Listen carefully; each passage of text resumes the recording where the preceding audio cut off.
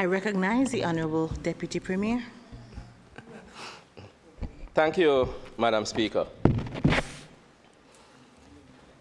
Investing today to secure our future, our Montserrat, our people. Today, Madam Speaker, our scripture reading is taken from 1 Samuel chapter 17 and Hebrews 11:1. Madam Speaker, we all know the story of David and Goliath. When the Philistines were against the Israelites, and they had a champion in the name of Goliath who was coming against them, and the Israel army was afraid. And all of us should know how the story ended, that David, although he was small of stature, he got his slingshot and his stones, and he was able to defeat the enemy. We are now living in a time, Madam Speaker, where encompassed around us, we have a lot of issues in terms of wars, in terms of COVID, and inflation, supply chain issues, and all these things I've heard about in this debate, Madam Speaker. All of these things that are coming against our nation, and we have to start asking ourselves, do we believe that we can overcome them? Do we believe that we have Davids among us? Do we believe that we as a country are a David and that we can get it done? And we do have some Davids around us. My friend there, Mr. Mundu. And we have Davids in this country, Madam Speaker, and we do know that we can accomplish great things despite the challenges around us. So we can talk about the challenges, and they do exist. What we need to do, Madam Speaker, is to find out and to put in place things to overcome those challenges and not be afraid. And there's a definition of faith that's given in Hebrews. It is believing that things can change even though you do not have the direct evidence of it. And is what our elders were given praise for. For they believe in, even though they do not directly see it, they do believe that despite their circumstance, that better things are coming, and they can do greater than what's currently in front of us. So when William Bramble and Robert Griffith and these, our elders of the old, came out of the plantocracy system, they had no clear idea how the future of Montserrat would be. They had no industries to go about. They were used to being run out of a British system, out of a colonial system that controlled every aspect of their life. But they believe that Montserratians and the people that live on this island do have the ability to govern themselves, and by governing themselves that they can make life better for the people of that island. And that is the part that we have to remember. They came out of a colonial system worse than what we are currently in now, and I'm coming to that, Madam Speaker. But they had the belief that despite not seeing it, they had the faith that given the power to the local officials, given the power to the people of Montserrat, that they can achieve great things. And they did go out and they did go achieve great things, Madam Speaker. Madam Speaker, there are certain things that we could never know that was going to happen because I grew up in a church, and the church has a name in Dyers. I don't know if anybody know that name of that church.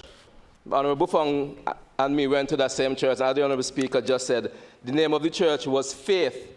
And there's nothing that would have told me that back in that day, sitting down beside my friend here, Honorable Cranston, Honorable Bufong, that one day we'll be sitting down in Parliament together having these debates. If you had asked me that a couple of years ago, I won't do the addition because I'm getting older. But if you had asked me a couple of years ago, if I had seen at that time that I would be in this situation where I could be standing here representing the people of Montserrat with Honorable Bufong by my side, making representation on behalf of the people of Montserrat, I would never have believed it. We came down to the word of the talk today, and that is faith, that despite of the conditions that we are in now, we do believe as a nation that better things are coming. And despite the restrictions and the hand tying or other phrase we want to be used, put on us by the UK and other bodies, that we have the ability as a people to do better than what we are doing. So, Madam Speaker, I have to ask, what is our biggest fear and what is it that we are afraid of? What is it that's preventing us or stopping us from doing the things that we need to do? Because the way things were and the way we made things, none of it is inevitable. None of it is the way things have to be. If we want a future, we have to create that future. And we have just gone, and we are still going, Madam, to 2 years of a pandemic, and people are frustrated. Every time you believe that the end is nigh, something new happens. So it's like you're watching a horror movie, and every time you think that you kill the monster, and you turn around, you see the camera pan, and it's back again. So we are going through this tough time, and people worldwide and in this country are tired. We are going through heartache, we are going through adversity, and all of these things that we have to. And we are looking, and the people of Montserrat and the world are looking for a way forward. So we as a people have to chart that way forward by seeing where we are now and where we want to go. And if you listen to the presentations that were done so far, Madam Speaker, and the presentation by the Premier, Investing Today to Secure Our Future, our Montserrat and our people, we do realize that our future has to lie in us using the resources that are available to us to come out of something that's called granting aid. So we have to have a drive to come out of granting aid by 2035. That has to be our motto. If we want to do things, Madam Speaker, there has to be a drive, and we have to strive to be out of granting aid by 2035. And that's where we have to be headed. If you look at the MOUs and the amount of money that we were given to supplement our budget over the past years, Madam Speaker, in 2016, we were given £20.6 million, which works out to 79.2 million ICI. In 2017, it was £22.9 million, which is 78 million ICI. In 2018, it was £22.3 million, which works out to ICI $78 million. In 2019, it is £23.18 million, which works out to £79.6 million. You see a pattern here. And for 2020, it was 23 points. For this budget now, Madam Speaker, it is £23.6 million, which is 81.65 million ICI. So approximately every year for the past 7 years, we have been getting 80 million to ensure that the people of Montserrat have a better life on a day-to-day basis. So wherever it was happening yesterday, it must be better today, and it must be better, even better again tomorrow. And that is the drive, and that has to be the drive. To do that, you have to look at where the world is going and to make sure that we are going in that same direction. And one of the ways and where we see where the world is going, Madam Speaker, is in terms of ICT and information communication technology. That is where the world is going, and we have to be leaders in this and stop this foolishness where we're waiting for people to do things and them to follow it, and to say that we have the capacity and we have the ability and we are going to be leaders in it. Because even some simple things that we can do, because we do know, and as I said, we have to be honest sometimes, doing business in Montserrat is a frustrating endeavor. You go to an office, you have to fill out a paper, you go back home 1 week later, you get back an answer, they tell you that you forget to fill in something else, you have to drive back there, spend your gas, spend your $5, your $7 to try to get back to the place again, fill out by the other paper to be waiting back another time just to get it done. You have your job to do, you have your children to look for, you have other things that you have to do instead of waste time doing things like that. So one of the things that we have to ensure is that based on the technologies that we have available, what things can we put in place to make the life of the citizens better? So digital transformation, Madam Speaker, it is no longer a choice. And the pandemic has highlighted that we cannot wait to do these things for the delivery of public services. It's something that has to happen right now. It is no longer a choice that we have. The citizens are asking that they interact with their government in a more transparent and open way, and we have to listen. At the heart of all of this, the lesson that we have to take from this, as I said, Madam Speaker, that digital transformation is no longer a choice. We are moving in the 21st century, and Montserrat has to be the one that leads that charge. This transformation requires not only investment in key infrastructure, but also streamlining processes, such as interagency coordination, capacity building of digital skills in the public sector, and adaptation of our administrative culture, which I'm coming to, Madam Speaker. So one of the things that will be happening shortly, right after this budget, is that the Ministry of Communication, Works, Labour and Energy will be launching the online vehicle licensing system. So you can stay in your home and you can license your vehicle and pay for your license of your vehicle and eventually your driver's license without having to come down to Public Works parking lot and take up our parking.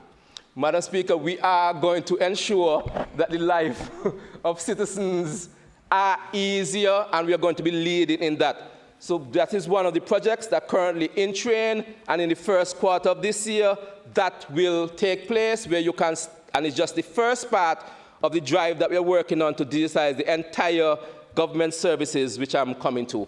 That's one of the first things that we're going to launch to see how it works.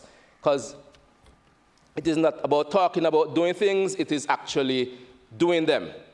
So the things that we have done so far to get the culture, because we have to get a culture of the citizens trained to use these devices, understand what the use of these devices are, and to provide these devices to organizations and people who cannot afford them. That is the duty of government, to ensure that the citizens and the people of the country are taken care of.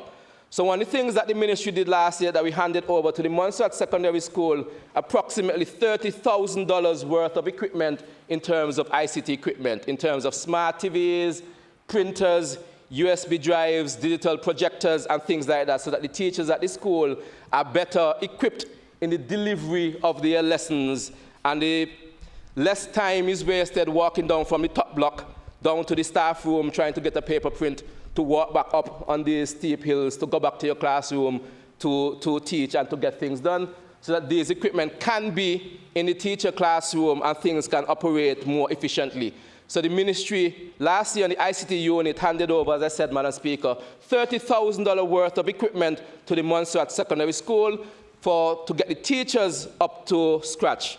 Because it's all well and good to give the students things, but the teachers themselves do not have the ability to transfer the knowledge or to teach effectively, you will still have a problem. Another program that the ministry put on was a primary school extravaganza, where the ICT unit went into the primary school to discuss ICT-related matters, and about 60 students benefited from that program. We also did not forget, Madam Speaker, the elderly in our community. One of the main objectives within the ICT policy is to bridge the digital divide between the citizens. So there was a program that was done where 10 elderly persons in the Davy Hill area, they received smartphones, compliments of the government of Montserrat. And not only did they receive these smartphones, they received training in how to use these smartphones. And one of the smartphones was given to a, what's the word?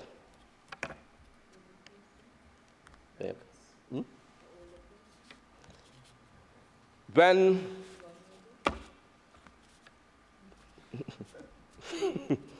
there were 10 smartphones given, Madam Speaker, and one of the persons was visually impaired and would not have the ability to use a phone as it is, because we take it for granted. You can look at your screen and you can scroll and you can do what you want. So we did provide training to a visually impaired person.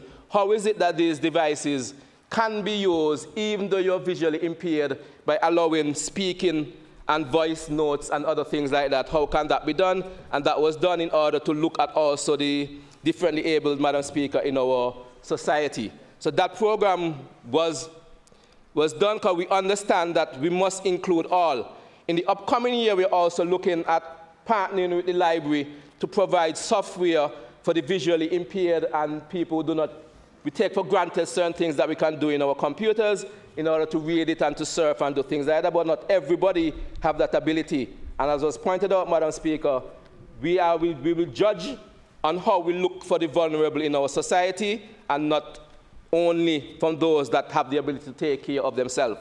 So the ICT department is looking at implementing and working with the public library when they set up their systems, Madam Speaker, to see how best we can assist them in getting things done for the visually impaired. So that program was done last year. We also, Madam Speaker, and the Honorable Buffon and the other members mentioned it, when in this very building there was a prime exhibit that was done, produced in Montserrat Expo, where you see all kind of wonderful products that were made here. And we keep saying, Madam Speaker, over and over, how is it that we have all this talent and we have all of these people on this island who are doing all these wonderful things in terms of wines, in terms of manufacturing, in terms of programming of these young people with all these various ideas, in terms of art, in terms of producing cosmetics. We see that we have all these things. How do we get from that stage into the next stage where they start producing, selling, and making money? So one thing that the ministry is working on, and in different phases, and the first phase that we're doing it in, Madam Speaker, is an Ict Innovation Center, where we're trying, and we are building, and have designed, and is currently in the process of getting the engineering and costing complete. If you have an Ict Innovation Center where businesses with these wonderful ideas and young people have a place to meet and discuss and get assistance and to work in association with when the agro-processing facility comes on train, and when the programs in youth and sports comes on train, and when the Premier didn't speak about it a lot, but when his TIPA system for investment comes on train, there's a coordination, there's a place where people can meet and have mentors and discussion. So even now when, Madam Speaker, the Ministry of Trade is running the entrepreneurship program and giving finances to young businesses and other businesses out there to the tune of over $1.6 million, that is, there's a way to continue and have a space to display your products and to manufacture your products, and a place that you can get cheap rent for a certain while until you get your, as they say in Montserrat, until you catch your hand and can do better and go out there and make money for you and for your children and for the people around you so that life can be better for you. So that process, that building is being designed, is almost complete, and is just a matter of finishing the construction for phase 1. And in phase 2, we do intend to have a full innovation center where people can go and businesses can show up and get the help that they need. Because, as was mentioned at the beginning, we have to start investing today to secure our future, our Montserrat, our people. It is not about only talking about what other people should do, which is the easy way out, but let's start talking about what it is that we can do and what it is that we are doing to secure our future for Montserrat and for our people. And one way, and you're going to realize is one of the only ways, is for us to take responsibility for our country and to remove ourselves from the restrictions that has been placed on us by our colonial masters. Because the idea that the person that put you in the ghetto will take you out to the ghetto, I find very strange. Madam Speaker, we have the ICT unit also partnered with different organizations throughout the year, with the Eastern Caribbean Central Bank on cybersecurity, and with the Road to the Club of Montserrat, where they did a cyberbullying campaign. There was also an ICT exhibition, again, that was done in this building, where 12 businesses participating. And from that exhibition, the ICT unit is currently producing videos highlighting the work that these businesses do to get the word out that things are happening in Montserrat, and to give these businesses an opportunity to tell the public what is it that they offer, and to give them hope that, yes, people are looking at what they're doing and looking at ways to assist them, because it is by assisting these businesses to grow and to employ people and to pay taxes in how we are going to get this country growing. So it's not just talking about doing these things, Madam Speaker, it is about actually doing them and getting them done. There was also a Boost Your Business Symposium, where various ICT tools were done and explained to the business community about different ways they can use ICT to boost their business and to get them from the stage they're at to a better stage. So all of that was done. We also did radio programs where we talk about things related to ICT. And not last but not least, we also have an ICT school after-school program, both in the primary and secondary school, understanding that if we're going to grow Montserrat and we're going to grow our industries, these are people that we have to look for first to get it done. Because we can't keep on importing labor, we can't keep on importing TCs. At some point, we have to start training our people to do the work that we said that we are doing. So if we say that the world is going towards ICT, we can't just say it. We have to put things in place to secure their future and put things in place to train them up in the necessary things that they have to be done. So all of that was done, Madam Speaker. And with all of that, we also donated various ICT equipment to the St. Augustine Primary School, to various churches around the island, and things like that. To get the drive where we're trying to get in the upcoming year, We plan to complete the data protection bill because we cannot have a situation where we're going towards all this digitization and we're collecting people information. If you're collecting people information, it has to be protected. And we do know that we have a problem in Montserrat that once something is told to A, it is told to 4,400 people. And we have to ensure that if we set up a health system, which was being spoke about, if you're setting up HR systems, and we're setting up all these systems which are going to be collecting people's personal information and store it, that the necessary policies and laws are in place to protect people. So we are going to be working on the data protection bill.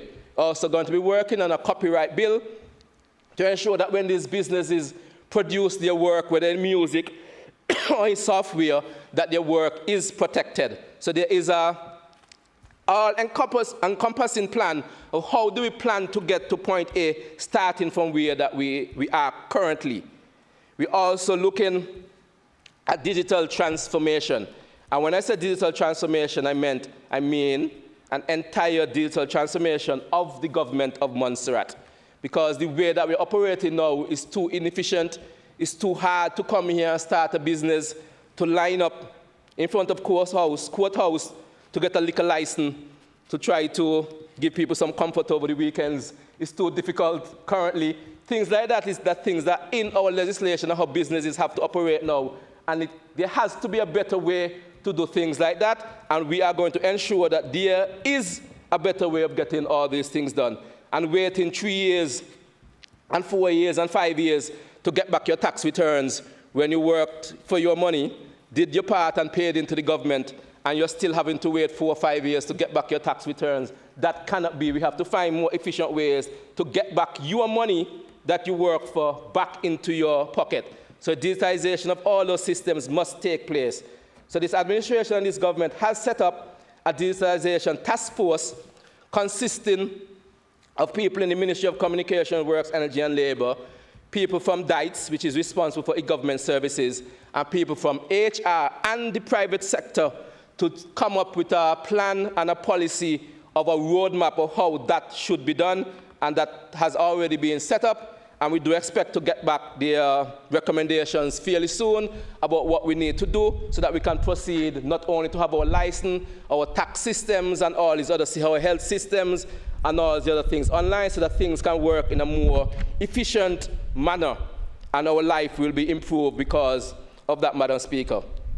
Digitization of the records which have been spoken of by my honorable friend, the Honorable Dorset, who have added some stuff to the agenda, is something that we are looking at. How do we digitize the records? Some ministries have gotten some assistance from various people to get it done, like in the Ministry of Agriculture. But we have been in discussion about how do we proceed with our births and death certificates. It is the priority and one of the first things that we are going to do, and it's something that is on the agenda, and it's something that we are looking of how to get that done.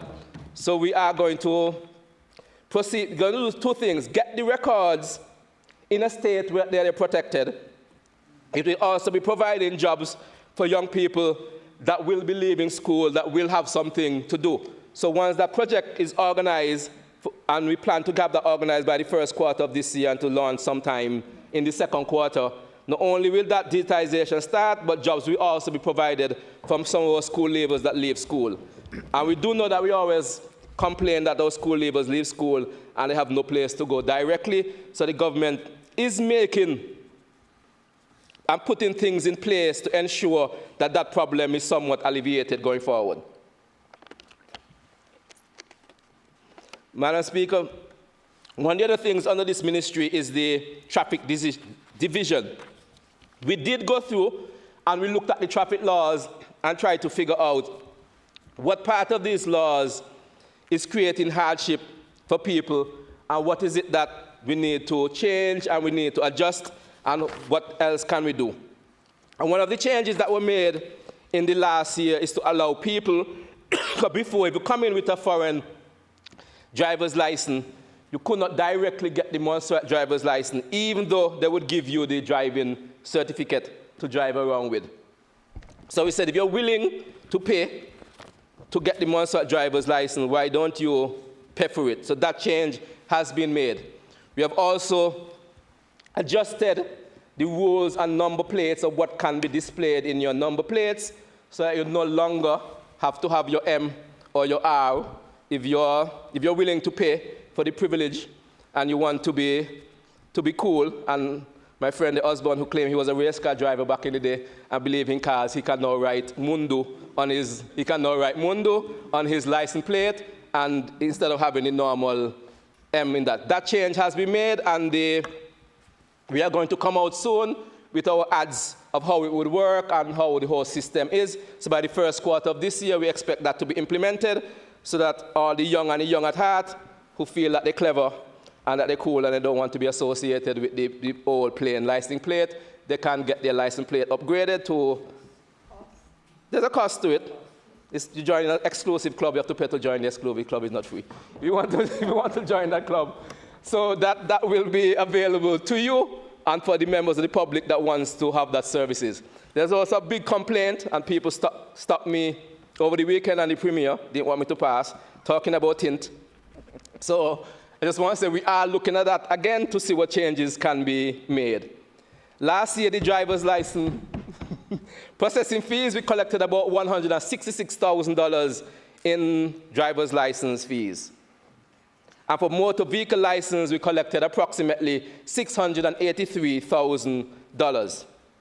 So for the upcoming year, what we plan to do is to market and the new electronic driver's license system that we're going to have to make getting your license and your driver's license a quicker process, and to promote the changes that we have made to the Road Traffic Act, and to see what new changes that we can put in place to ensure that things run better. So, Madam Speaker, that's where traffic and the ICT unit have done so far. And if you realize, Madam Speaker, in our ministry, all the different departments coordinate and work together. And as you listen to the presentation, you realize that the entire government is operating as one government with a plan of how can we alleviate some of the bottlenecks, how can we alleviate some of the pain points in the society, and what can we put in place to ensure that people's lives are better.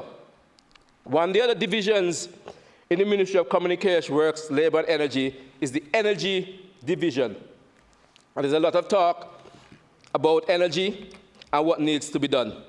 And one thing we must understand, Madam Speaker, that the ministers and the members on the other side, the opposition and the opposition to the opposition, that we all live here and we all have to pay our light bill. And we do know what the cost of electricity is, and we do know what the cost of current is. So anything that affects, if current goes, it doesn't just go for Honorable Lewis by himself, it also goes for everybody.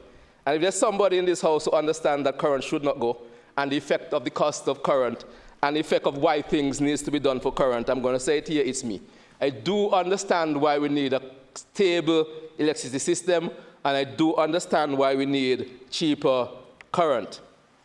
And I said, Honorable Lewis, being an electrician by trade, do understand what needs to be done also. And there's certain policies and plans that were left that have been continued and have been fast-tracked, because we didn't need to find a way to get cheaper current and more stable current to the people of Montserrat.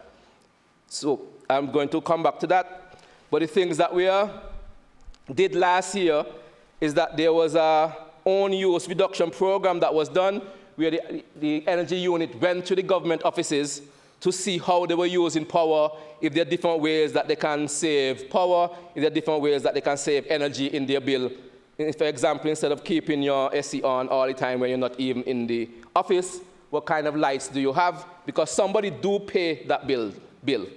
And sometimes we love to talk about inflation, that inflation only affects the public. Inflation also affects the government.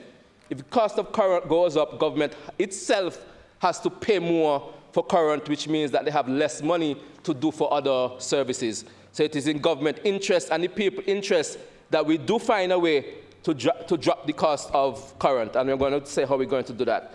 We also did some audits of private homes and put on seminars to members of the public about how they can drop their electricity consumption so they do not see that big bill at the end of the month. And when I come to what we are planning, so those were done last year.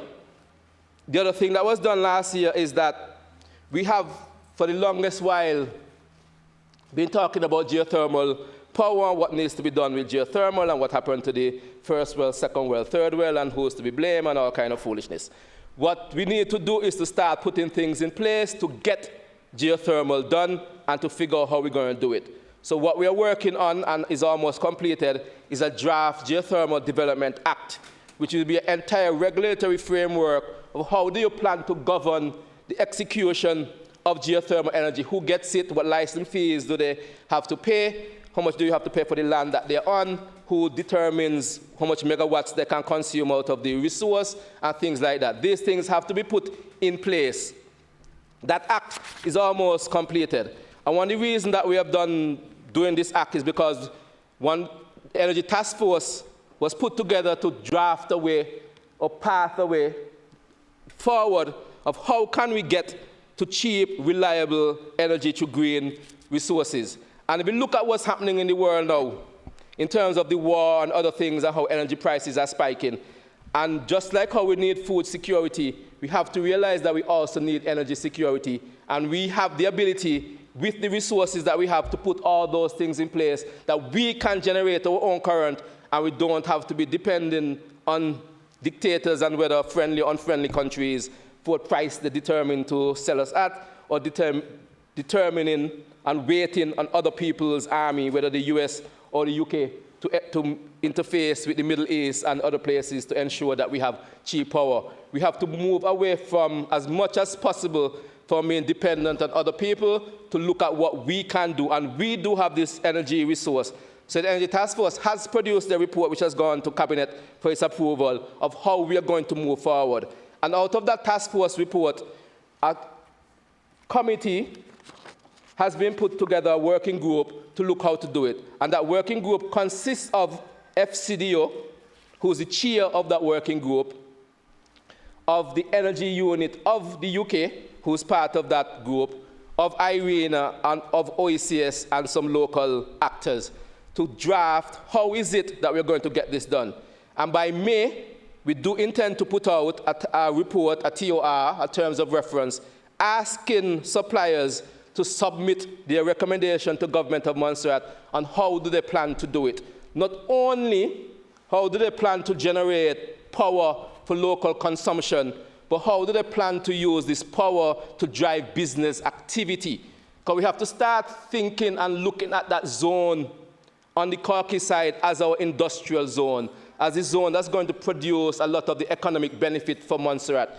And power is not only for local consumption. We have to start seeing power as driving technology, as driving infrastructure, as driving manufacturing, and driving various energy-intensive businesses. So we're asking those businesses and those energy suppliers to get together and come up with proposal to government of how do you plan to use the power that's available, and submit your proposal, and we'll look at them and we'll come to a conclusion of how do we plan to move forward. And we have put a 2-year timeline on that to try to get that completed. And as part of our drive to be auto-granting aid by 2035, I am pushing that and trying to ensure that despite what false starts or whatever we have, is not assigning blame, but to ensure that we get a cheap, reliable source of energy and another economic mean of generating economic activity, of generating jobs, and of generating revenue for the government of Montserrat, so that we can start looking at dropping taxes on certain of the things that we do know are harming the people of Montserrat. But because of certain arrangements that this government had to sign, and the other governments, the previous one and the previous one, had to sign despite their bluster of what these MOUs that you have to sign in order to receive this money and the amount of your local revenue that you have to raise. And it says explicitly in the MOU under line 7 that if you do not raise that money, the FCO will not be topping you up. That is how it works, and that has been signed by this government, the previous government, and the previous government. If we want to come out of that situation, then we have to start looking at ways to generate our own economic activity. And we're seeing that one of the ways that it can be done is through our energy sector, by producing cheaper power and also by getting companies to come here and to use that power. So that is also in train. The other thing that we have done is that we have put tax exemption on electric and hybrid vehicles until 2024, just to see how it goes. So price of gas is going up, and cars are expensive, and electric cars more so, and we do know the economic landscape of Montserrat. So you're able to assist the people that may be able to. You may not be able to assist everybody, but because you can't assist everybody, it does mean you shouldn't assist anybody. So in order to assist the people that can afford the electric vehicles, we have taken the step of putting the duty on it and the consumption tax to it at 0. And we have dropped the duty and consumption tax on hybrid, both plug-in and normal hybrid, to drop the cost of those vehicles to try to produce some relief for people that want to bring in these vehicles and to get something done. The 750 kilowatt solar project, we do expect it to contribute 14% of our peak demand approximately. We do expect it to be completed the first quarter of this year, and that power can start going to the grid, and hopefully that we would see something in our electricity bill that would go down. But we are waiting the final handing over of that project. There's some final parts that needs to be done to sync it back to the Mool power station, which we do know is experiencing problems, and we do need to find out what's the best way to solve that problem.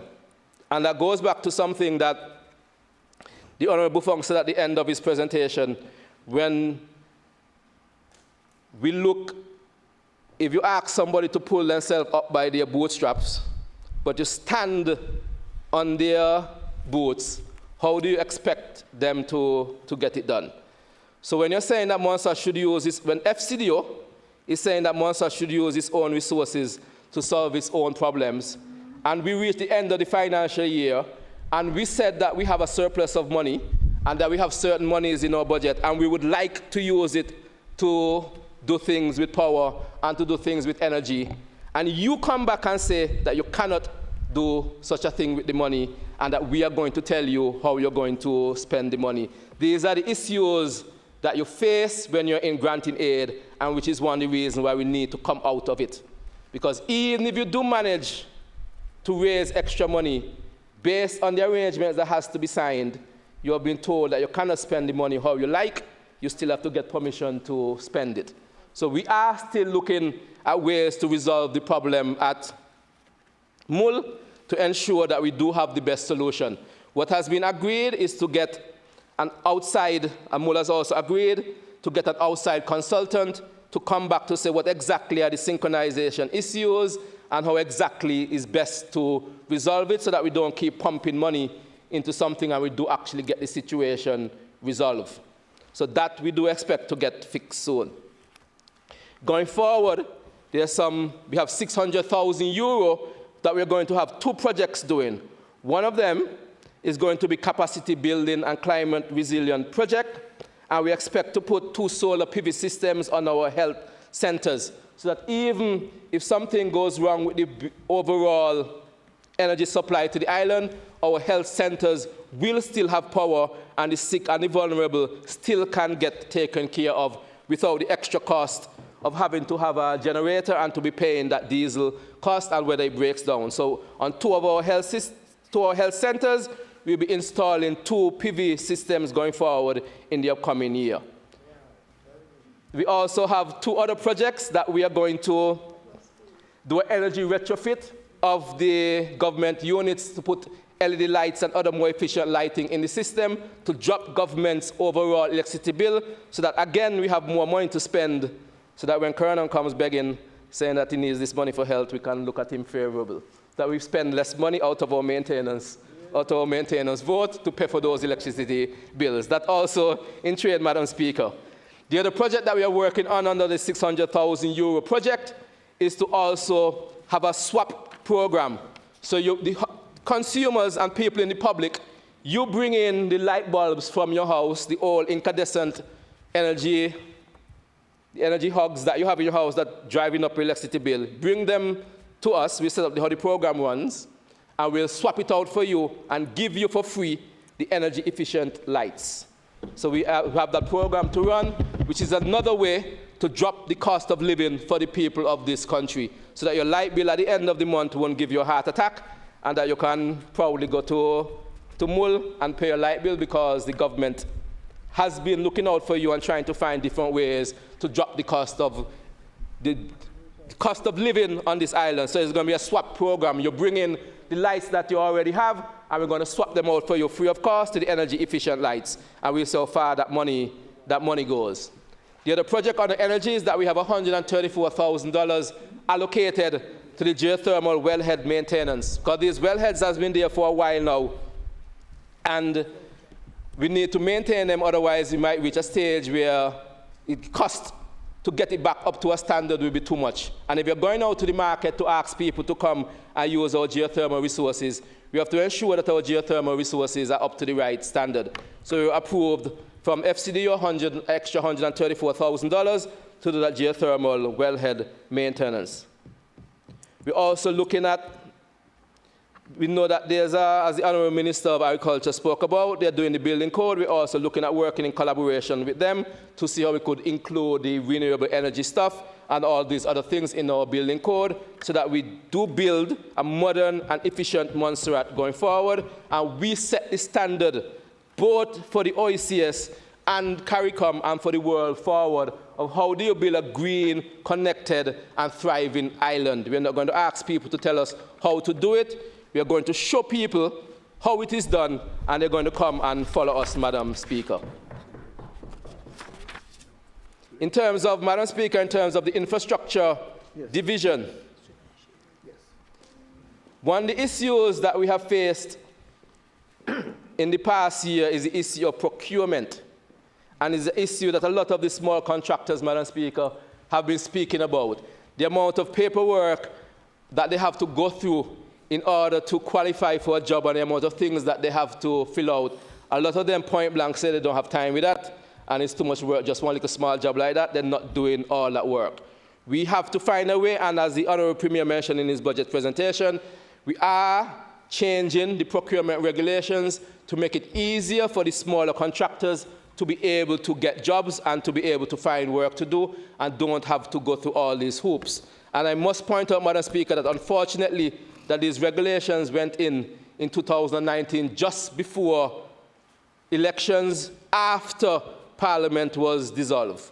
And if word on the street was that the regulations had to be done because somebody's bonus was tied to it, and they ensured that the regulations must go in place because it was part of their personal KPIs, not because it's going to help the people of Montserrat, or not because it's going to help the contractors in Montserrat, but their bonus was tied to it, so they ensured that it went through and got accepted.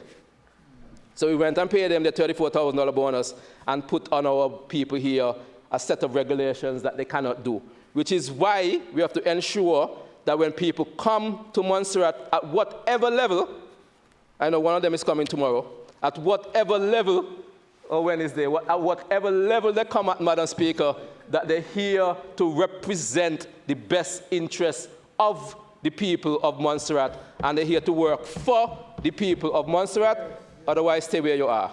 And that's my view, Madam Speaker. We're here to represent the people of Montserrat, not whether we want bonuses. So when we're hiring TCs and other people, we have to ensure that they are here to serve us, which is why I'm glad, Madam Speaker, not to make any assumptions from this statement, but I'm glad we now have a local FS. Madam Speaker, as was pointed out by the Honorable Bufong, one of the things that we're looking at, because we look at how do you create wealth and how do you create a situation where people want to return back to this island, we have to start creating jobs and hope for people. And we have to start thinking big. So we are, with the assistance of the lands, going to cut a road from Drummonds to Lookout. And there are reasons for doing this, to produce alternative exits and entrances, to open up lands for agriculture, open up lands for housing and for development, and for the people around there who wants to expand their property and to do certain other things. But once people have land and houses, you can now build, which will now create jobs. They can now borrow money because they now have an asset. They can now send their children to school. They now have more security of their future and things like that. People in the diaspora who are longing to return back to Montserrat will now have other places and other options in which they can come. So those away who are saying that they can't find places to buy land and they can't find anything to do, we are starting that project this year, and we do intend to eventually have those properties available and the people, the private sector people around there to get involved. But government is committed to getting that road cut and to open up those lands for housing development and also for agriculture and other such things. Because we have to strive and have a drive to be able to granting aid by 2035 by investing today to secure our future, our Montserrat, our people. There was a presentation that was done to us, Madam Speaker, by the MMSA, Montserrat Motorsports Association, where they did come to us in our pre-cabinet meeting with a fancy presentation on all the work that was done about how motorsports can drive the economic activity in Montserrat. The amount of money that they spent when they have to go to Nevis and have to spend overnight and carry the cars there and go to Antigua, and the argument they made that that can happen in Montserrat. And in times in St. Patrick's, when we have people coming here, and St. Patrick's is coming back, Madam Speaker, this island is opening up, and we're getting things back on track. COVID, we have to learn to live with COVID. It is just what it is. We cannot keep on in this state that we are not willing to start doing things again and be living in fear and frightened and don't want to do things and complain that things are hard. This government has to do things, and we, the people of Montserrat, have to start doing these things. So the argument was made, Madam Speaker, that during St. Patrick's, if they have big marquee racing events and the amount of people that can be attracted here to come to these racing events, and Montserrat can be, again, the leader in this field with motorsports.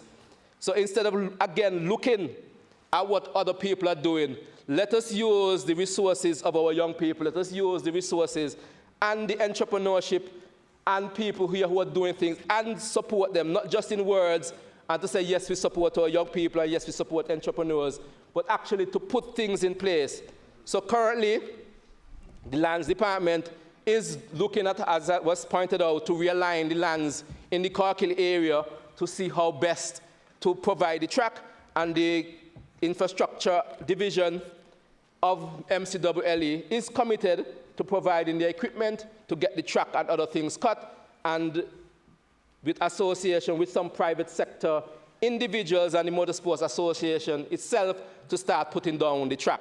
So we do intend to get that going, and we are committed to get that done, because we have to find ways and support ways of getting money into this country and providing activities and things for Montserrat to do, and stop waiting for other people to do it and do it ourselves.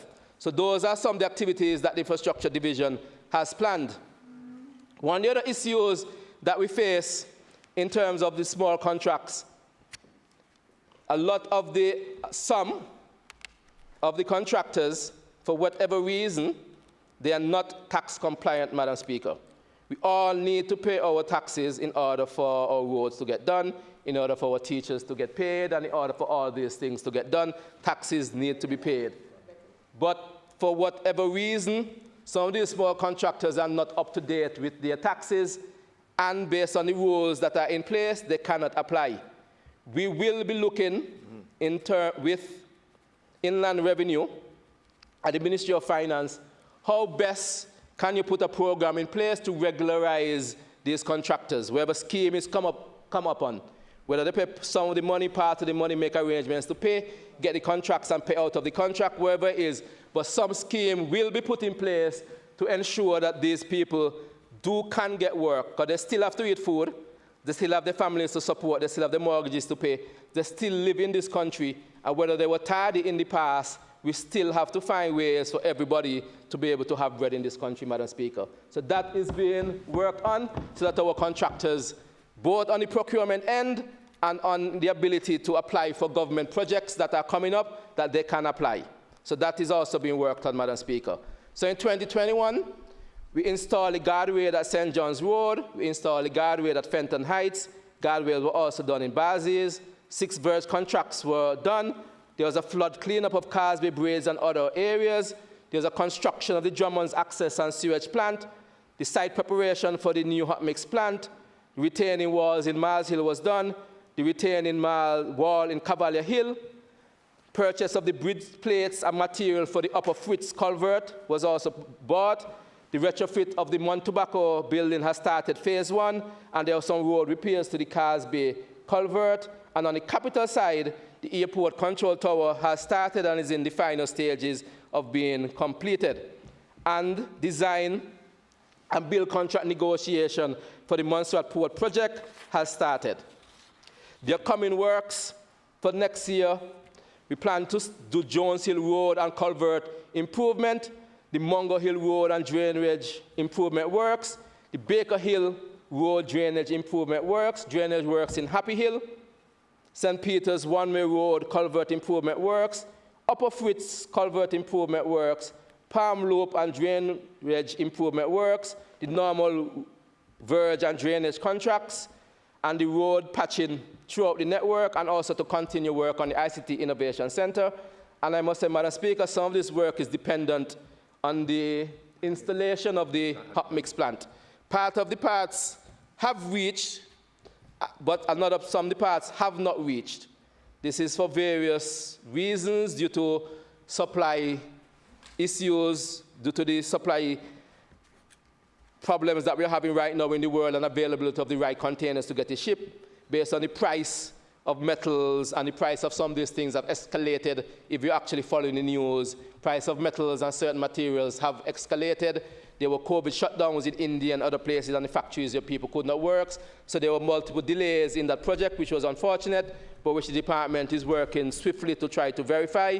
Some of the parts have reached here, some have not reached. We are awaiting the shipment for the remainder of the parts to get that set up. Once that is set up, we do intend to proceed swiftly with parts of the A1 Road project and some of the things that were said there before, Madam Speaker. One of the big projects that we are starting this year is the port project, Madam Speaker. We have all heard a lot about this project. There was even a launch, multiple launches of the project. I won't use the word prematurely, but there were all multiple launches of the project.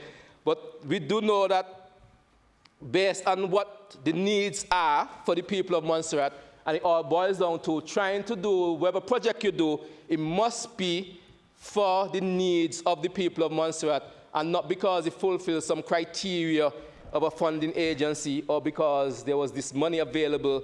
Therefore, the project must fit in the project must fit in the budget. We have to get away from that and start thinking, this is what Montserrat needs, this is what the people of Montserrat needs, and this is the amount of money it's going to cost.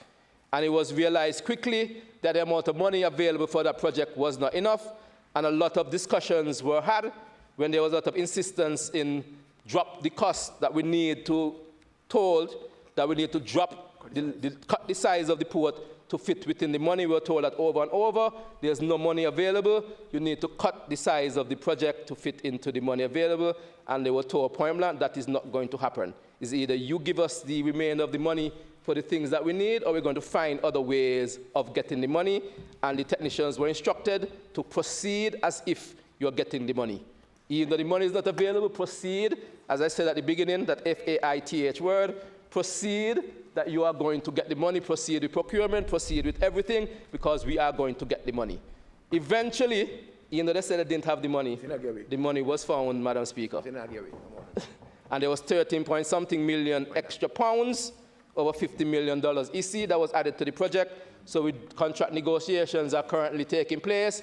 We expect that to sign soon, and the project to commence. And we must understand, Madam Speaker, it is not only about the infrastructure of the project itself, but what comes with it. And that's where we have to understand there has to be an overall approach. It's not just building the buildings and the concrete. It is that when the port comes, we have to start thinking about the cruise ships that will come through it, and to ensure that our tourism project on the government side that they need to do the investment in is done, but also on the private sector side to start thinking 2 years from now, when the cruise ships comes and the port project is done, what are you putting in place? What projects are you submitting to the entrepreneurship scheme that government has that gives up to $20,000 to do your idea? What are you put forward those ideas now? Get the funding now. Let's not hear that there's no money available and the government is not helping you. There is an entrepreneurship scheme, and I'm pretty sure there's still idiots. There's still money available. Yeah. Right, so I've been told by the Minister of Finance that there is still money available. So let us start thinking as a people, what projects and business ideas can we put forward now in terms of when cruise ships come here, when you have another port come in, what is it that you can do to try to make more money and put these things in place, and use the trade department and the other departments in government to assist you in getting these things done, so that when we say that we are investing now for the future, it is not only the government investing, but we, the people of Montserrat, are also investing our time and our resources with the assistance of government in getting all these things done. So our tour, we have to ensure that our tourism product is up to date, and the other things that we want to do. Also in terms of what is it that we would want to ship out of Montserrat. We're tired of bringing containers here full, and they go out empty, and we still have to pay to send them out, which means the cost is a double cost that's gone onto the cost of goods that come into Montserrat.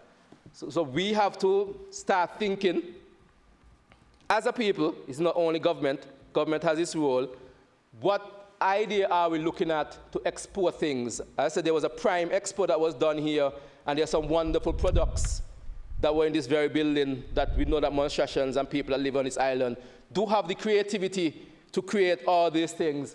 And as I said, we are working, as the previous minister pointed out, on an agro-processing center. We are working on an innovation center. There is the IDEA scheme and all these other schemes to assist businesses, and it's for us to take advantage of them and to get these products in a format so that when everything opens up, there's just an explosion of economic activity in Montserrat, and we're in a far better place than we are now, because we have invested now for our future, and we do have faith that things are going to get better despite of how they might seem now, because we have the creativity, we have the talent, and we have a caring government that's looking for you to ensure that all these things are in place, Madam Speaker.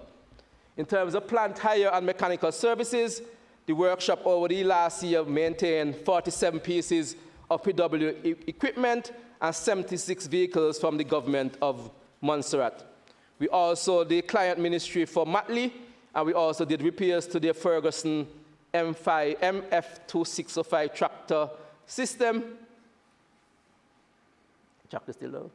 I see the minister is asking that we expedite the work on his tractor so that the farmers stop coming to him asking about our tractor services. But we are working on that, Madam Speaker. We also offer services to both the public and private sector in wheel alignment and for heavy-duty equipment repair, which is a service that's not offered in the private sector, so we are not competing with the private sector, but there's nobody in the private sector that does tire repairs for heavy-duty vehicles, so it's something that we are working on plants and hire. They're also trying to procure a new duty tire machine. So these, and for it, upcoming now, some of our things are done, so we have to keep on refurbishing our Caterpillar wheel loader that is being worked on. Also, the bulldozers also being worked on. I expect to get that repaired soon. And we also buying a new wheel balancing machine to complement the wheel alignment services that are available to both the public and private sector industries. And we're also working on 3 other pieces of equipment, the grader, the backhoe, and the Mack lorry, and we do intend to get those back up. Which brings us, Madam Speaker, to labor, which is people, and which I'm heard somebody is whispering, my partner in crime, that is a baby. So I hope that I do it justice. In labor, it is people, Madam Speaker, that builds a country. It is people that works in the government system that get the systems to function. The ministers can say and do what they feel. I say, go say what they like, not to promise what they like. If the people are not implementing it, it is not happening. True. The private sector can say and do what they like. If the workers are not working or don't feel compelled to work, you can have as much money to invest as you like, your business is going to fail. So unless you take care of your workers, Madam Speaker, you are not going to get the necessary things in place. And if the workers don't take care of the employers, they shouldn't also be expected to be remaining in a job. It works both ways, Madam Speaker. So there were some amendments. I'm coming back to certain other things. Mr. Dorset is out here, encourage me on.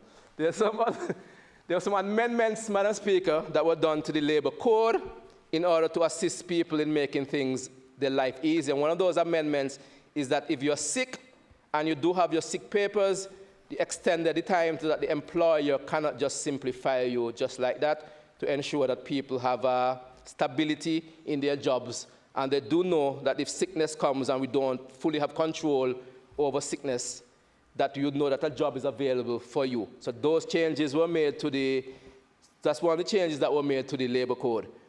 We also approved a labor advisory board, and a labor tribunal was also set up. We are currently just finished in the month of March and before finalizing the survey on our minimum wage policy. We hear a lot today, Madam Speaker, about the working poor.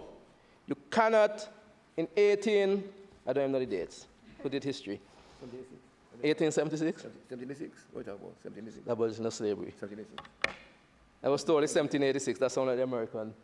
Slavery was abolished. Or 1734. Because we understood 1834. 1836 is the final. 1834. In 1834, slavery was abolished because the world came to the conclusion that you cannot exploit the workers just for your own profit.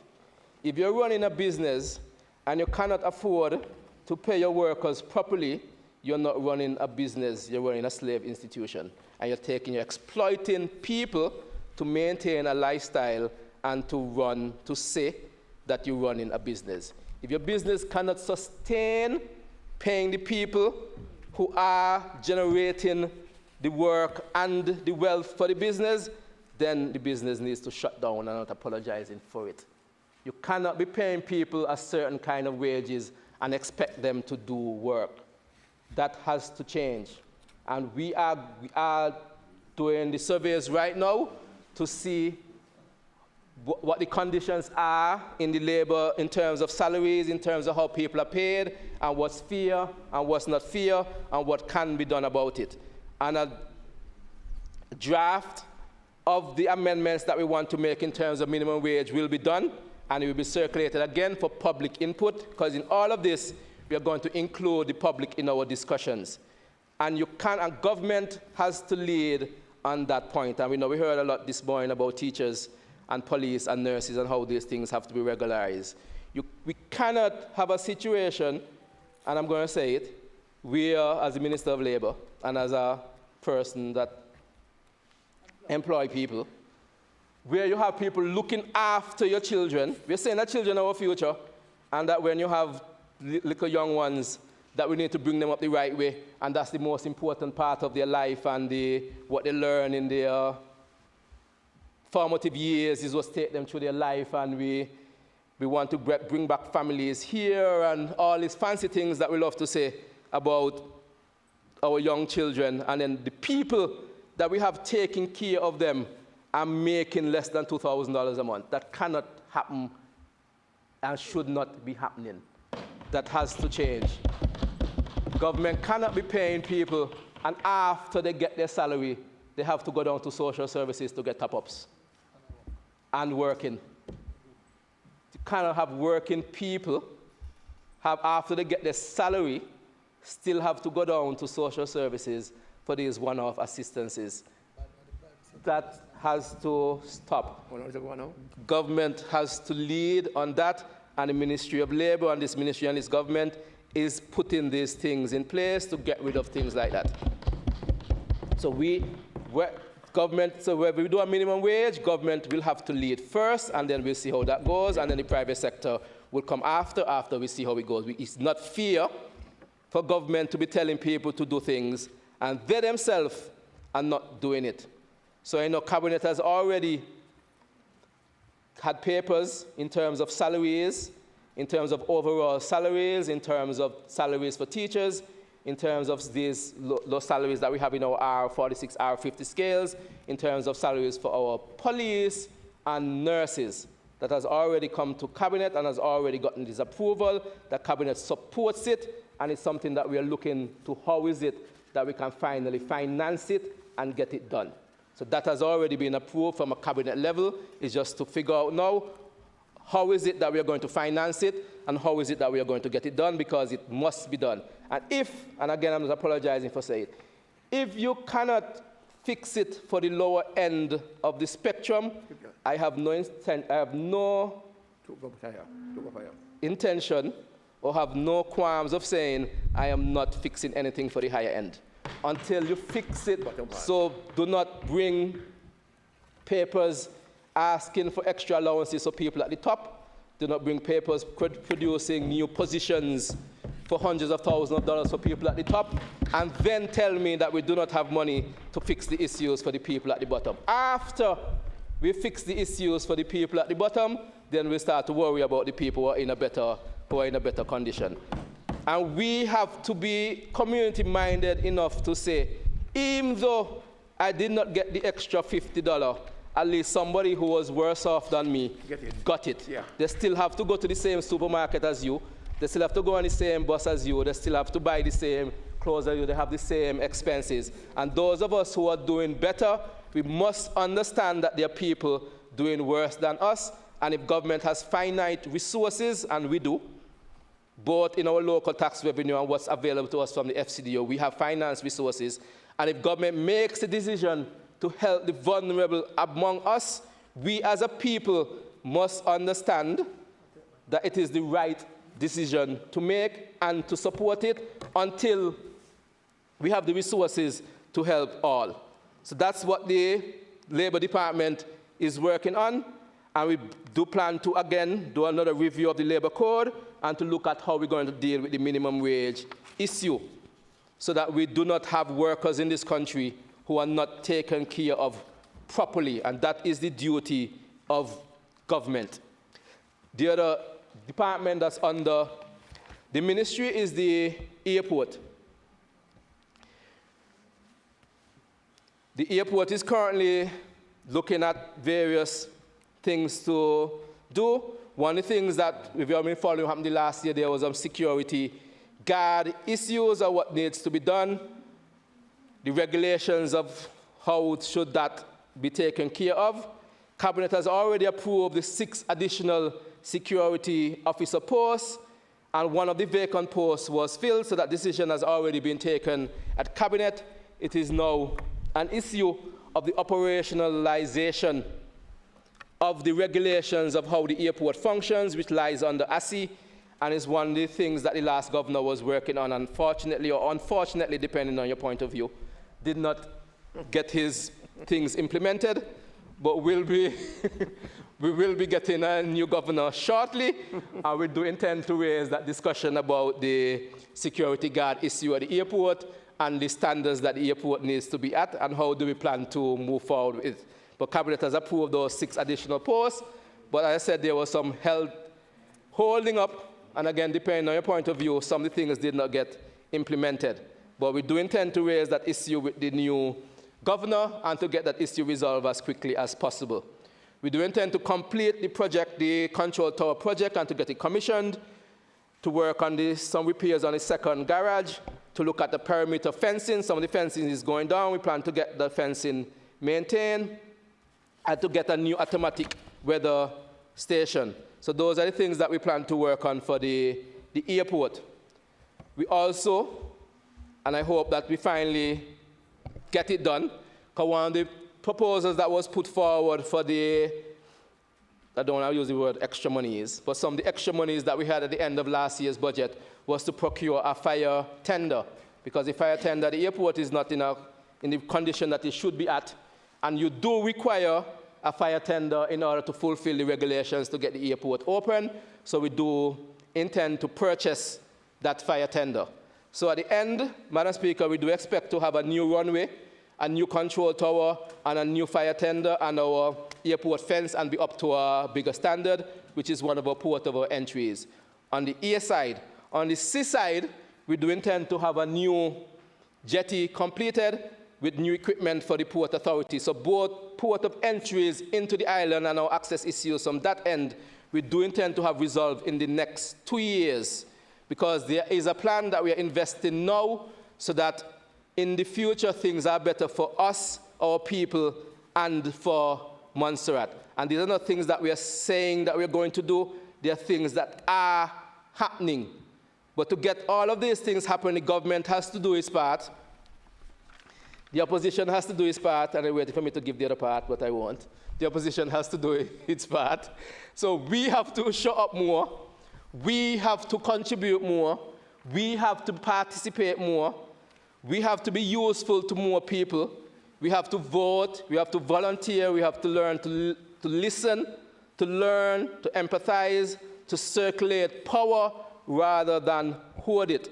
Because we must have faith and we must have optimism that even though we now living to a dark dawn in terms of what's happening in terms of the world with the pandemic, in terms of now war, in terms of supply chain issues, in terms of inflation and energy crisis, all these things that are happening right now in the dawn, and the Philistines and all these things gathering against us, we have to believe that we have stones in our slingshot that we can use, and we have to go to the river and find those stones and stop always not believing in ourselves, and believe that we have these rivers, believe that we can find these stones, believe that we can use these stones, and we can get the Goliath of all of these issues that are plaguing the world and Montserrat right now to be solved. Because I sincerely believe that, Madam Speaker, and I sincerely believe that this government is on the right track of realizing that based on the restrictions that are placed on us, we have to find a way to break those chains. And unless we find a way to break those chains, we're going to have this discussion over and over, with politicians coming here to argue about things that they have no control over. We have to reach a stage where we start arguing about things that we do have control over. And we do have confidence in ourselves, and we do have confidence in our people, and we have confidence in our children and in our creativity.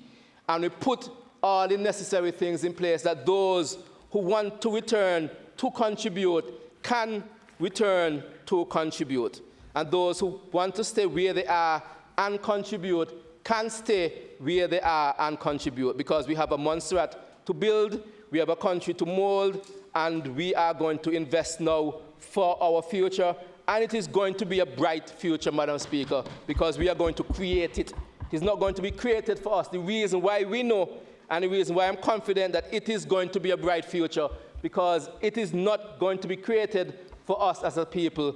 It is us who are going to create that future with our talent and our creativity and our determination to get things done. And things are happening.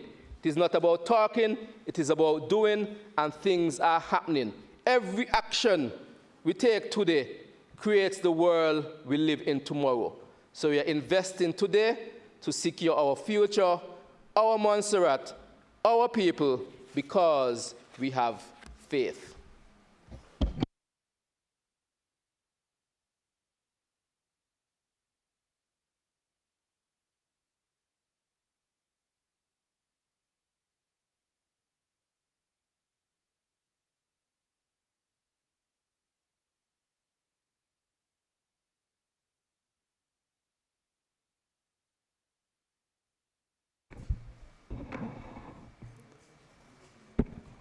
I recognize the Honourable Member of the Opposition, Mr. Osborne, and you do have permission to remain seated. Well, thank you very much, Madam Speaker, and good afternoon to everyone. Madam Speaker, I'm feeling like I'm falling asleep, just as some of the other members I'm seeing who are nodding their heads. Anyhow, Madam Speaker, we are here today to debate this budget for 2022-2023. Madam Speaker, compassion is the base of morality.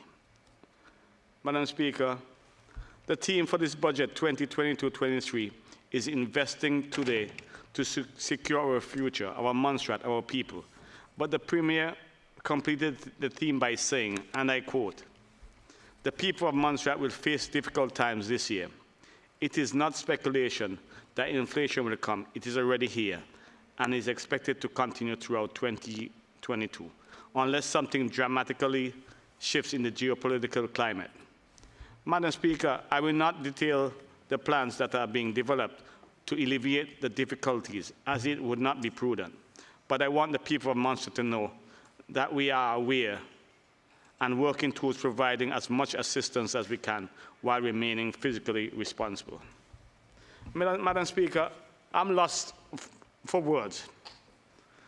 Having read what the Premier said several times, the statement several times, I'm trying to understand if the Premier forgot that this is supposed to be a budget speech. That's supposed to bring hope, relief to the people of Montserrat. Madam Speaker, it makes me think, Madam Speaker, as to where we're going in this present time with all this hardship. If our leaders are not looking out for us, where can we go? What are we going to be? What's going to happen to us? Madam Speaker, I don't want to come here to criticize. I want to come here so that we all, government and the opposition, to organize, to work together to put what is best for the people of Montserrat. Anyhow, Madam Speaker, as an elected member of this House, the Premier failed to detail how he intends to alleviate the hardship being faced by the people of Montserrat for the past 3 years.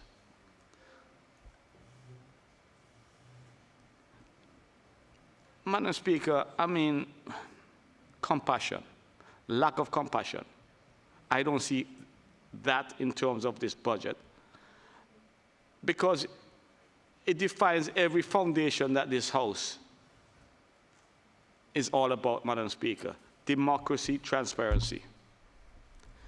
We have to find a way, no matter how hard it is, Madam Speaker, and not because that some of us are, quote unquote, much secure or comfortable because of our wages, Madam Speaker.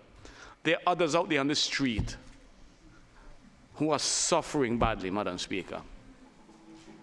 I know for a fact, because I'm out there on the streets, Madam Speaker, and I can talk for myself. I cannot go on the street with nothing in my pocket. I have to give somebody, I have to help somebody. Not that they ask for it, Madam Speaker, because you know how we are proud Montserratians. We don't like begging. We don't like people to know when we're having our problems. But I can understand people, just listening to them and looking at them, Madam Speaker, you know that any little thing that you can do for them will give them a better hope at life.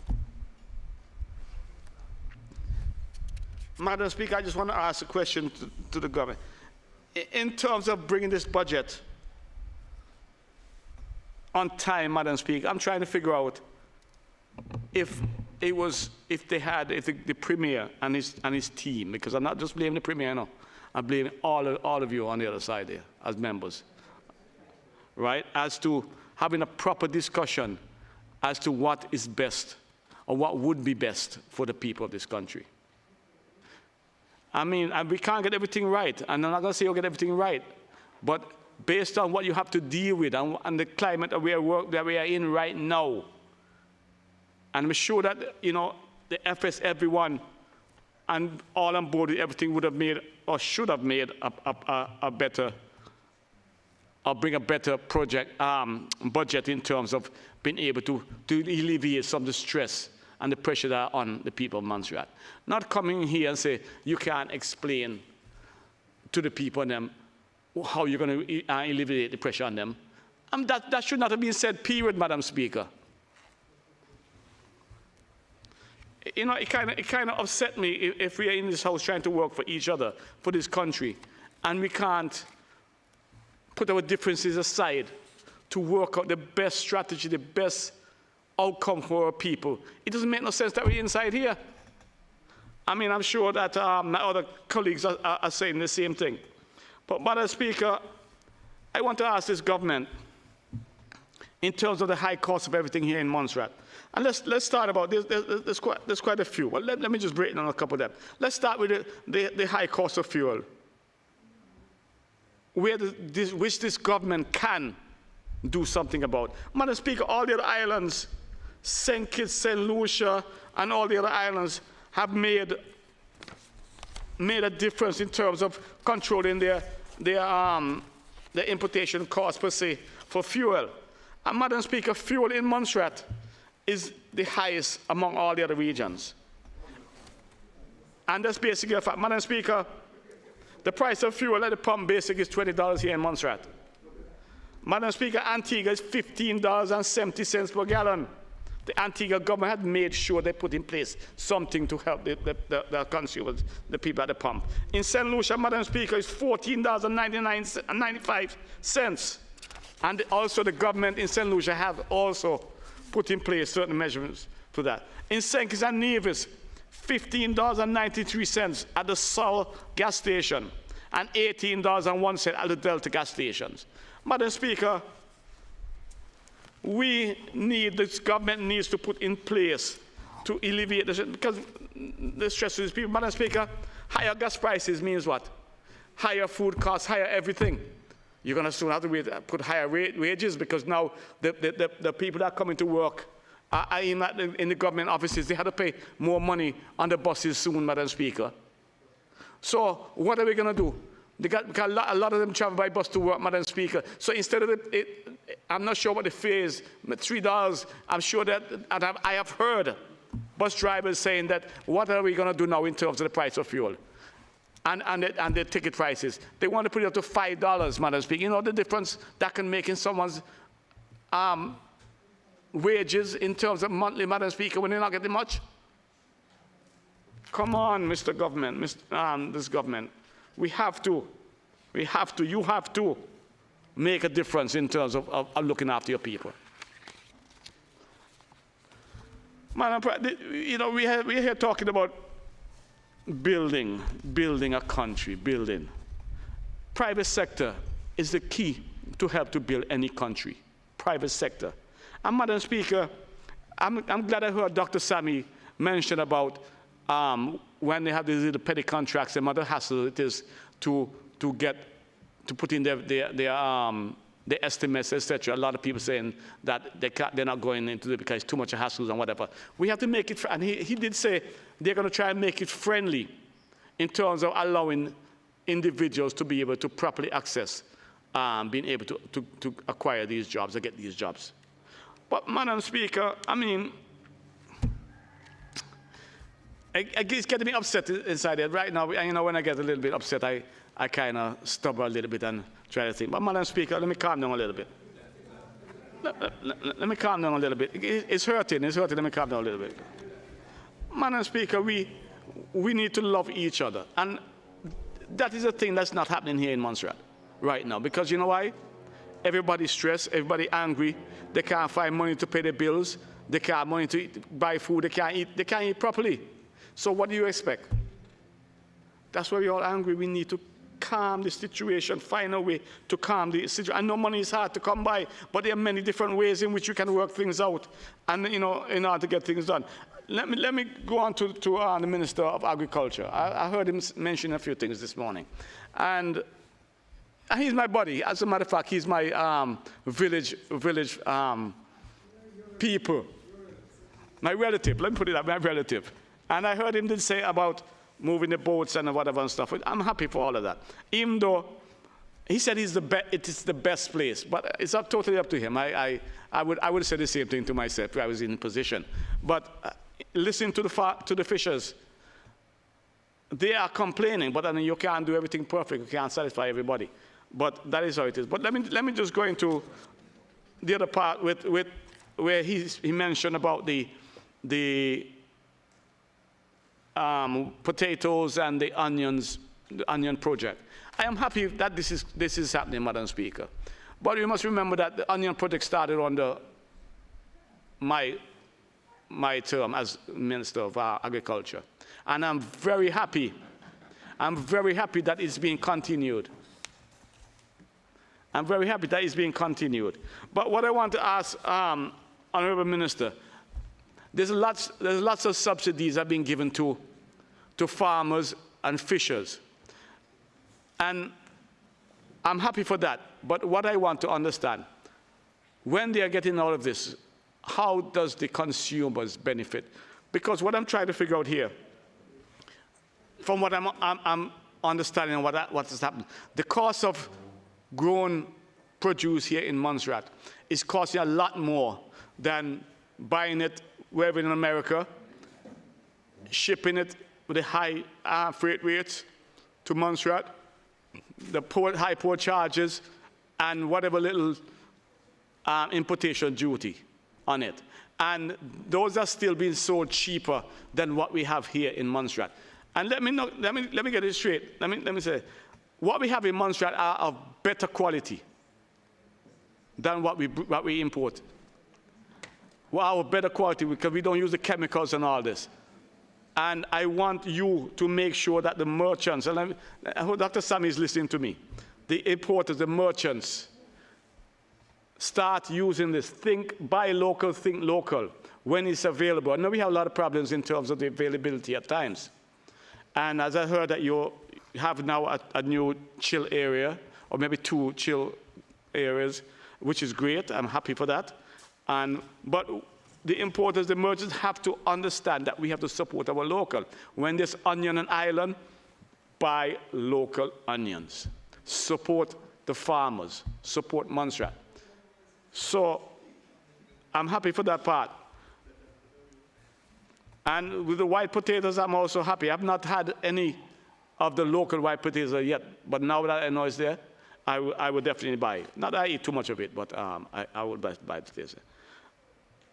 But let's move on from the agriculture part in terms of lands. And I heard you mention that you have allocated some land. I'm not sure the exact amount that you mentioned. Can't remember the exact amount you mentioned, but I'm happy for that because I think it's about time that we started putting or surveying government lands in terms of being able to use to sell, because there's lots of Montserratians abroad who are looking for lands here in Montserrat to be able to put down a little something that they can call home. And we need to encourage that because that also helps us, or help you as a government, or help us in Montserrat as a government to be able to get funds so that you can use some of that funds to be able to help with the repairs of homes or renovations or just housing, period. So I'm happy to hear about that. Madam Speaker, I'm just, give me a second, because I'm trying to put everything back in place, because some, is not needed to be said anymore, because it was clear based on what the ministers have said.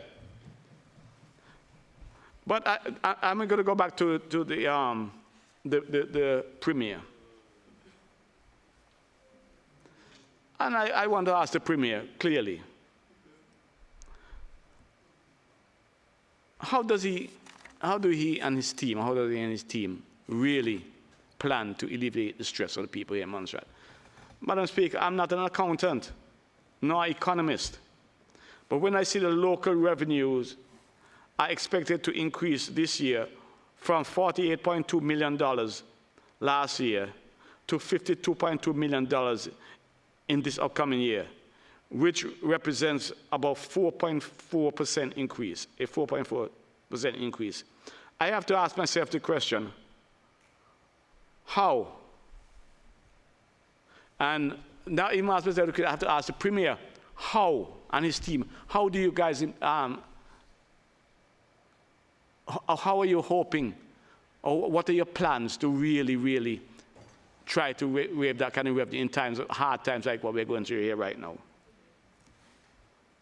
When all the governments in the rest of the world are trying to buffer the situation of their people in terms of, everything from lifestyle and jobs, everything and so on, and cutting fees and fines and all this kind of. How do we here in Montserrat intend? How do you intend to be increasing taxes and fines and fees and so on? Madam Speaker, I must applaud the Ministry of Health for a wonderful job that they have done with the COVID-19 situation, pandemic. And I'm also compliment them in terms of what they have done recently in terms of reopening our borders based on, persons that are vaccinated. Because this is a big move, Madam Speaker, to help the economy. And I must congratulate them on that. We might say it's a long time, it took a long time to come, but it's here. So we have to appreciate that we got it now and we just need to deal with it. But in saying that, I want to ask the Premier a question about Montserratians or persons coming to Montserrat through Antigua. Now that the Antigua government, Prime Minister Antigua government have opened up to allow Montserrat, unvaccinated Montserratians to come through Antigua, to come to Montserrat. And I want to ask a question.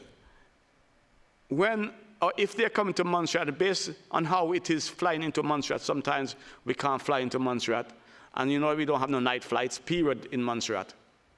What happens if a flight is late, like say come from London or somewhere, or coming into Antigua and they cannot get to Montserrat?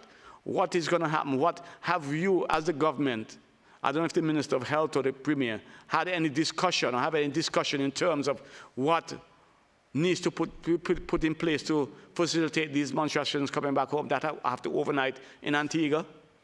I think now you need to have a look at that, please, Mr. Premier and your team. Because this can be a big problem for the persons traveling to Montserrat. Madam Speaker, I also want to thank the Minister of Education in terms of them supplying computers, etc., for the children who might have, just in case of an emergency and their schools have to be closed again. I'm happy to hear that they're supplying that. And also happy to hear that the internet service will be readily available for support of these children. I want to congratulate you guys on that.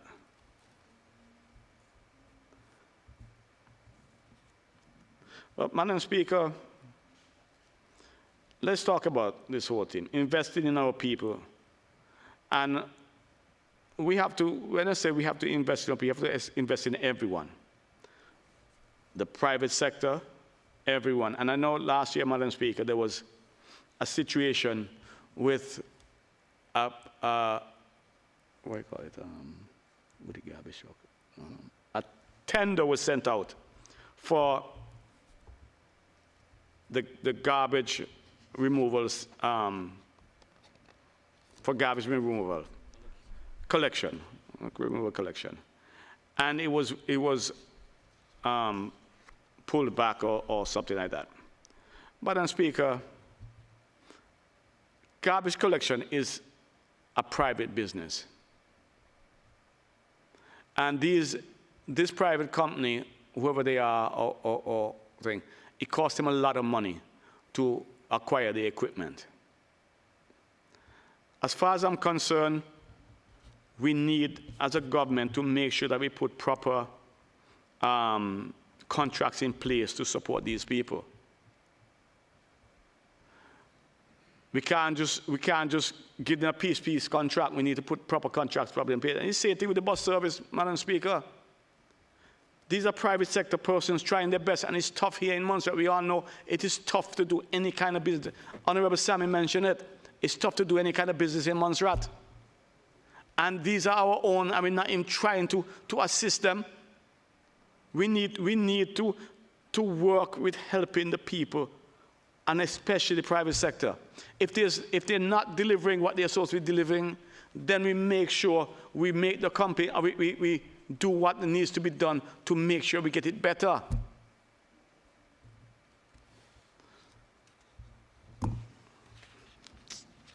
Sometimes I wonder why we really come inside this house here to really discuss, honestly. Just come in to talk. I can't wait. I like to see action, Madam Speaker. That's my taking. I mean, we're talking about small business too. And let me talk about this little small business in terms of the private lab that we have here, not too far from where we're sitting here, in terms of to be able to test for anything, almost anything. Madam Speaker, from what I heard, and correct me if I'm wrong, from what I heard, the lab had offered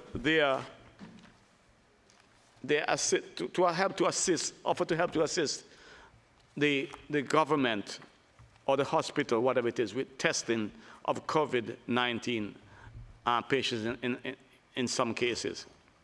And not also for them to be able to get the experience, because remember now, whatever it is, it's a local lab.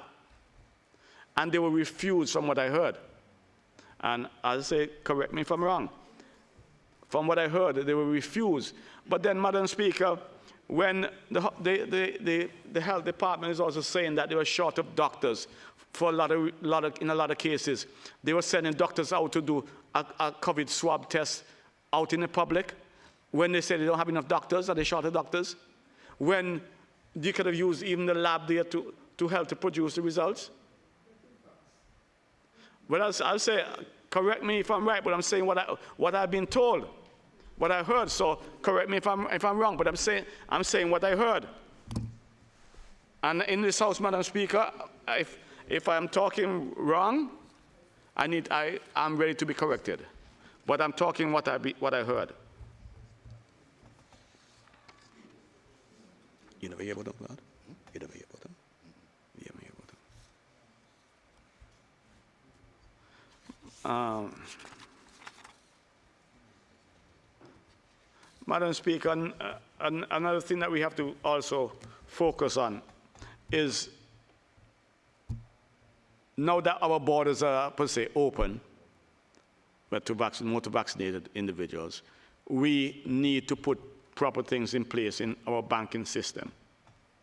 And I've asked about this, I've mentioned about this several times. People don't want their money.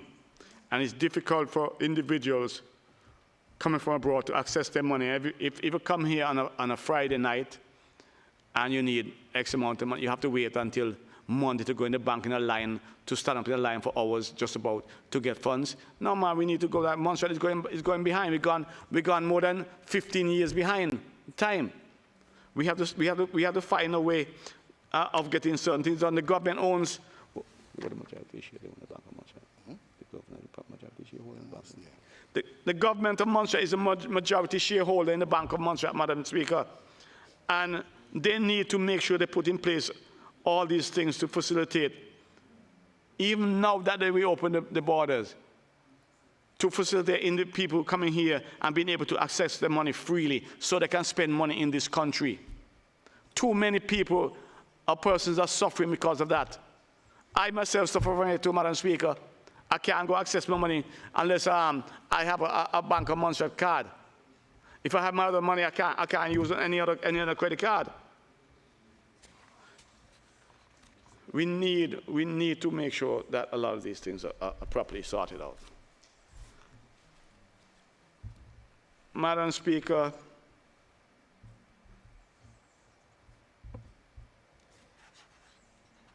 I am happy to hear that the government at this time is moving forward with Montserrat Motorsports Association in terms of being able to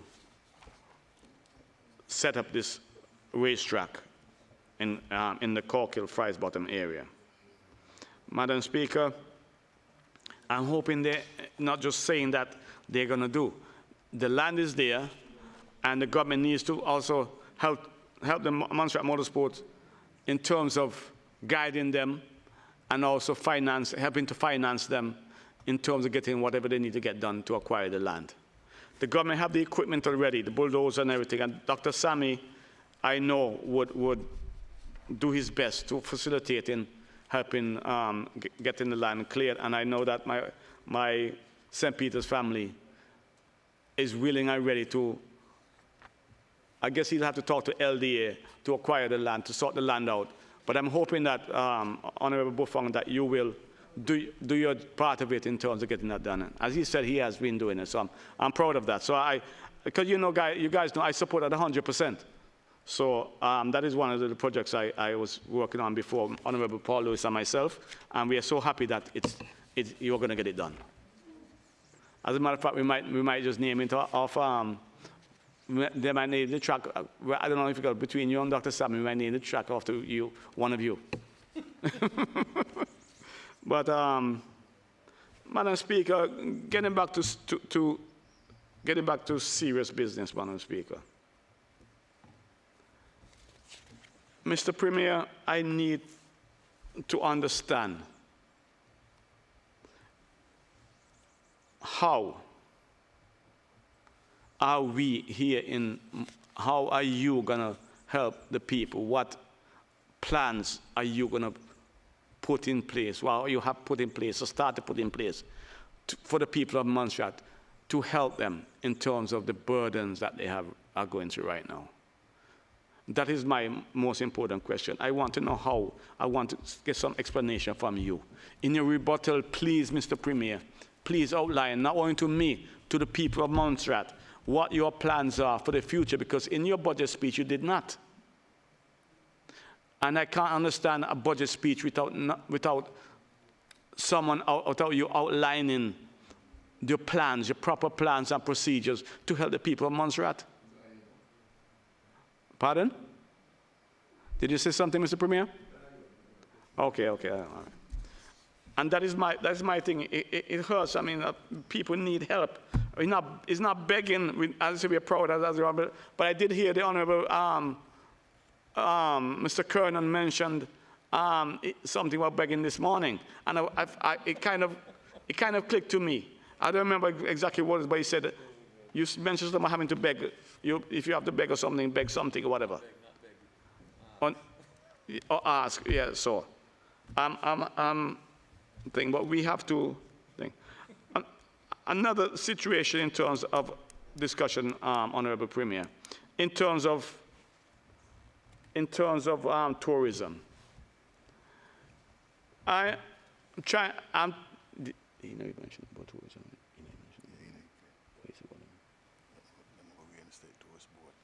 Oh, okay, that's the only thing. Yeah, but in terms of what I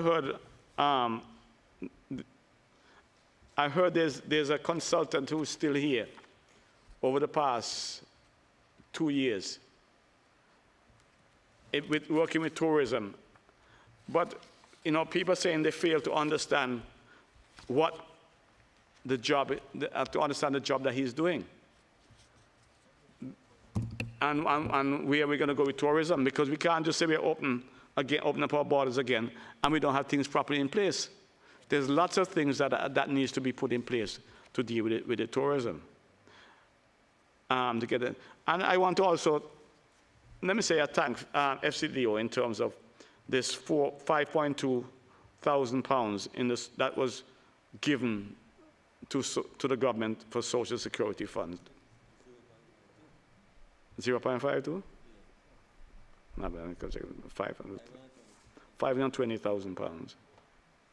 Am I wrong? Am I right? Right, okay, 520,000 pounds. I'm happy for that. I'm really, really happy for that. And this is what the government needs to do. Have proper discussion and in terms of trying to get things done for the people. So I'm happy about that. I'm proud about that.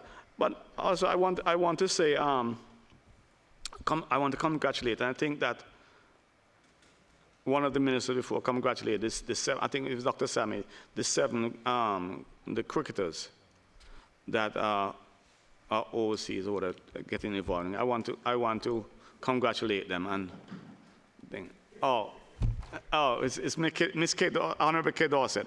I want to congratulate the 7 cricketers of the government thing. And I also want to talk about the Montserrat Football Association on completing their building, their accommodation at the Blake's estate. But football, well, sport tourism is a big thing before the pandemic, and I know for sure it will come back. So I'm happy that the Football Association had finished their building, and I'm hoping that the government, along with the sports department, would help to assist and to facilitate sport tourism here in Montserrat. And I know that the Honorable, Honorable Curtin and Parliamentary Secretary Mrs. Kate Dorset would assist very much with that.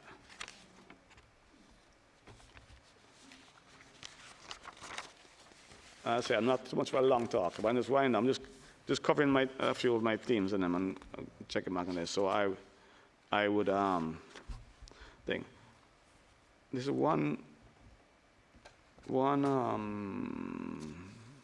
thing that I have. Don't tell me I've lost that page.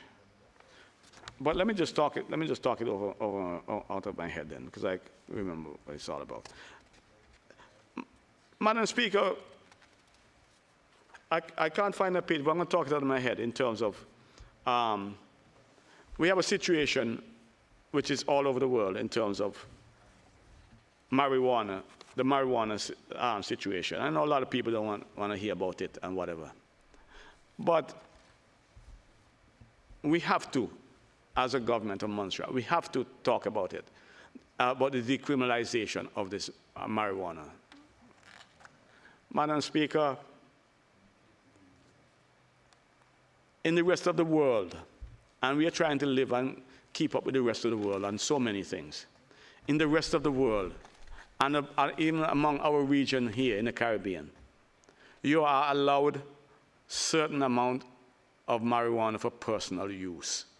Yes, if you catch people with more than the personal use, you put them in prison, charge them what they have to, I agree with that. But if a man have a little spliff, or you find a little ganja seed, or marijuana seed, let me put the proper word, on or in their position, it could be someone who's a youth, 16, 17, 18, and you know, as children, a youth, they try all kinds of things, Madam Speaker. And I know some of us right here in this house, I'm sure that have tried it before. I have never tried it. But I'm sure there are others who have tried it, Madam Speaker. But that doesn't mean that they're going to live their life smoking it all the time.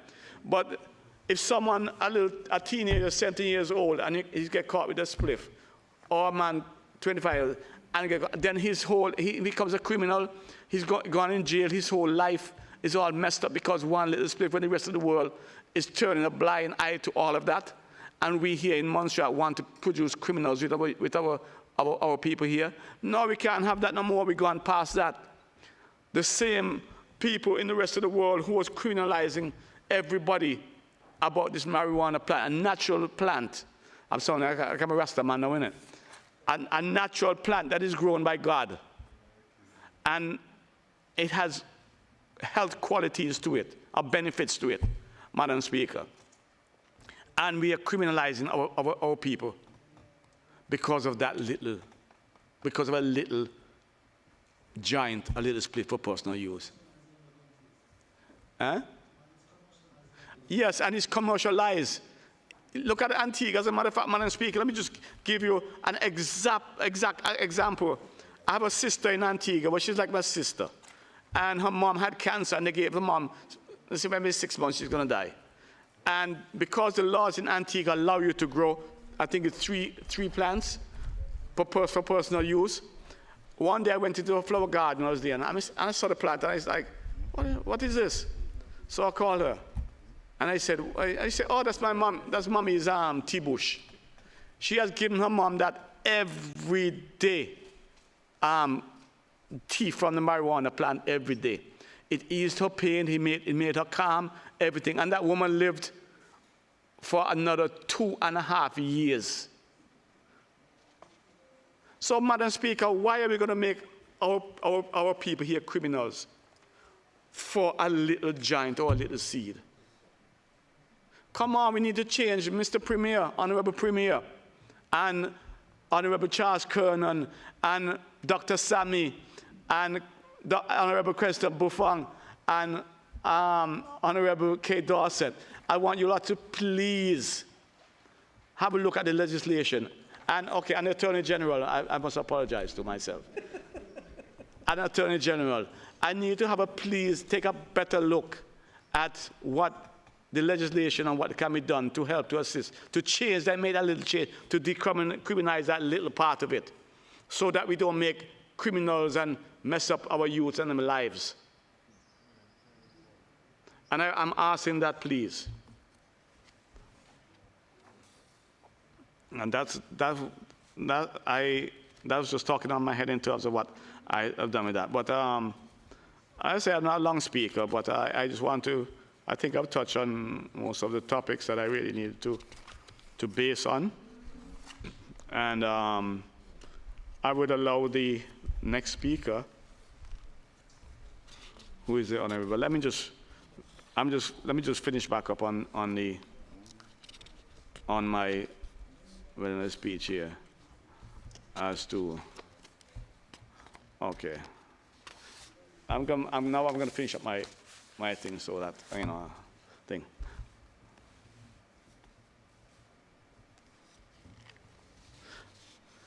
Yeah, Madam Speaker, I'm not a long, Madam Speaker, I'm not a long talker. And that is why I have not touched on everything. I have highlighted the issues that stood out to me, and I wish to remind the government that I stand ready to support in whatever way possible once the matters presented are in the best interest of my people. I wish to assure my people that I remain committed to serve and look out for their best interests. I want to give thanks to God for preserving me, and I also want to say thank you to the people for their continued support and blessings. May God bless Montserrat, and may God bless my people.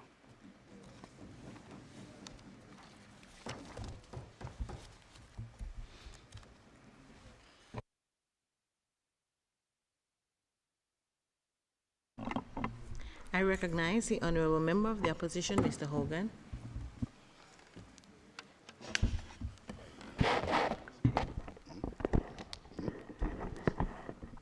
I don't think so.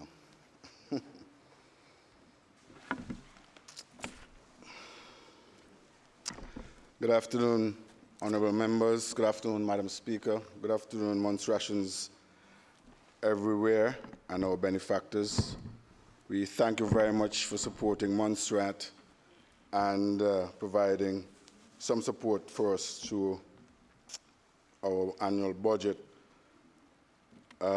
Unfortunately, the budget has been described as dead. As you know, flatline means that you're dead in a hospital. When the machine says beep, beep, and continues like that, you're dead, Madam Speaker. And it's unfortunate that the honorable members thought it was wise to repeat that phrase, which I imagine was planted by the agents of our British benefactors. It's an unfortunate phrase which basically reflects a lot of what Honorable Osborne was saying about the desperation and death knell statements that are in the budget, some of which I will highlight very shortly.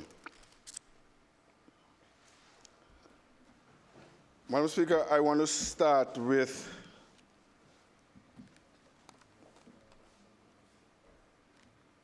looking at a song. You might have heard about this song called the Unfinished Symphony by the great Franz Schubert. Symphony number 8 it is.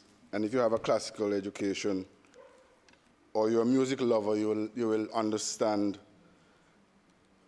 the greatness of the Unfinished Symphony. The Unfinished Symphony is like in poetry.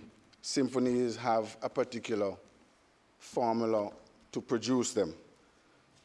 So Howard will be able to tell you about producing. Poetry is not just about rhyming. So in a symphony is created by usually using 4 movements. The greatness of Franz Schubert's symphony is that he produced it in 2 movements.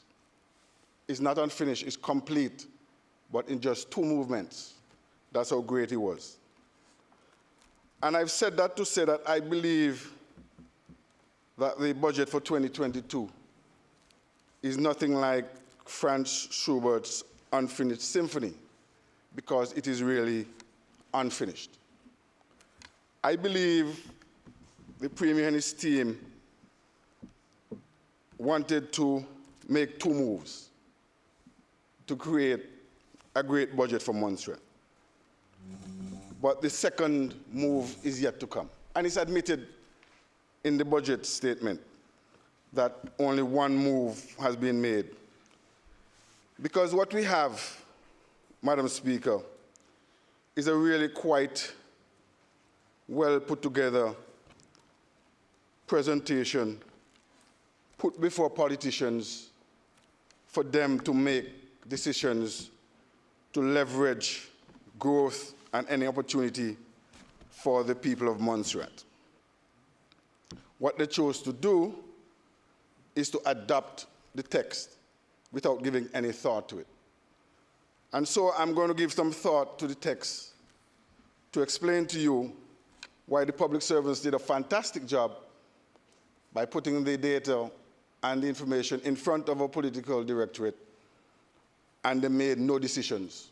They accepted this is flat line, it's likely to get worse, meaning anything below the flat line means you're going to be buried. So they have accepted that. But I'll give him a little hope.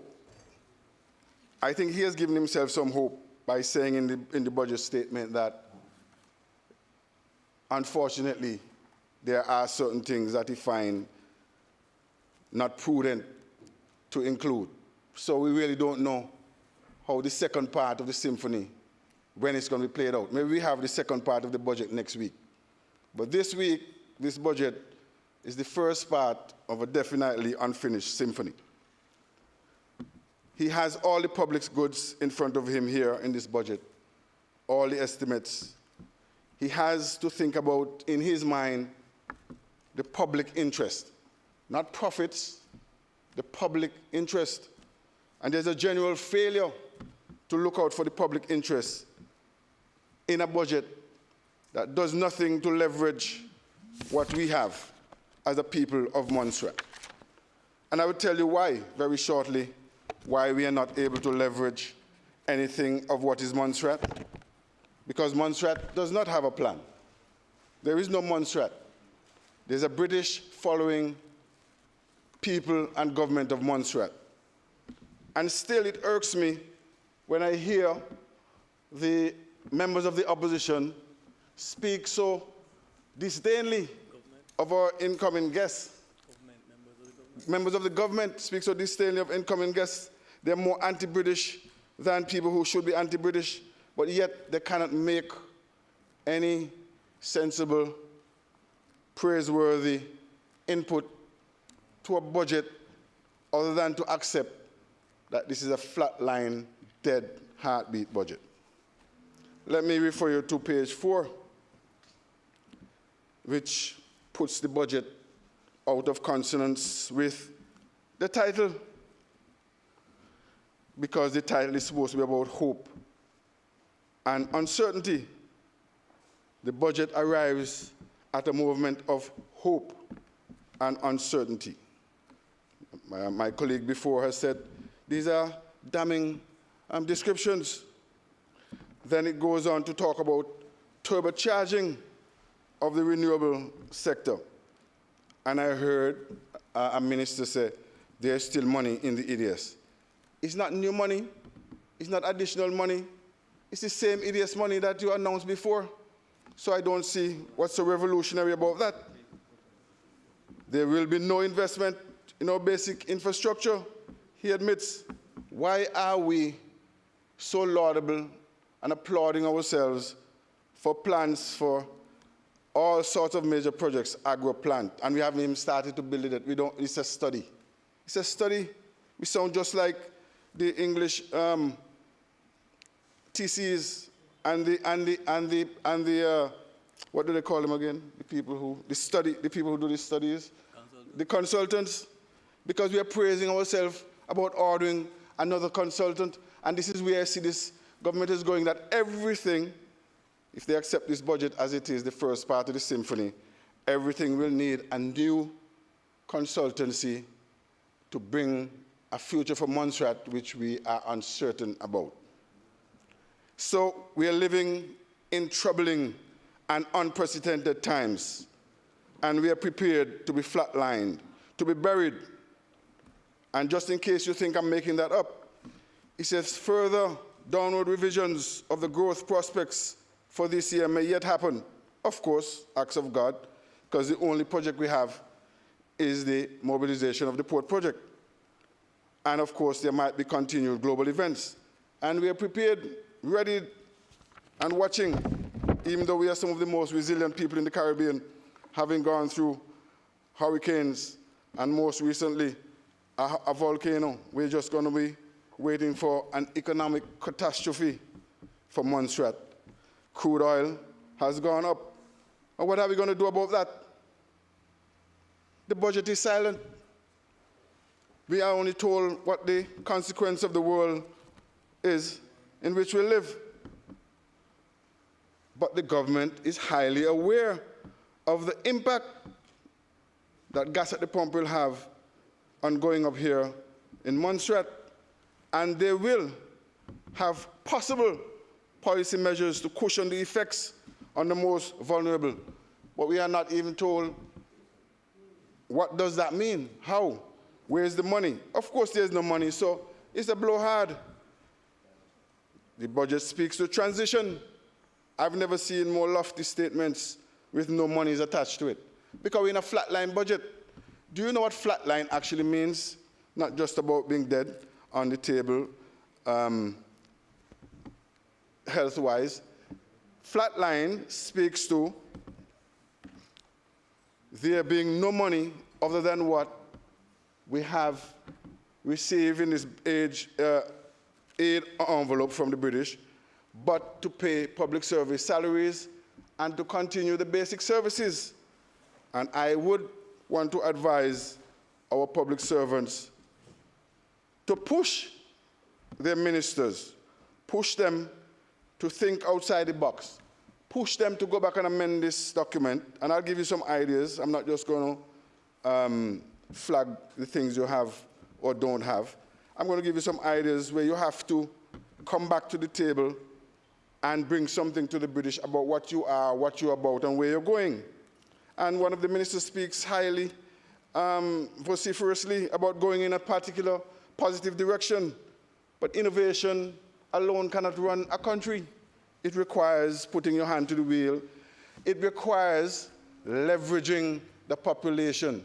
The political stance of this government as if to suggest that they can make decisions and lead us into development. The job is to move the people of Montserrat to produce, to create, to reach the market, to make money. What can you do in between? You can help them to save money.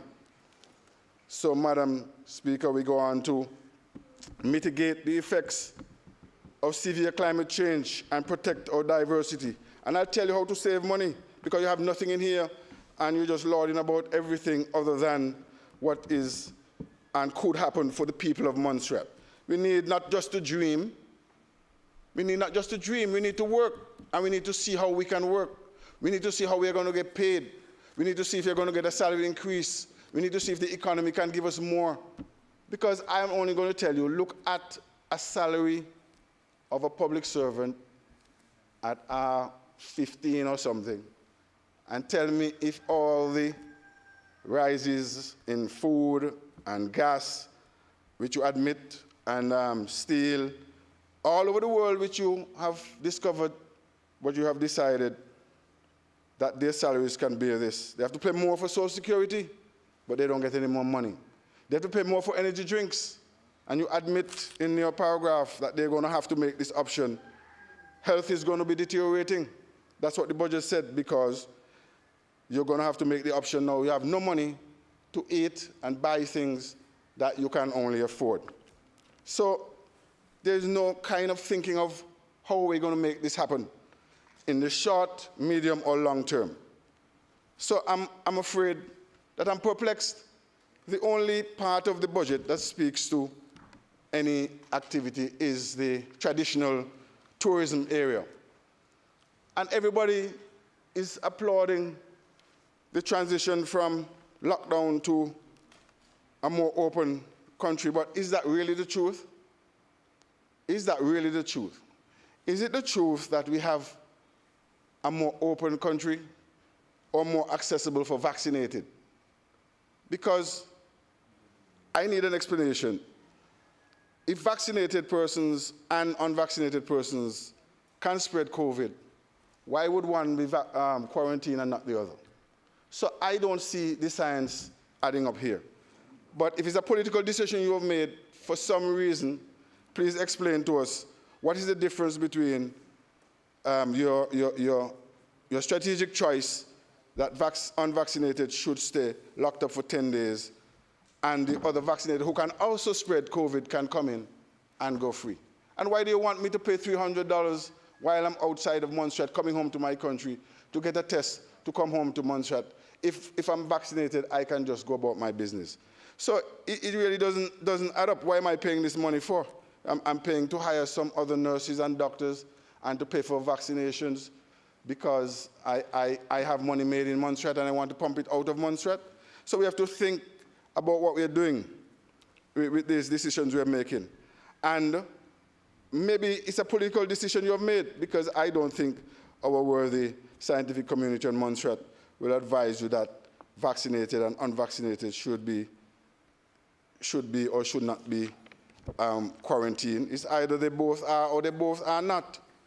I cannot see what the difference is in the size of Montserrat. Is there some kind of risk analysis that says that you'll have less vaccinated people, so you're less likely to vaccinate to have COVID enter Montserrat through one of these? And we have seen it already. So I'm really not sure. The government is not paying attention to the statistics. The government is not paying attention to what they're reading. Now, they have said here they plan to provide income support to their citizens and small businesses. Does the government have gold and silver and diamonds in our volcano? How can we make such a pledge? We cannot make such a pledge because we're not supposed to be a welfare government. And where are you going to get the money from? Or maybe that is part of in the plan that is not prudent to tell us about. Because as we are told, this government is on a begging trip. We're going to get from EU, UNECLAC, CDB, whoever can be begged for money will be begged. What are we going to be doing about leveraging the people of Montserrat to produce for Montserrat? I'm going to share some ideas with you, but I have to prick your conscience. I have to prick your conscience to get you to understand that this job is not about these nice suits that we're wearing. This job is about giving critical thinking to the matters arising. Yeah, no, my suit look nice too. The matters arising, I said we, the matters arising that affect our people. That's what we are talking about. Constraints to economic performance. You have predicted that we have had volcanic eruptions in the Caribbean. Yes, we know there are more calamities that are going to come. Are we driving our people into fear? They're going to be more frequent and disastrous. I'm really afraid to be living in Montserrat. But you have said we need food security and real action to de-escalate the implications for consumers. What a nice phrase. But what is behind that? There's no new money in agriculture. There's not yet a value-added agro plant on Montserrat. The only export in agro-processing we have, if Prince's cassava, is the best inward investment we have so far. I'm going to introduce you to the concept of inward investment and not just about innovation, which is to invite us to spend our own money, win, lose, or die.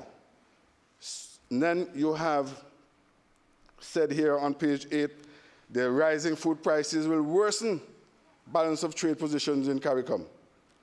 And what are we going to plan to do with that? I'm going to give you some ideas. There are none here. On tariffs, you have said the vulnerable will be negatively impacted as nutritional levels will be compromised due to a switch to more affordable products with less nutritional value. I can give you the solution for that. If you don't want them to have food of less nutritional value, all you have to do is to increase the tariff on the food. Increase it, they won't be able to buy it, so they will stay healthy. That's what you did. That's the policy on energy and sugary drinks. So I don't understand which one you really mean. If you have a policy and you're now saying they're going to switch, no, they're not going to switch because we already told you they were going to switch and they were going to continue to buy sugary drinks anyway, and that nobody uses tariffs to cure a health policy. Your health ministers, your health team can tell you that it comes with promotion and good health practices. You need to remove the sugary drinks tax you have increased or put it on everything now, otherwise we are going to eat them and die, according to your policy here. Move them. And you want us to have local food production? Well, if that is what you want, give us incentive. Let's go to what is in the local arena. I'm just going to talk about the port project here because I don't want it to go missing in action. I don't want it to go too far down in the presentation. I want to say it in the first 15 minutes or half an hour. The port project is underway. Underway. And you have said it will improve downtime. Downtime will be reduced due to unfavorable sea conditions, and larger ships will be berthed. And you said that your Minister of Commons and Works will give us the details. The Minister of Commons and Works gave us his opinion. He gave us his opinion about all the kind of things that would happen if you had a port project. The Minister of Works didn't tell you that I went on the website. I went on the website. I think you've removed the document now. This is the document, 2 copies of the pictures of the alternative port layout, the one that was there before with the breakwater, and they also show you what it will be like. This is the alternate with the port with the breakwater, and this is your mini port with 2 small jetties. 2 mini ports, 2 mini jetties on a pier. Is that what you call breakwater? Is that going to be the project that makes us be reduce downtime? Well, I told you before, and I will tell you again, when we superimpose your project on the original project, that little pink mini jetty inside, pier inside, that is part of the original. That's how it fits into the original. No, I'm not the project manager. You didn't give me the job. So I'm exposing you for telling the people that they're getting resilience and unfavorable conditions. We don't know because you're not building what was there originally. We don't know. We believe the British fool you. I know the British fool you because you have now. But you know why I'm going to let it stand that the British could fool you? Because I know you're not smart enough to fool the British. But I know the British fool you because you have stayed right there and not explained to the people that you have 2 small jetties and you have not built a breakwater. What is there on this project is coastal defense. But the engineers were smart.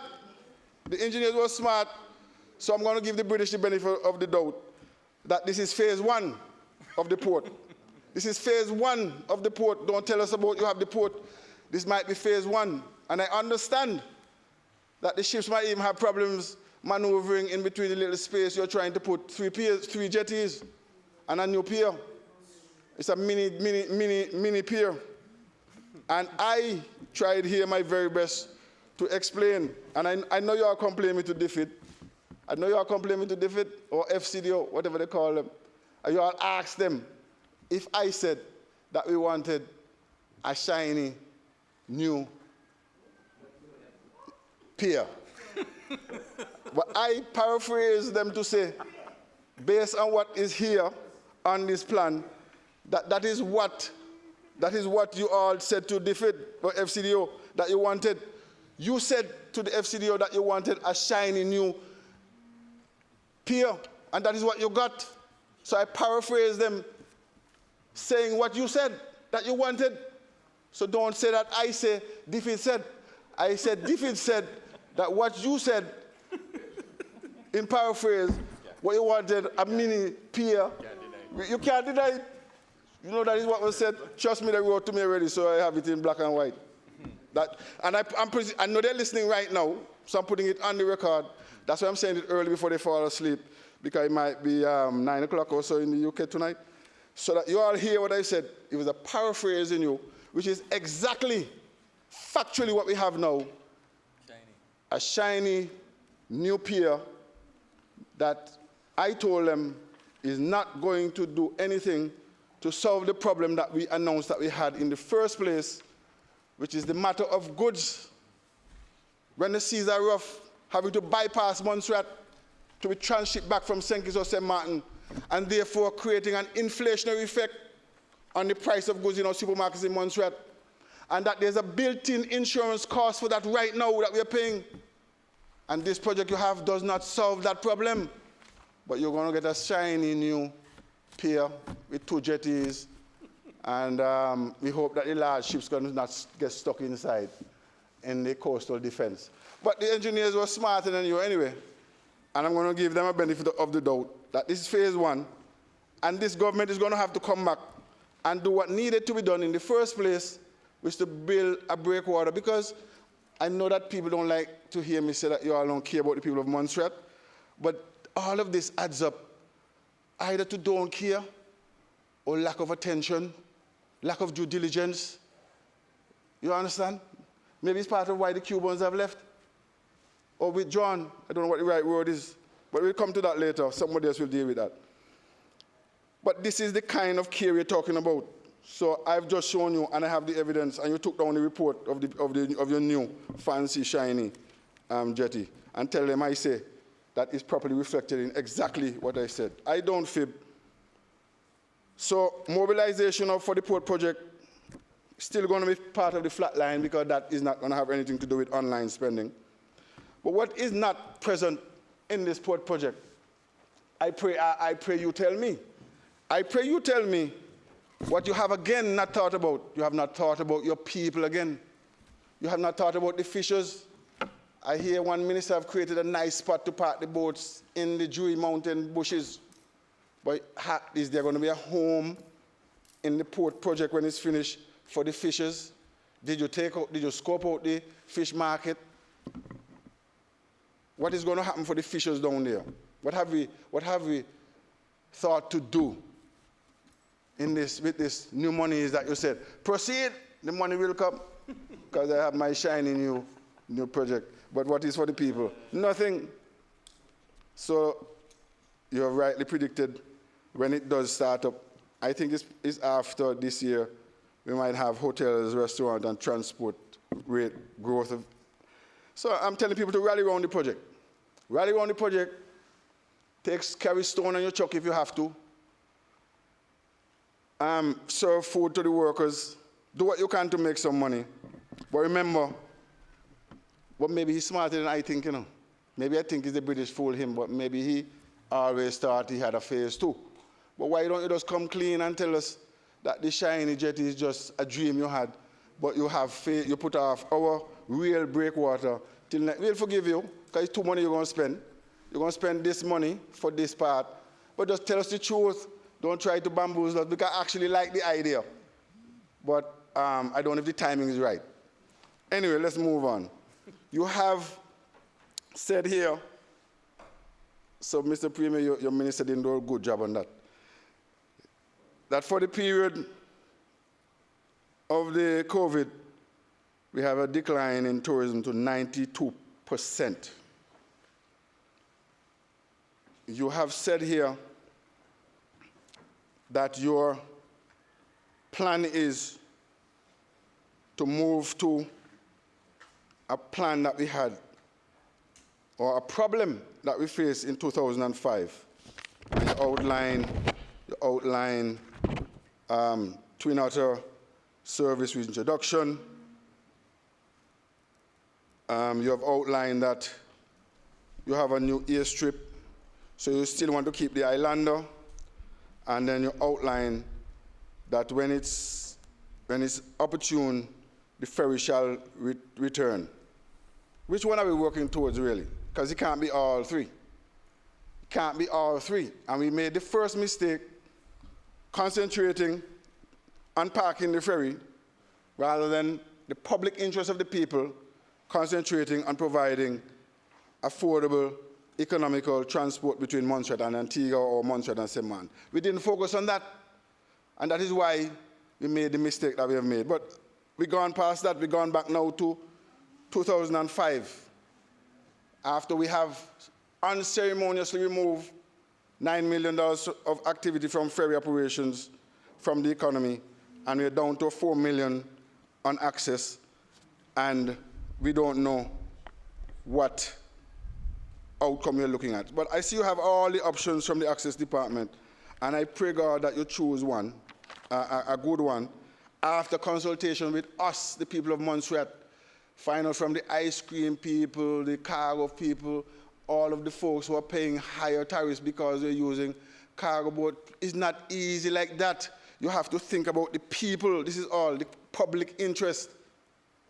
But I'm dating a dead horse, because I know they're not going to do it. I know that the people of Montserrat are going to have to drink lime juice. I don't know what they're going to do, but there's a study 2005 which tells you what do you do when you're in a problem where you want tourist movement and you don't have the capacity to move tourists. You can't make the revenues that you want. Don't take the advice based on the traffic that we now have. The Islander can move all of Montserrat between 1 year. That is not your target audience for transport. Your target for transport is the world.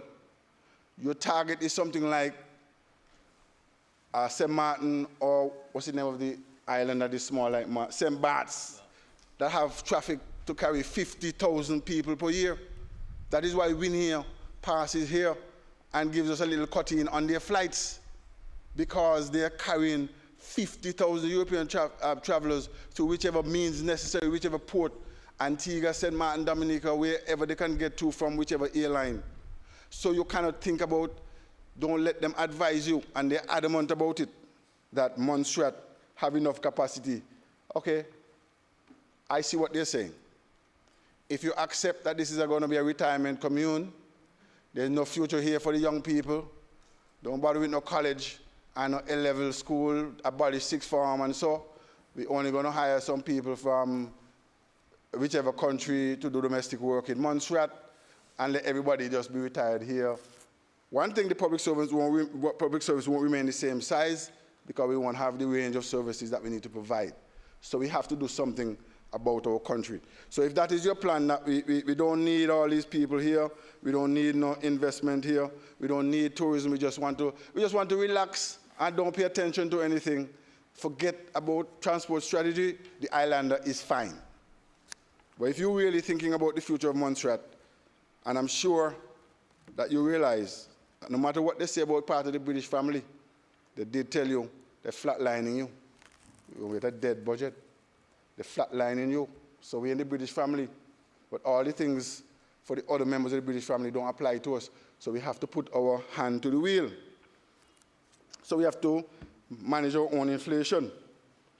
You talk about fiber. We bypass Dan Romeo project, eh? EDS, already talk about that same money. Capital investment,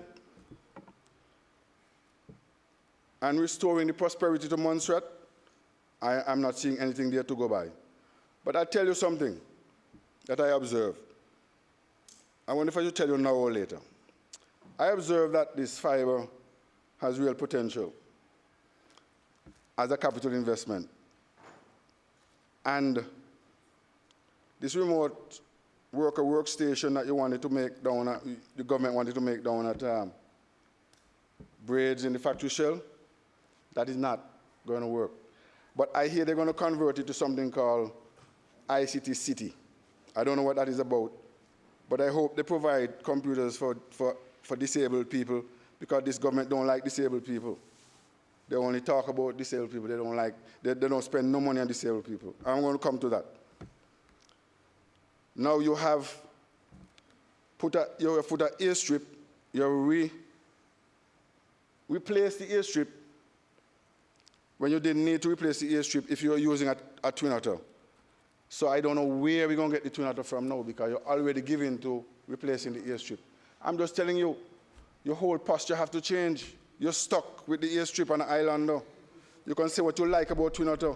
It'll be a miracle unless you find another strategic purpose for twin otter to tell them that you gave into an airstrip and a tall tower without an elevator for no reason. Then on the capital side, you're talking about hospital. Ladies and gentlemen, do not be fooled. Montserrat needs a hospital. But a hospital, when we say hospital, we don't mean building. We need a healthcare system. And we are 4 years behind the potential project outlined by McDonald's for there to be a health system in Montserrat. So basically, all the economists around the Caribbean are saying, we actually are putting the cart before the horse. And in fact, the government admits that we are putting the cart before the horse, because they say they're now researching into the equipment for the hospital. What hospital and what equipment if you don't know what the healthcare system comprises of? You have to implement the McDonald report and have a hospital system. So yes, it's going to make, oh yes, it's going to be another new shiny project, another new nice building. But we are nowhere near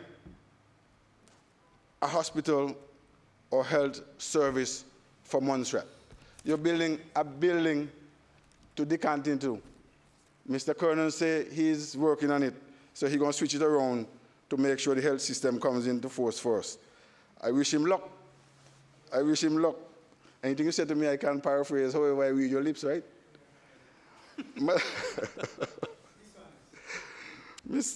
Madam Speaker, resurfacing in John Osborne Airport was a mistake. But the government takes credit for everything else. But when anything goes wrong, the government says, it's not me, close down what's on your mind. But the government will take credit for resurfacing the John A. Osborne Airport within the predetermined 10-day window. And I'm sure that is what the contractor have on their performance, that they probably got an extra bonus. What did the government get to finish the airstrip? It's not the government that finished the airstrip within the 10-day window. It's the contractor, and I hope they got a bonus. They made a small error here, but I just want to be sure it's an error, because we have to keep an eye on this government. They said they were manufacturing. They have manufactured our new asphalt production plant. And government of Montserrat does not have no capacity to manufacture a plant, so maybe it's an error. It's probably procurement, right, FS? They procured it? Thank you, yes, I believe so. Now, public service spending priorities.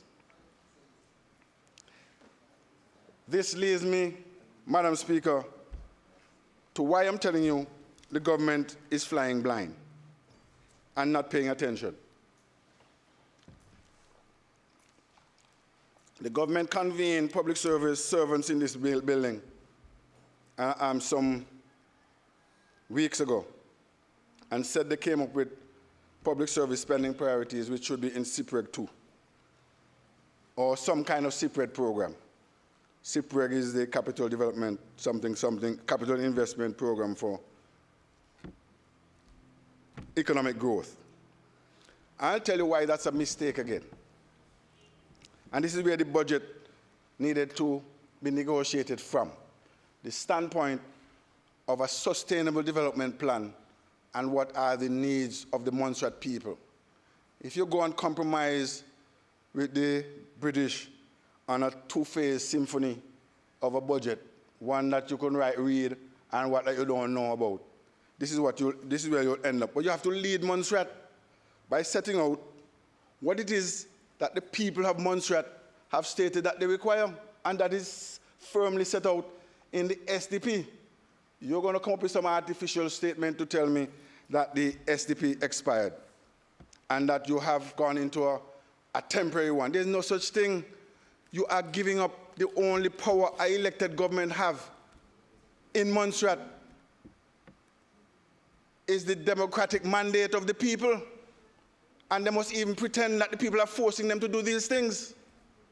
And that is how you have to go to the British. You all are going with this wish list and this innovative idea, as if you all have some mountain of intelligence and you're going to develop Montserrat from the ground up, and we're going to wake up one morning and come out and meet everything nice and shiny and new. Where is our SDP? One strategic move you could have made. Just extend the time for the implementation of the SDP. Hide behind the SDP and say these are the things that we want to really do, because these are from the people and we can't go back to the people because they won't elect us if we don't deliver their SDP. But you have nothing for the people to deliver. You have nothing to deliver for the people, and you have nothing of the people, for the people, and by the people. So now, tell you what's going to happen to you. You're going to be going with the wind and waiting for the second piece of this symphony called a budget. So we are stuck without SDP. And you know what's going to happen? Because you have arrested the SDP, we are going to be waiting for a consultant to do it.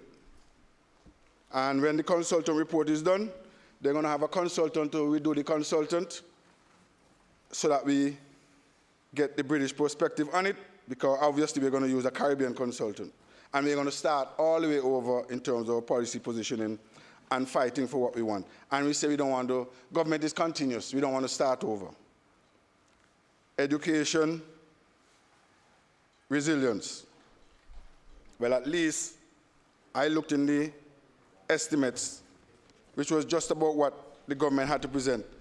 What a glowing tribute to budget exercise. How can you present so many things about a budget that has no money to spend? It's just really, really great.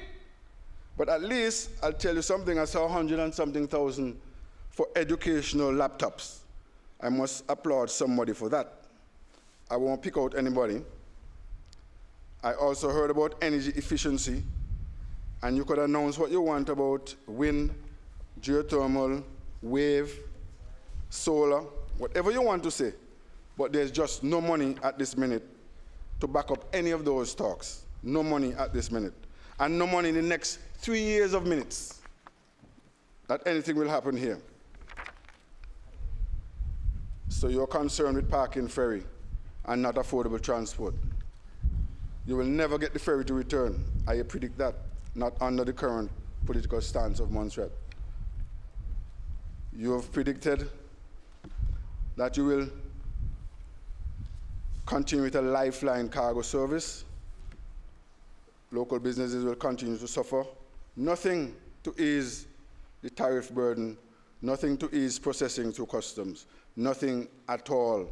They were given a wonderful document, made no use of it, but we announce it as it was given. We're not leveraging anything from our people. We have to watch this government carefully. We have to keep them on the straight and narrow. They have spoken here about climate change, and they've spoken here about wildlife products. And these are to enable Montserrat to become more resilient to the pressures of climate change. Madam Speaker, I'm at a loss for words because I don't even see the word biodiversity anywhere. I'm lost there, so I'll just move on. That's one of my pet projects, but let's move on. Maybe you should call in the UK Overseas Territories Forum to help you with a biodiversity plan, which Dwayne Hickson, my colleague in politics, is doing a wonderful job without the government. Maybe he's harassed by the government, as I understand it, instead of being helped. Let's look at housing. It says, ultimate aim of promoting population growth and retention while providing solutions for the most vulnerable in our society. Well, I don't think population growth and retention mixes with social housing solutions. So the minister will have to go back and revise that. I tell you, they put everything in front of you to make a choice, and you announce both of them together. You made no choice. You made no choice for any fiscal policy support or tariff reductions to allow people to build in Montserrat. You made no choice about tax waivers for private money to be spent in Montserrat. You made no choice about incentivizing the development by the private sector of villas in Montserrat. You made no choice about development of woodlands. You made no choice about the development of Little Bay, which is supposed to be the town center. You made no argument whatsoever, and you have mixed in promoting population growth and retention with providing solutions for the most vulnerable in our society. Both has to go together, yes, but not in the way you have it, because welfare housing cannot attract population. And one of the ministers, like, he just woke up to politics in Strat, and I'm glad he announced with great pride that there are 15 service residential lots, and they were probably done over the last 2 years, and 4 houses were built. I beg you, Minister, please check the record, because that is a 26% performance in 2 years. And I'm sure that we have done more than this in 1 year in the past. Tourism developments. Usually, I try not to say anything good about the minister's budget, because they have all the ministers and all the public servants to tell them what is good about their budget, but they're just not listening. But at least I have to recognize one reinstatement that you have made here in terms of trying to position Montserrat. And I believe it's because you have a brand new director of tourism who is switched on. You say here you're going to reinstate the tourist board. Hallelujah. Finally, somewhere in the budget, the Premier realizes where his attention should be. And that leads me to ask you, where is the application for the reinstatement of the MDC, which should have included tourism? But in any case, you have done a good thing. At least you have done half the job of trying to get back the private sector into action. Because the tourism board, the board, not a department, the board brings together the players in tourism around the same table, and they're going to give you more buck for your money, and they're going to also bring money to the table. So this is the only decision in the whole budget that has any good thing about it to reap any economic benefit for the people of Montserrat. And I'm sure it's probably the business sector with the tourism director who forced the government to put that in. And just like the hospital building you're waiting for, the reinstatement of the tourist board we're going to be waiting for, and the shiny new parliament building, I bet any money that the government can't pull off any of those projects within the next two years and 8 months.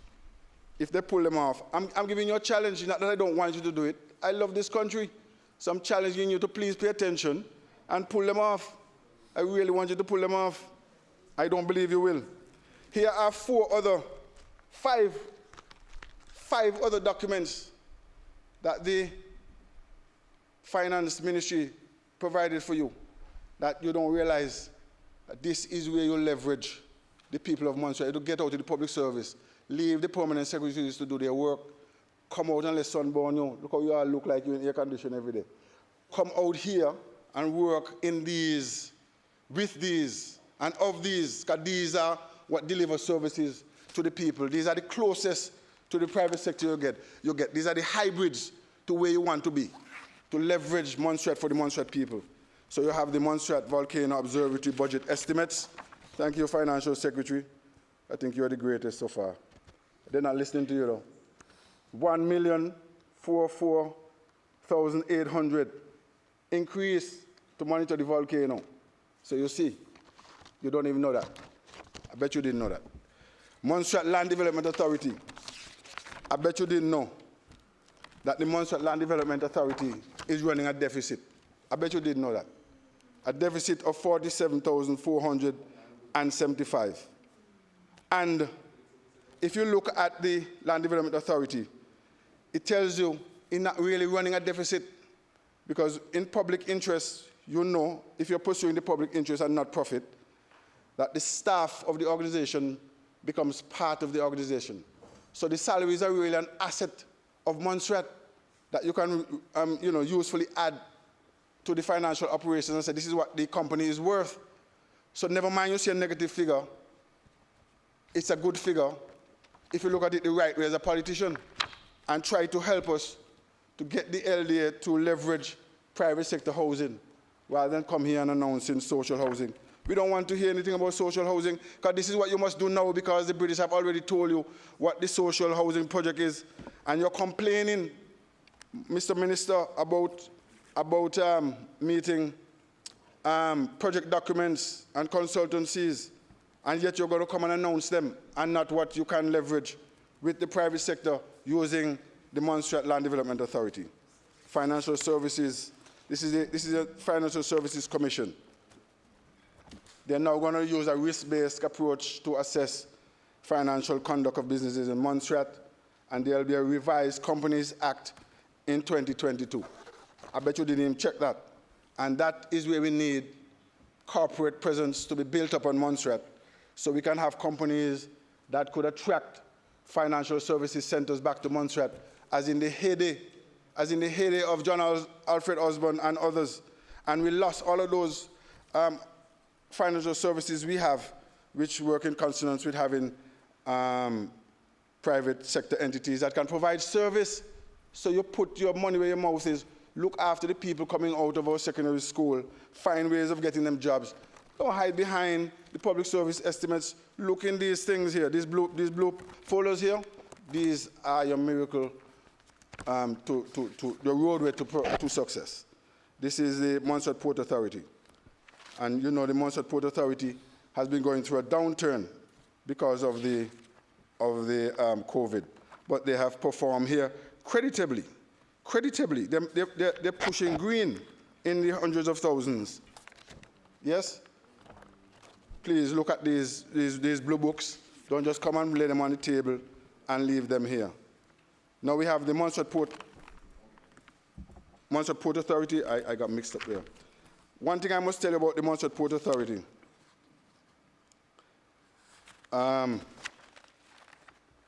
We have a little problem that they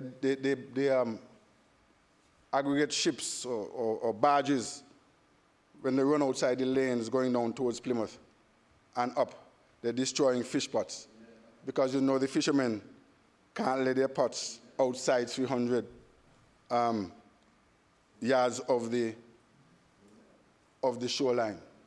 So this is happening, and I want you to pay attention to that. I know that you know, but you don't care. You're not doing anything about it. But we need to I'm raising it so the Port Authority people can hear me, that I need them to please get the barges to pay attention to the loss of fish pots that we have going down towards Plymouth, and do something to like the lane or something, so that we don't have this happening, because it's going to put us out of the food security that the fishers are helping us to achieve. They're not paying attention, Madam Speaker. That's the problem. The next one we have is the Montserrat Information Communication Authority, and the Honorable Minister of Innovation in ICT never once mentioned that we have an agency that could leverage all this money from broadband and renting spaces on the, what do they call it, Paul? The spectrum. The spectrum, he never mentioned that. He mentioned his little pet project. He's going to make computers in Montserrat, which we can't even make sweet drinks. Madam Speaker, let me continue, please. What is the next phase in Montserrat for geothermal? I don't see a geothermal report. We have never been asked to discuss a geothermal report. All this spouting about renewable energies. What is the next phase of the plans. He was asked to explain this.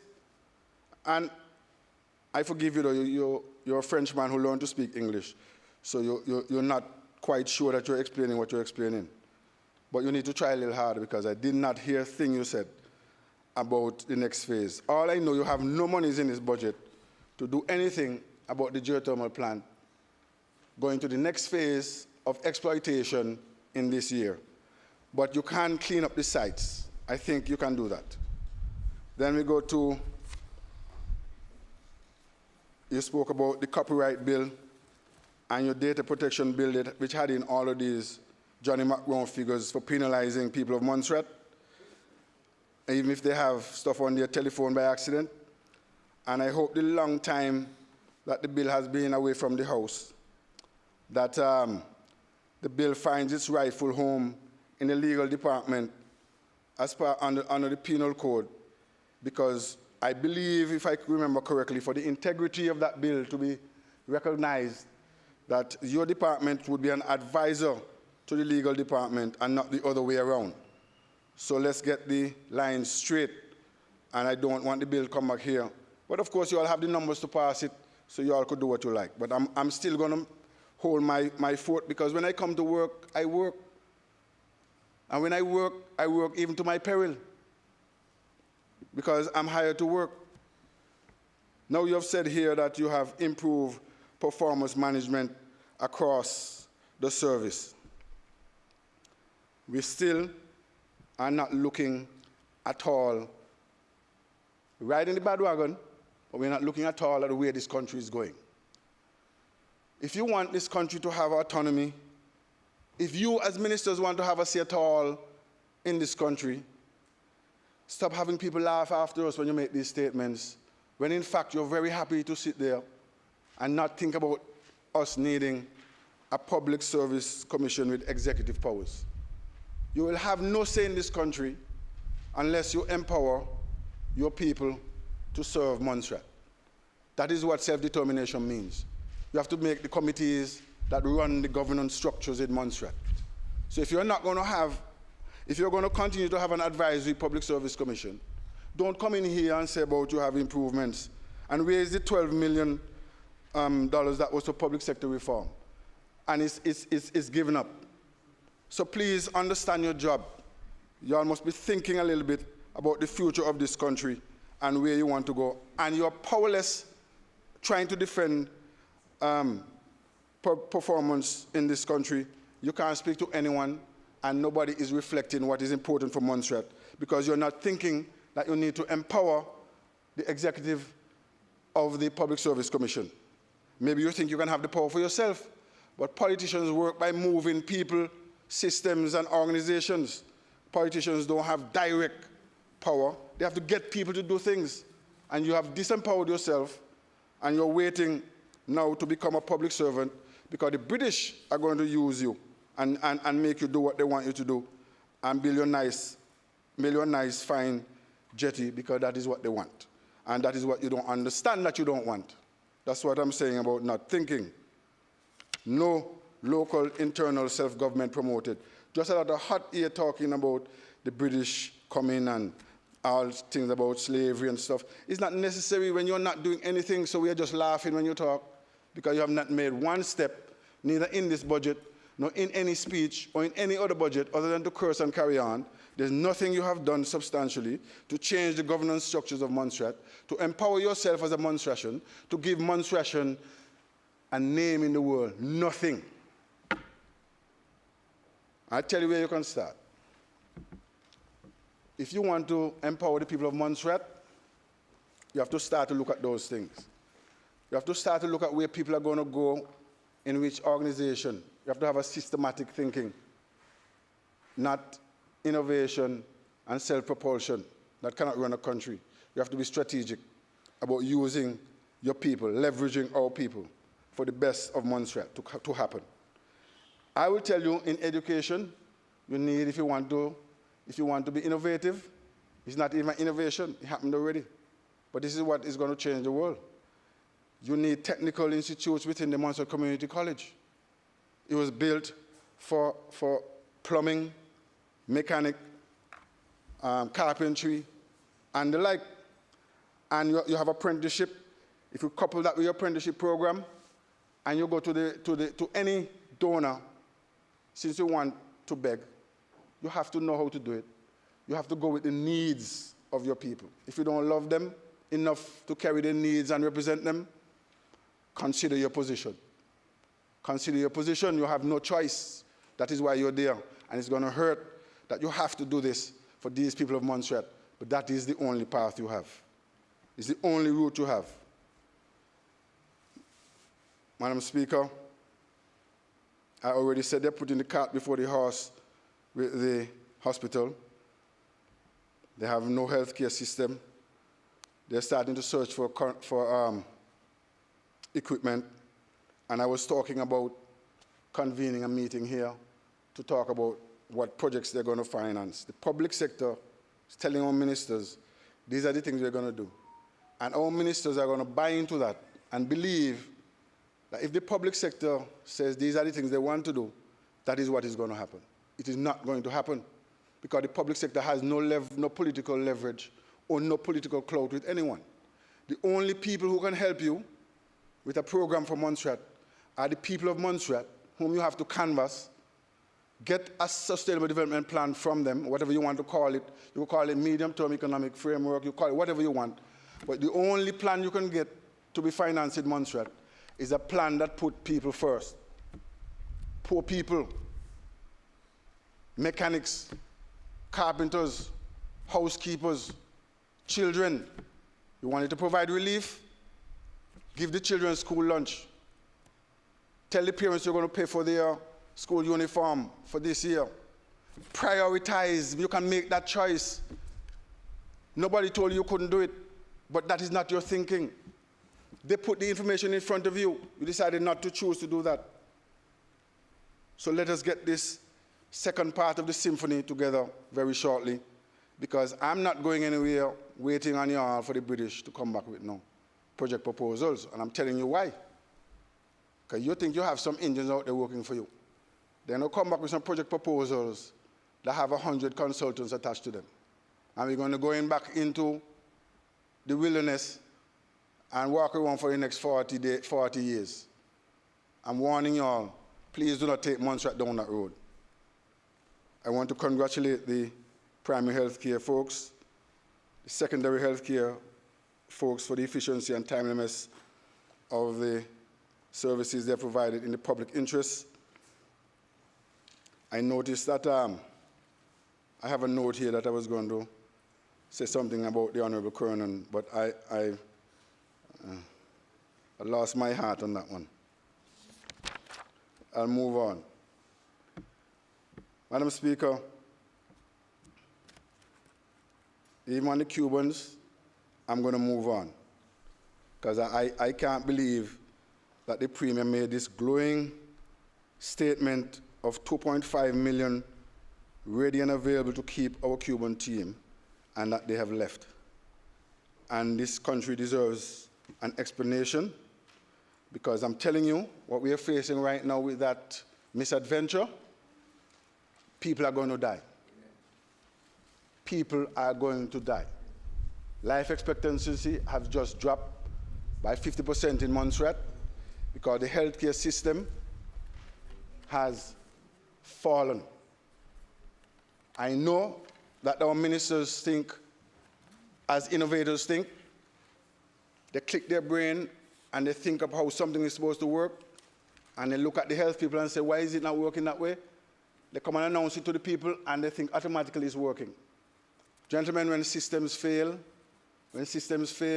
no matter what you're thinking, no matter what you're thinking or planning or doing, it cannot happen. Systems of health failing is a death knell, death slide that have started for the people of Montserrat. I know you all are going to be very glib about it and like, oh, we're going to go and we're going to do some procurement and tendering. I know we have been tendering for these positions for the last 20 years. And you have a gift. And somehow it fell away. I'll make no accusations, but please, make haste, I pray you, because the people of Montserrat Their lives depend on it. You know and I know. And don't come back and tell me, oh, they were here just for COVID. And oh, COVID finished. And COVID de-escalating. Amen. Don't tell me that. Because you know that is a system approach in health. And if that system fails, we are in trouble. I'm migrating too.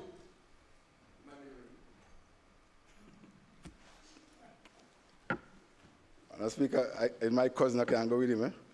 Lives may be lost, Madam Speaker. Lives may be lost. Now, let's go on to social services. Madam Speaker, I want us to get rid of, you see, the honourable members missed this again. They missed everything. Everything is in front of them. They made no choice. They announced everything that they put before them. But under social services, you're supposed to have in here, under disability, that we need to make a firm statement by this government of Montserrat, and that this government of Montserrat should pursue it, that retired in the public interest because you're disabled is a thing of the past. Come on, do something about that, and don't tell me that a man has to suffer because there's no legislation, and we have an almighty, all-powerful Henry VIII powers governor who says that that is what I am choosing to do. Get the power into legislation so that he is inclined to obey the government of Montserrat. Until then, we're talking about slavery abolished 1834. This is a remnant of the slave era, that when a slave became indigent, that all the slave master had to do was to throw him off the plantation, throw him out the public service, and we are still doing that in the 21st century, because that's the only thing we can do. And I remember a few months ago, I was so heartened by a statement from the Honorable Charles Cronin of all people, when he said, I came before and I've come again to do what needs to be done. And what we do in this house is to pass laws. But I don't know, the Honorable Minister is not getting the cooperation of the others.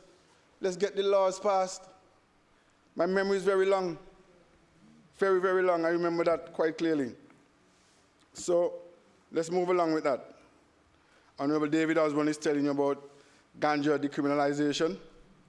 Let me tell you why that will never happen in Montserrat. I just say it in passing, because that's a poor people problem and not a priority. So I don't even want to hear all this talking about medicinal use and all this stuff, because it's not going to be Mr. Who or Mr. or Mrs. Who. It's going to be a poor people problem. And I'm telling them right now, it's not going to happen in Montserrat, at least not under this current government. So go into self-care and think again. The government gave us some glowing promises and outlines on the concessions and incentives, all of which were there before, of course. I'm not going to announce them.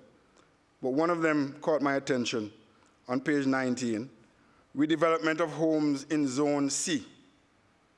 I hope we understand what we're saying. We're talking about roads, water, electricity, all the infrastructure to recreate homes in Zone C. I'm repeating it. That's probably the second thing I support in this budget after the Tourism Board reinstatement. But I believe you just announced it and they put it here so you could see that you shouldn't choose it, but you read it out anyway. But this cannot happen this year, and this is probably not going to happen in my lifetime. Maybe it might happen before I migrate. Budget outturn. As I said before, I was very concerned earlier in the year when we were faced with the crisis in the Social Security. And mark you, I don't know why we tend to tell the people of Montserrat that the problem is over before it has even started. The problem with Social Security has just started, and we are stemming the tide. I fundamentally disagree with one part of the saving motion for Social Security, which was to say to somebody, once you've arrived age 60, no matter how old, no matter how challenged, no matter how sick, no matter if you want to give up half your money, that you cannot retire. Wholesale, overnight, we take away a Bob Griffith, a labor union, Bob Griffith, George Irish, all of these people who work to provide a framework in which people can have choices, even if they have to pay for the choice. I do not accept that the Social Security will be in any danger because there are 5 or 10 people in Montserrat who will choose to retire at age 60 and pay a penalty for their access to their benefits. So let the people of Montserrat know that the 0.52 million pounds we have for Social Security is what we should be plugging for. Social Security is contingent upon the consolidated funds of Montserrat. They cannot allow it to fail because that would mean the whole country fails. Montserratians everywhere will be falling down with no money after they've retired from here. It's whole generations of people who are tied up with Social Security. So don't be fearful. Just make sure the people of Montserrat are behind you and represent us. And the world is your oyster. But I don't know what you want to do. You want to leave us out and think there'll be prosperity and success? We are on a failed mission.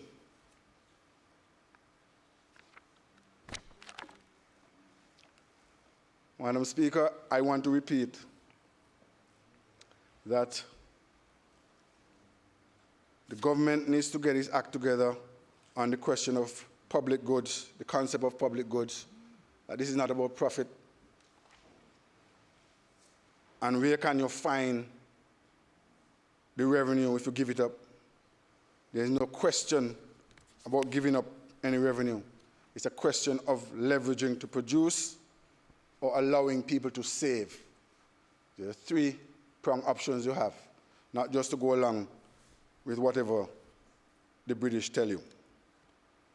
I want to go to page 23 under procurement. And I have to speak about procurement because lots of people in Montserrat are going to be relying on the mini projects in the departments, tender committees, and the procurement board. And I want to alert the Premier because I don't think he gave attention to what was before him. And again, he has said he wants to allow framework agreements. He wants to allow restricted tendering procedures. He wants to allow 2-stage tendering. He wants to allow limited tendering. All of these we now do under sustainable procurement. The only one of these that I see here, I just want to raise it because I know for a fact, and I did my research, that the only one of these not in our current portfolio is reverse auctions, which I believe you're attempting to try when you decided that you would pre-list ferry operators or let them pre-advise their availability. This is what you said. But there were originally the ferry service in a framework agreement. And if you do reverse auctions, it means that you're saying to the ferry operators, this is the money I have. And who wants to do it for this money, that's the person I would hire. That's the concept of reverse auctions. But that only is worthwhile when you're only concerned that you have a set price, but you're not concerned with quality of the transport and other things. So I want to alert you that you have to be careful what you are saying you want to do. You have to be careful with what you're saying you want to do, and I hope you get briefed, because you threw everything in here, and I think you should have just kept what we had, because you have everything except reverse auctions, which could go into departmental committees. I think we have departmental tender committees and one board, and you're saying you want departmental tender boards. I don't know where that is coming from. Maybe that is coming from the areas of imprudence which shall not yet be announced. But I want the people of Montserrat to be careful that we are not procured out of procurement. And that is what makes life for the people of Montserrat. And I've already made my statement, so I want you to think about that. Madam Speaker, I had two interesting points made by the Premier. Two interesting units. One unit, a community development unit, will be established with a gender desk and a disability desk. I've already spoken about reasonable arrangements for disabilities, but we don't have any policy on that. We don't have any legislation on that. The British have not extended the Convention on Disabilities to us, but we're going to have the desk.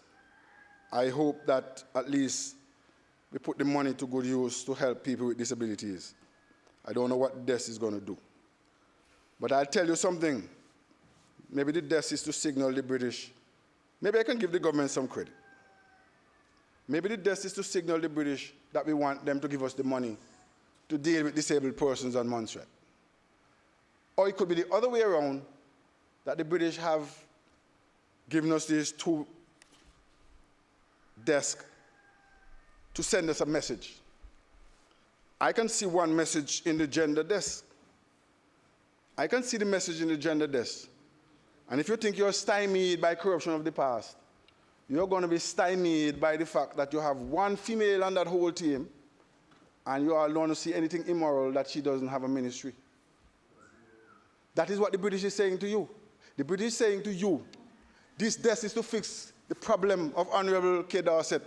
Just like how you hear that they say that the man is appointed to replace and do the work of PSC, they're telling you that they're going to put a desk, and this government is telling all of us they're going to do this, they're going to do that, and they're righteous and moral, and they're men of integrity.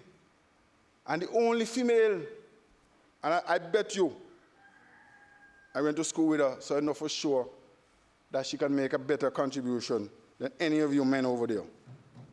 Any of you men over there. She deserves to be in the cabinet because some of the things I see being overlooked here, I know she is shrewd, relentless, and will pursue them with alacrity and a sense of purpose and thought about the people of Montserrat that this requires. So fix up your old house, put your house in order before you are going to pick beam out of my eye. There's no beam in my eye. There's a beam in your eye. And the British tell you, fix it. Here's a gender desk. Use that to fix it. Let me see if you all could fix that. But she's an honorable person. She stay there and hold on, watching you all abusing your power over this woman. One woman, at least in our government, we gave the lady with us deputy. I back down. I could show I'm a more honorable man than you. All of you put together. Let it prick your conscience.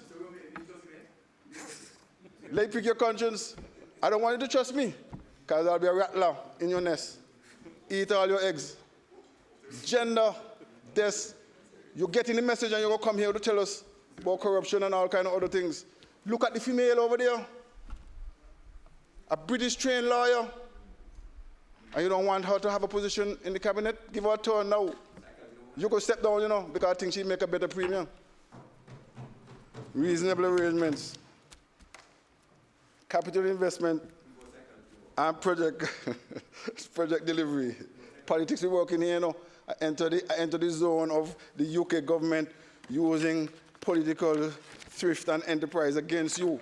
And the British government give you something to announce and you announce it. You shouldn't announce the gender desk. Just go and create it quietly and fix like community gender issues. You bring it here to the parliament, I tell you, they put everything in front of you. And you decide to do a suicide mission with the gender desk. Now you can't get away from this, because you know I'm going to repeat the gender desk, the ferry, lack of fiscal policy. No, when I come to the conclusion, you'll hear everything else. But get the gender fixed. This government must fix the gender issue. Lead by example. Lead by example. And don't get me hot under the collar because I'm going smooth so far. Public goods should be maintained in the public interest. Let me tell you about the strategies which I've carved out for you. You must use the gender desk to upgrade the Honourable Minister to full ministerial portfolio in the second part of your symphony, the unfinished symphony. You must do a cabinet reshuffle. I bet you, after you do that, and I'm told I have an email, that the UK will send the money under her portfolio to implement the UN Convention on the Elimination of All Forms of Discrimination Against Women. CEDAW is going to be implemented in Montserrat. Once you, I really don't want you to do it, you know. I'm only saying it because it's the right thing to say. Because I know you're not going to do it. I really don't want you to do it. I want you not to do it because you don't want Montserrat to improve. Leave it just like that. Don't do it. Let me not believe it no more. No, you're not going to do it. You need to then go on from that and pass legislation, and I'm sure you'll get the funds for that. But if you do it, it will create such a revolution among the gender challenged, both male and female, because the minister is capable, Honourable K is capable of dealing with gender as a two-way street, sometimes even 3 or 4 street, rainbow street. But once you do that, it might end up with such an explosion of change in Montserrat.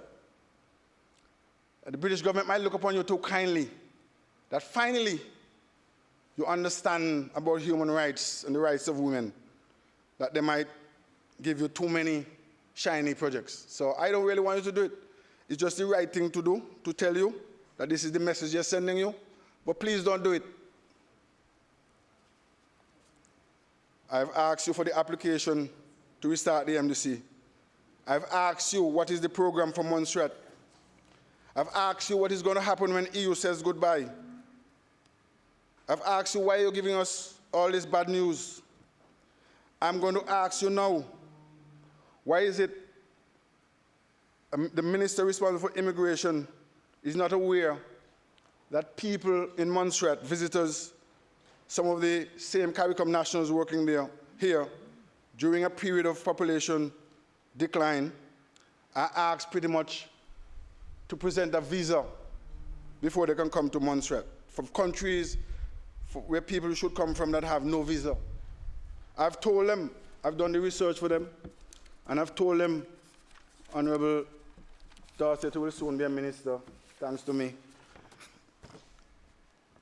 will know what I'm talking about here, that in Cap 1301, Immigration Act Laws of Montserrat, a person on a temporary visit to Montserrat shall, if required by an immigration officer, produce evidence in his satisfaction of being in employment elsewhere, and intent to return thereto, possession of a return ticket, or possession of a sum of money sufficient to enable him or her to maintain him or herself during the period of his visit, and to provide for his or her return fare. And alternatively, they can say where it is immediately available. That part means they can be invited by any resident of Montserrat who will provide for them in this way so that they don't fall on the public purse. So there is no reason why this government should be implementing a policy where people have to go to the police to tell them if their relative and friends are coming to visit Montserrat, when they're not coming from a visa requirement country. That is illegal. So you are implementing a visa for countries that the state of England and the United Kingdom, which is our state, Her Majesty the Queen does not require them to have a visa. Why are you allowing this? Why are we allowing this? So Look about that, Immigration Minister, please. You need, in your strategy going forward, to look about medical school as part of the services sector, which is part of the build-out of the FSC and services which I tell you that people of Montserrat, we are not going back in the field with Cranston to plant no food to export.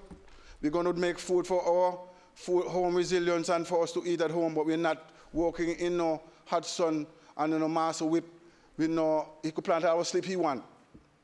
We want 21st century jobs, just like what he has in offices, working for medical schools, working for banks, doing education, services industry. This is the policy you should have announced in this budget. What does it say? What does it say? What does this mean? Investing today to secure our future, our Montserrat, our people. Nothing. What is going to be the basis for our economy? I'm telling you now, say services, because you already have the bridge mount, tourism, transport, all of these are services. We could have had our own ferry by now, hired our own captain. We have people trained in that. And I have a story on the ferry, which I'm going to wait for the political campaign to talk about, because we could have had a ferry. So no more shiny new port projects, no more paraphrasing about public sector and flatlining. Let's talk about inward investment, value added for the people of Montserrat. FSC is building a wonderful new building. Let us try to then build around it so we get our people working.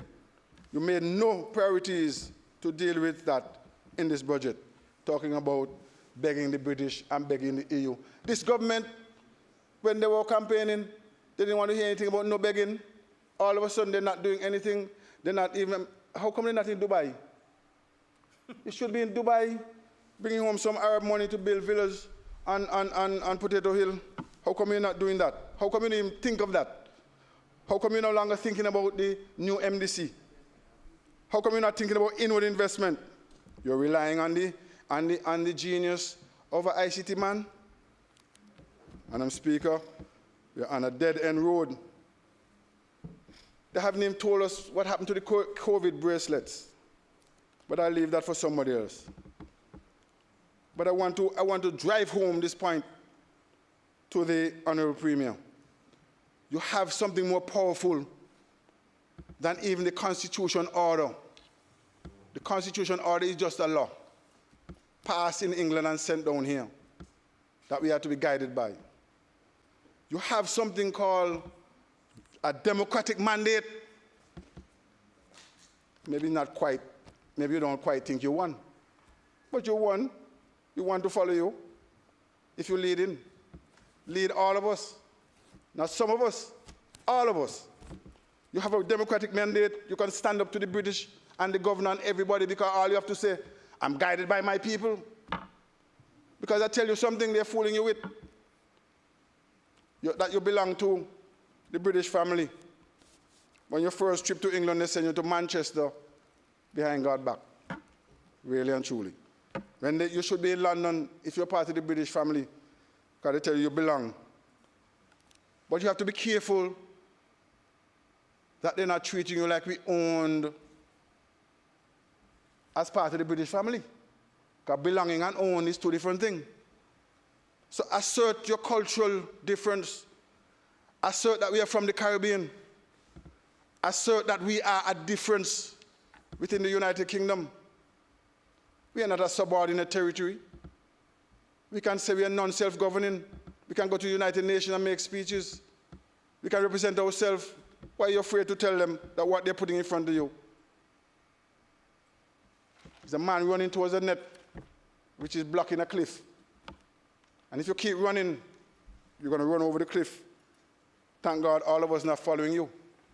When you start to lead to the mountain, we'll follow you. When you start to lead all of us to real prosperity and put our hands to the till and we can say we're making money off you, we'll follow you. If you want to enjoy your election, fine. But don't try to tell us you're not leading. If you don't want to lead, fine. You want to tax us out of existence, energy drink tax, plastic ban tax, salary tax. Social Security tax, air services tax, no islander tax. There are no savings, no earnings. All we're looking out for is gifts from the British, gifts which may or may not ever come. You talk about turbocharging an economy instead of talking about giving school lunch and school uniforms and tax reduction. If you want to really one-half help the people of Montserrat this year, move the ad valorem tax from fuel at the pump and put a specific price for the fuel that yields the revenue, the exact revenue that the British say they want, and no more. Don't come back with any budget surplus. So we want a fixed price. You ask for fuel calculator, but you don't understand. It's ad valorem. It means a percentage of whatever the cost is worldwide. But we are in budgetary age. You don't need to collect more than what the British say you should collect. So just fix it and give us some kind of relief in this country. Nothing at all in this budget. Nothing. No budgetary targets to meet. I'm giving you some. Somebody said you should even, did you make a representation on changing our tax bands? Maybe 40%, 30%, and 20%. Maybe there could be some tinkering to bring it down to what we can afford. I would have liked if you even said you tried. But if you don't try, I have to bring it to your attention. Don't worry about these Facebook fantasy people with their innovation. It's just talk and hype. It gives you the motivation to want to succeed. But you cannot succeed without money and support and infrastructure and capital. And that comes by either saving money, earning money, or getting gifts. Which one you want to give us? Just gifts? Just welfare? So go ahead, reinstate the tourist board. Thank you. Bring the private sector on board. Sand mining. Yes, it's all well and good to announce sand mining. You're going to go to, what the gut name is? Fort Gut. It's all well and good to announce that. But you should say as well, what are the conditions? Is it even feasible? You say you're going to issue licenses. Do those licenses require each miner to produce their own EIA? The environmental impact assessment? If each miner, I'm asking you a question, you can answer the question or not. Does the sand mining license for Fort Gut require each miner to produce an individual EIA? If that is the case, it's not going to work. We're never going to finish negotiating EIAs. So don't just come in here and tell me that I'm stupid. I know that you have to have a strategy when you do it. The government should produce an entire EIA for the whole Fort Gut area that they want to do mining from. One EIA, that's how it works, and then you enforce the cause of each mine to sign up to the EIA. You almost put KDOS into the cabinet, because you all think that you all think up things and it's going to happen by itself.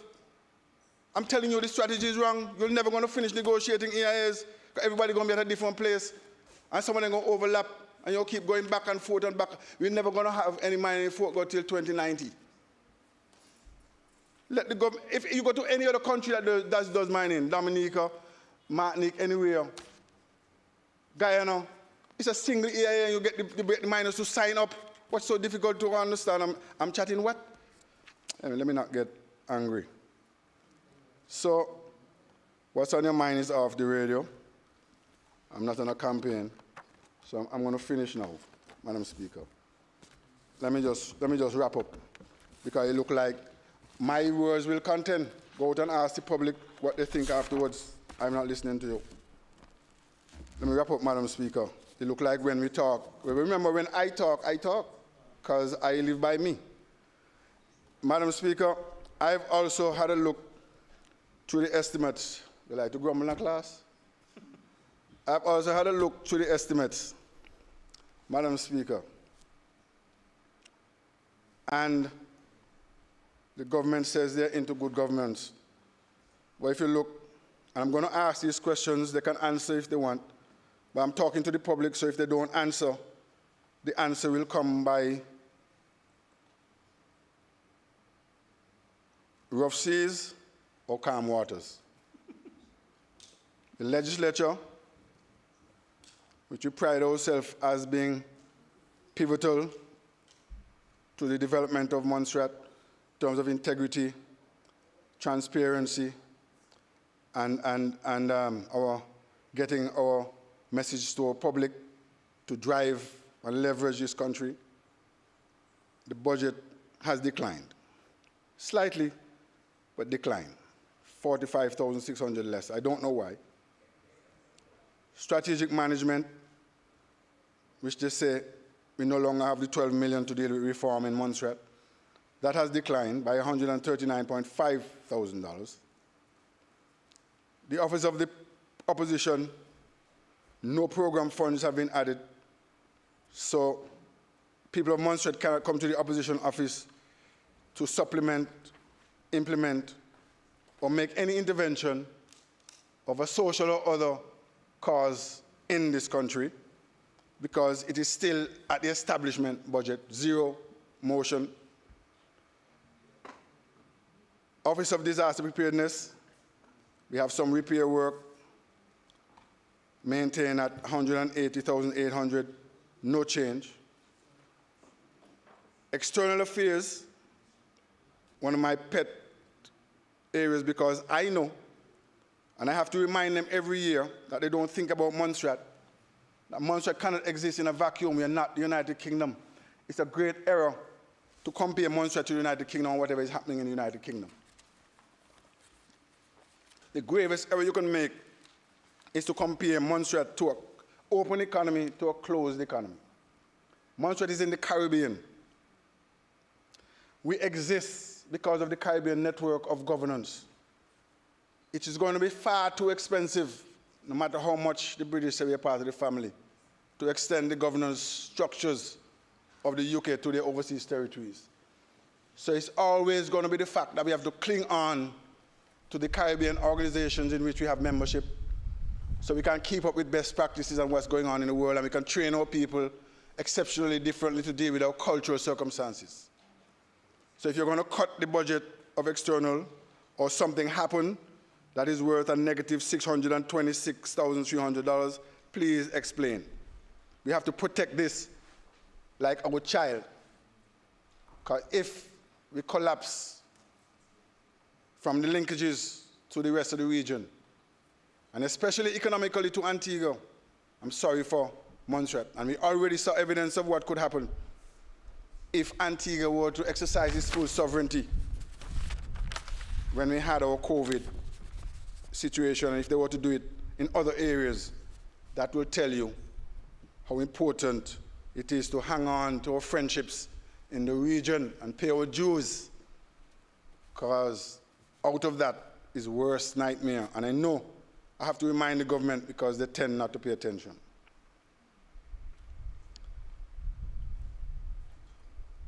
I see that Dites has lost some funds. I'm not sure if that's just a salary. I'm very concerned about this ICT city. And I'm happy, however, that the remote workplace idea seems to have been moved properly to tourism. Because remote workers are really a way of facilitating the movement, the continued movement of tourists, even while there's a COVID outbreak. It's a safer movement. It's the only tourist sometimes you're going to get. So that is where it should rightfully be. I don't know why this thing becomes a pet project for MCW every time. I'm happy a little interest is being paid to youth and sports, but I have to ask, where are the Cubans in the healthcare system? Where and whither goeth our healthcare system? Lastly, Madam Speaker, in wrapping up, I want to call on the government to get a plan from the people of Montserrat which drives them to deliver increased pay, create employment and productivity in Montserrat. 2, I want them to raise private investment in research and development through public-private partnerships. 3, look after our children, focus not only on their literacy and numeracy, but focus their education on skills sectors. Tag 2, the services sectors that we should provide and attract as medical schools and financial centers to our country. So increase the number 4 of people completing high-quality skills training, such as ACCA and audit courses, and lawyers, and doctors, and nurses, and qualified teachers. 5, bring the private sector transport, the minibuses system, up to a credible standard by helping our taxi drivers. If you could even give them a special rate for gas at the pump, because when there's no gas at the pump, when they don't have a saving, if fuel prices escalate, that price simply passes on to the traveling public, and it comes out of a little small salary. So if you see in other countries, they even discriminate in terms of what price the taxi drivers, some get a voucher, something, do something for people.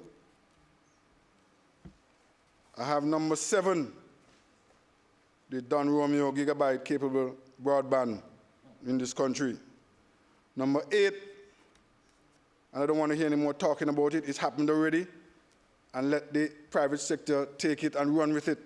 Government is there to incentivize, catalyze, finance where possible, encourage entrepreneurship, not try to be it at the administrative level.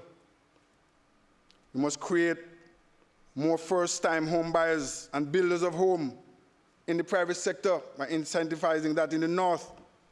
I'm not sure about the Cork Hill because we don't have any money for that, but we can incentivize that in the north.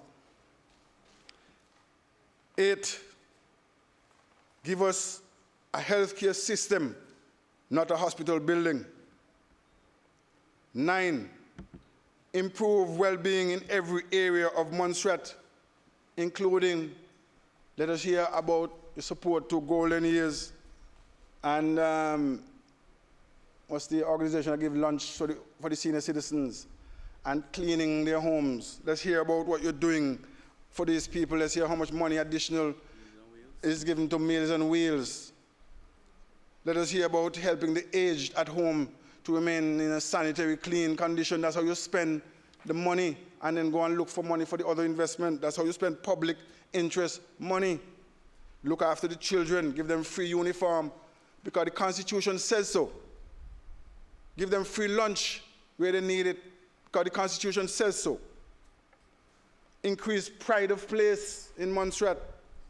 9, pride of place means that still, let me remind you, in a former dispensation, the same administration under different leadership, in your presence, Premier, said they had a charrette and they were going to create a town center for Montserrat in Little Bay.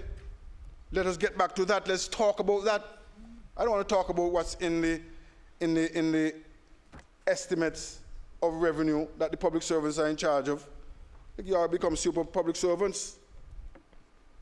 I want you to do something to thank MAC, Montserrat Arts Council, for creating local culture and community, creating and sustaining it in Montserrat. They are like the local government organization of Montserrat. I want you to find a way to credit them and encourage them and empower them further, because you're not thinking about the well-being of the people of Montserrat. 11, I want you to thank the police for me, for the crime reduction in Montserrat. And 12, I want you to think very carefully about the things that this government needs to do to empower the people of Montserrat by getting greater autonomy from the British government, by utilizing legislation and creating our own communities, and start off with an executive public service commission. And for a former union leader, I'm sure you will understand that you cannot leave the public servants and the key to the development of Montserrat, of providing public services, to the vagaries of a constitution made in England, when we can pass laws in Montserrat. In closing, Madam Speaker, I appeal to the Honourable Premier and his Cabinet to try over the next few months, I give them months, to March 31, 2023. I give them all this time, because the people are already going to have to bear it anyway, to write up the second symphony, or the second part of the unfinished symphony of this budget. Put some teeth to it, put the people at the center of it. You have zero matching the current budget to anything to do with the people of Montserrat. No STB, SDP, no Montserrat. We can't move to a British Council of Montserrat. That's impossible. We know what's going to happen. We're not going back to 1834. We need a home for fishes. We need to look after the miners with the EIA. You have zero on healthcare, but a future on hospital building. Zero policy position, zero vision, zero cushioning of the people of Montserrat. Retrogress on Social Security, zero growth facilitation, zero public interest, no concern whatsoever for public goods of Montserrat, being the people of Montserrat and the technicians of Montserrat. Madam Speaker, thank you. I rest.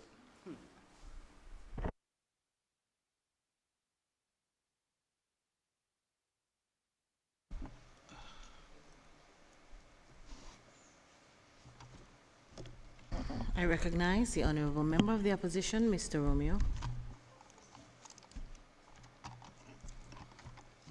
Go ahead.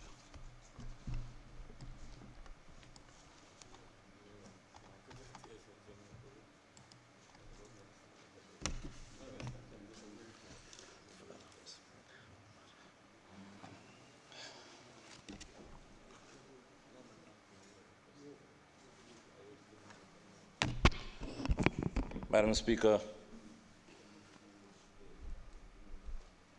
I'm happy that I'm following Honourable Hogan this afternoon. I think he did a great job of going through the budget. On my way in, I was warned by someone, I won't call his name, to be gentle this afternoon. While I was driving, I was on a phone call, and I was told, Don, people need to be encouraged. Madam Speaker, to be honest, you may be surprised. I am not sure I'm going to do a lot this afternoon, but we'll see what the Spirit leads me to do. Madam Speaker, like Honourable Hogan, I'm going to give a two-step response, because it's very clear, as he said, that this budget that we are supposed to be debating is the first step. Madam Speaker, I suspect the Honourable Premier was trying to make sure he didn't create a hat-trick and had to do things on time quickly. And he's hoping to bring to this House, as was suggested, a supplemental with the real meat that the people of Montserrat are expecting. And with all these suggestions Honourable Hogan just made, hopefully he'll come back with something with meat. Madam Speaker, I listened via the fiber optic cable from home for most of the day. And all I can hear is a lot of excuses for failure, but no admission that we need to do better. I'm very concerned that if we continue in that vein, things will not get better. Madam Speaker, so to start, I must set the tone of my response. I must deal with the mentality needed to do better in a more timely manner. While dealing with the mentality, Madam Speaker, that lends to failure year after year, to flatline budgets year after year amidst a crisis. Flatline budgets at a time of crisis with little or no urgently needed or targeted help for our businesses and people during the pandemic, worsened by the Russia-Ukraine war. And remember, we had a volcano crisis just before the pandemic. We were just trying to get out of it, just making strides. So let me just refer to what the Honourable Premier said in his budget. And he said the very same things the Chancellor was saying in his recent spring statement in the UK. Even if events in Eastern Europe appear to be far away, they send ripples to the shores of Montserrat in a variety of ways. Let me repeat that. Even if the events in Eastern Europe appear to be far away, they send ripples to the shores of Montserrat in a variety of ways. These events lead us to reaffirm our principles of freedom of commitment to international law. This is what the Honourable Premier was saying. He then said, they change the dynamics of international development aid funding upon which Montserrat still relies.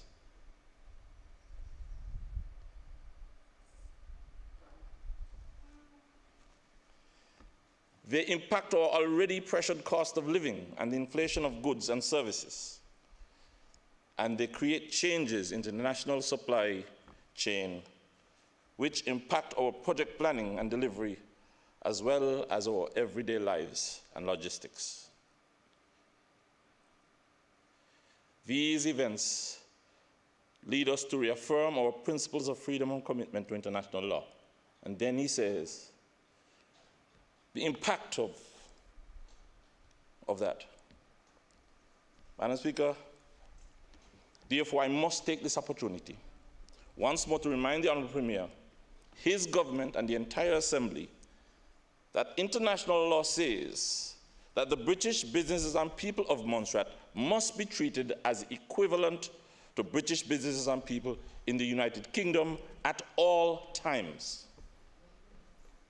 During a volcano crisis, during a pandemic, during the worsening economic conditions of the Russia-Ukraine war, and going forward. In fact, the worse our situation, the more help we needed, just as those in the United Kingdom. I hope at least one person on the other side gets where I'm coming from. I hope at least one.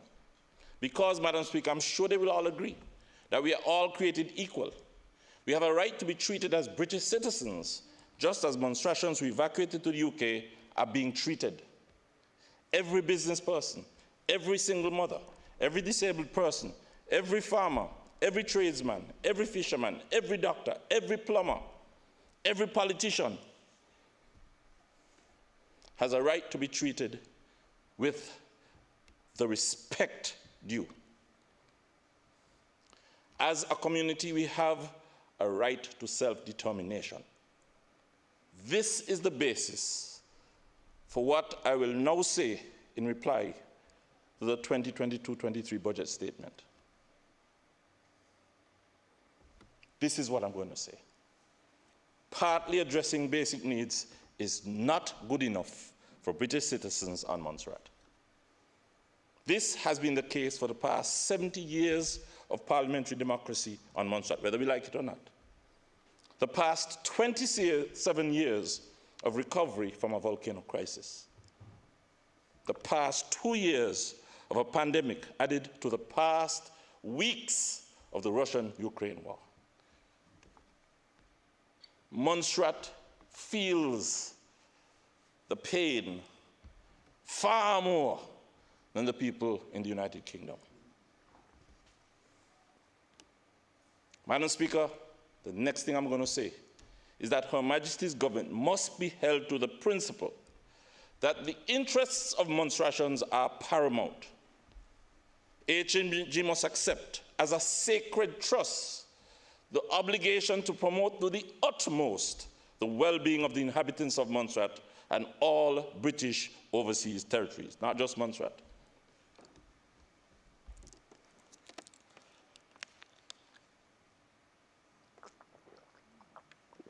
I wish that were Montserrat water. The UK government's fundamental responsibility and objective is to ensure the security and good governance of territories and their peoples. This is what the 2012 White Paper says. The UK government's fundamental responsibility and objective is to ensure the security and good governance of the territories and their peoples. This responsibility flows from international law, including the Charter of the United Nations, in the same international law the Honourable Premier spoke about. It also flows from our shared history, which is spoken about here, and political commitment to the well-being of all British nationals. That's what the British government is saying. We are British nationals. Check your passport. When you travel out of Montserrat,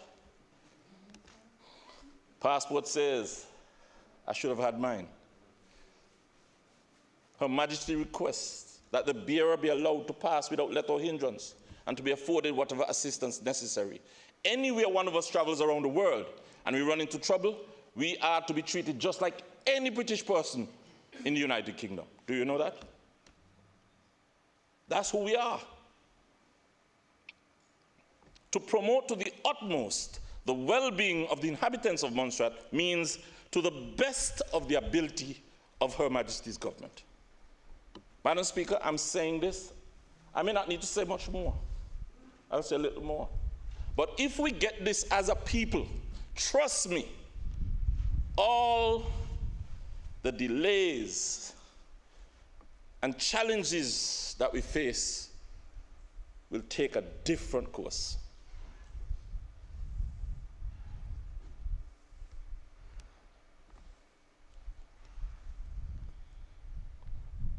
The British government knows full well what I'm saying.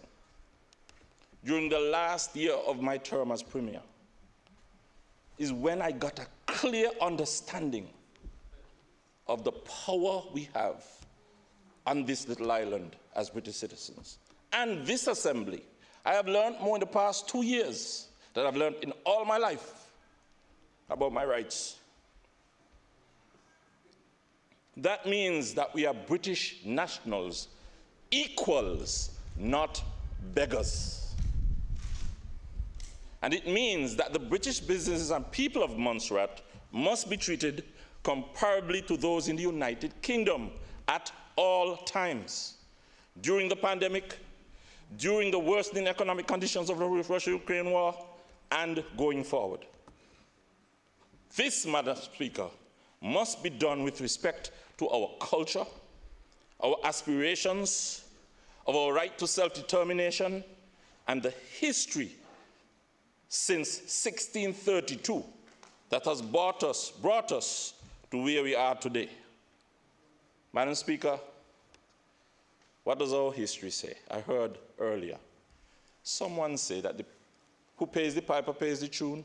But let me tell you, our forefathers paid the piper.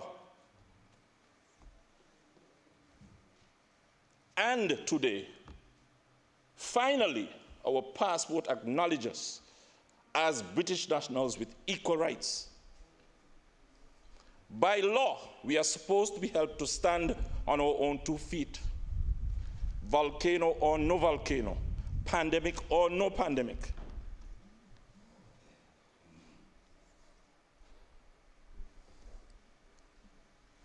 Disasters, natural or man-made, require HMD to do for us what is right to the uttermost, to the best of their ability. I'm doing like a preacher. I must repeat for us to get it like a teacher. partly addressing basic needs is not good enough for British citizens on Montserrat. Hogan, could I have the budget document? Give me the budget document. Two of them. Yes. Yeah. No, yes. And the speech.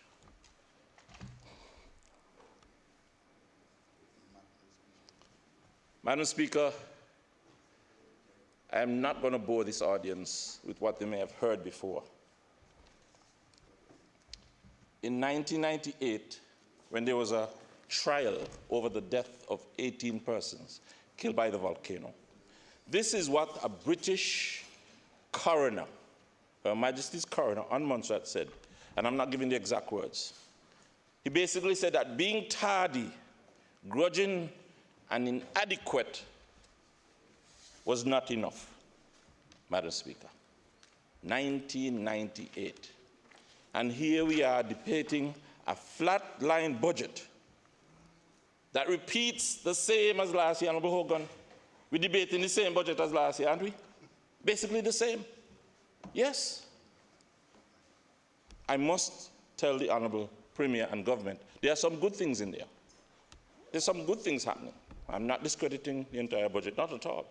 But the fact that it's a flatline budget, when we have such great need, when people need work, people of Montserrat love to work, as I said before, my Honorable Osborne, Madam Speaker.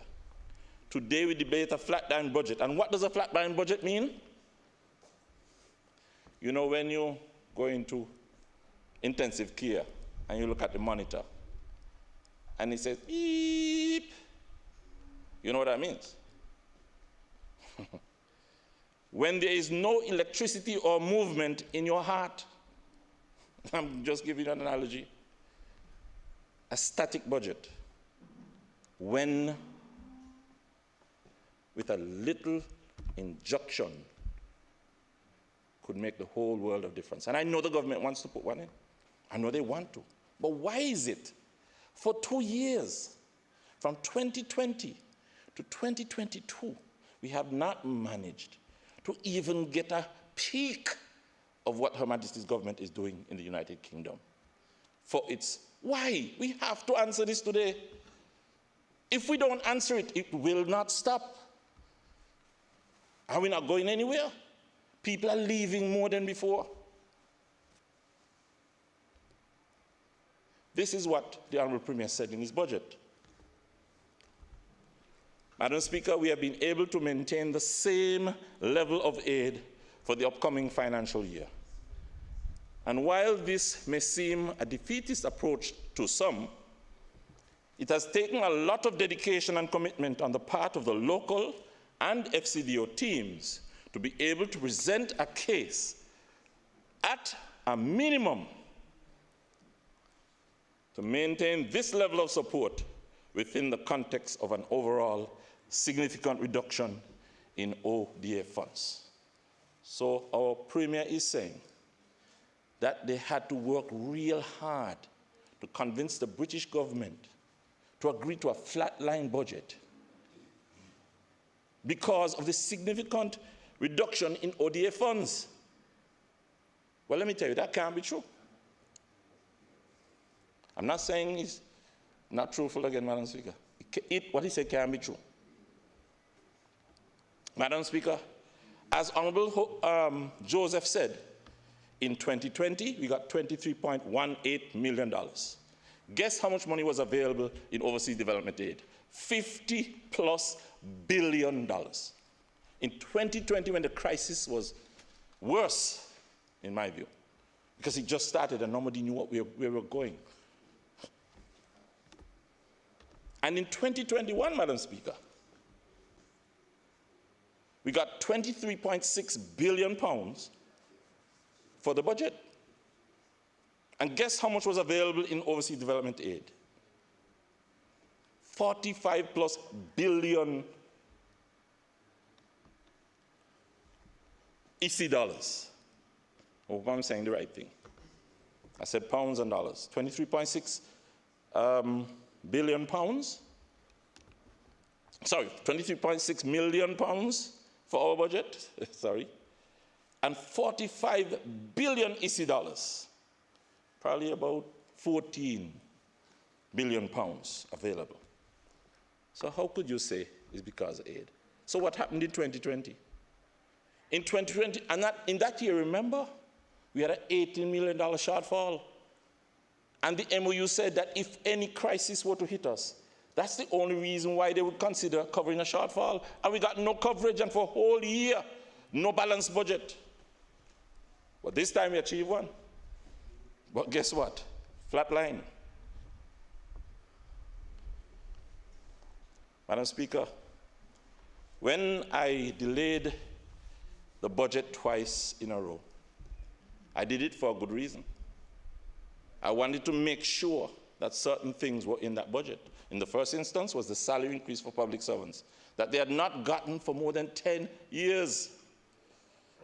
And Madam Speaker, guess what? The Secretary of State at the time refused to agree to the 3% increase. Why? Because she couldn't provide her constituents the same 3% that we were getting. They had a 1% per year freeze. Can you imagine? So for 10 years, actually some of those years they got more than 1%. Let's say she had a 1% freeze.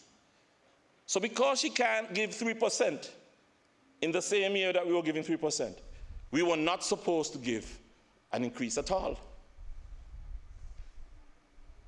And today, it's the other way around. We're facing the same crisis, and they're taking good care of their constituents, while we are here saying we're begging, things bad in England, arguing against our own selves. Madam Speaker, the second time I held back the budget, I had already gotten an agreement for 100 million EC dollars for the CIPRED program. The same one we're boasting about. The same one on this budget and on the previous one, the cover page. The same 100 million of the 200 million. But Madam Speaker, the year before, they had already agreed to the 100 million. But I refused to go forward with a budget until I got the 9 million that they were recommending for the hospital moved to 15 million. So was I going to come to you, to the people of Montserrat, with a £9 billion hospital when I would know you can cost 15 million? And then say, I'm hoping to get more money? No, sir. I flew to London, and I didn't go in the corridor. I had a meeting with the minister and the DFID minister together and got some agreements, changed eventually with the hard work of the PMO, of my fellow ministers, of cabinet. So we got it changed. That is why this government has a £15 million signed, sealed and delivered agreement for a new hospital. Madam Speaker, I have to say this, truth is truth. Do you know it's the same 100 million that this government said didn't exist when they campaigned? 100 of 200 million, isn't that funny? Madam Speaker, and nowhere in the acknowledgements, I listened to the acknowledgement, did they acknowledge that the PDM government had anything to do with what is the basis for this government to have any positive presentation to the people of Montserrat for 2 years running. And it will continue to be the basis going forward. Madam Speaker, in that 100 million EC dollars was the fiber optic project, which this government executed. And Madam Speaker, let me tell them straight. I feel no pains at all about the fact that I'm sitting here while they implement it. Once it's implemented, I am happy. Fifth, I did not announce my candidacy as an independent candidate until it was signed off. I made sure it was signed off, Madam Speaker. So that is why I held up 2 budgets, and I don't regret it. Madam Speaker,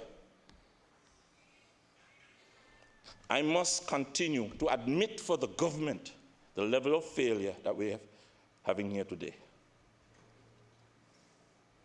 And this is how we measure it. let's look at what Her Majesty's government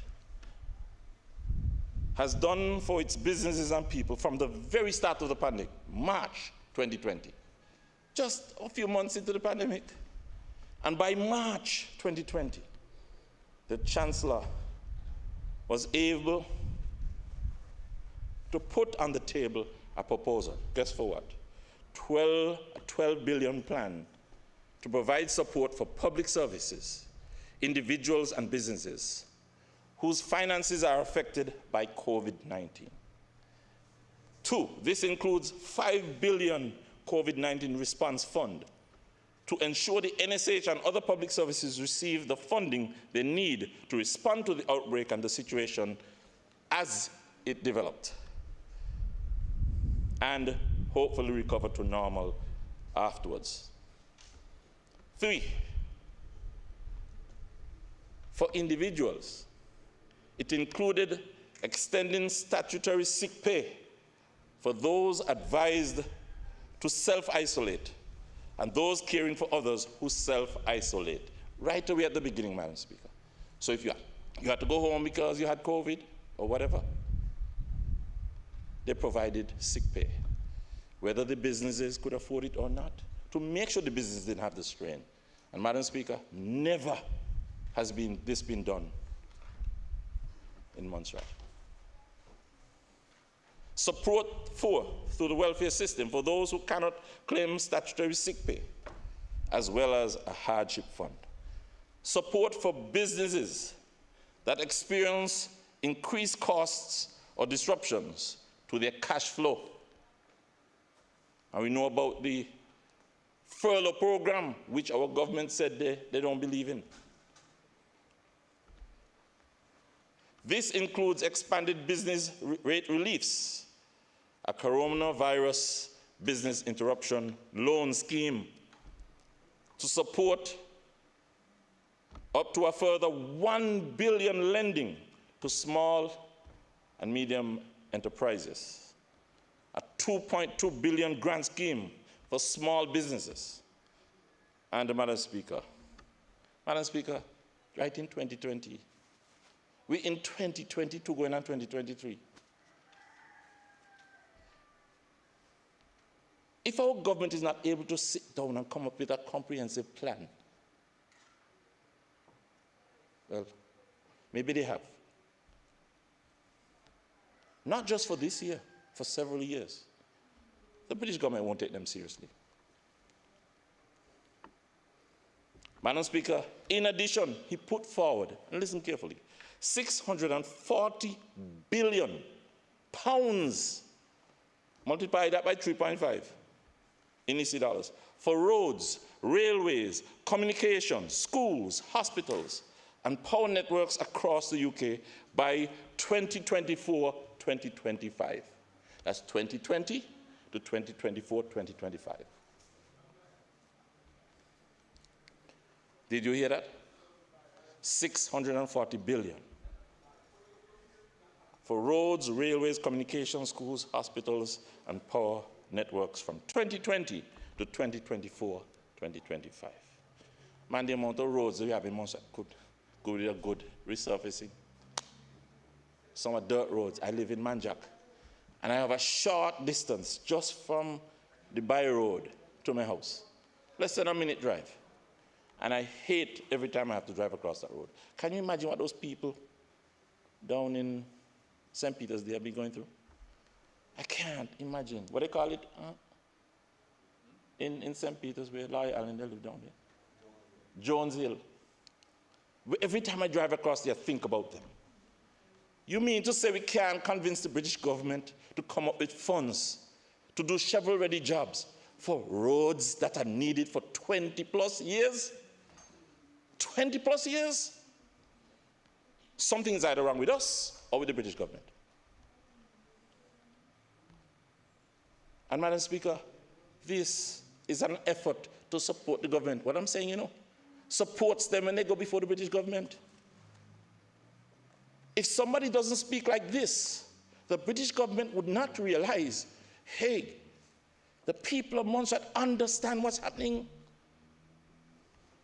If they listen to what's said on the other side, Madam Speaker, business as usual, same for the next 10 years. Madam Speaker, it also included a tax cut for 31 million working people, with the increase in the national insurance contributions thresholds for employees and the self-employed. Employees and self-employed. If they don't do this, they're going to have riot in England. Telling you. The national living wage, a sort of minimum wage, is expected to be over 10.5 pounds. 10 pounds 50 pence in 2024. They already set it.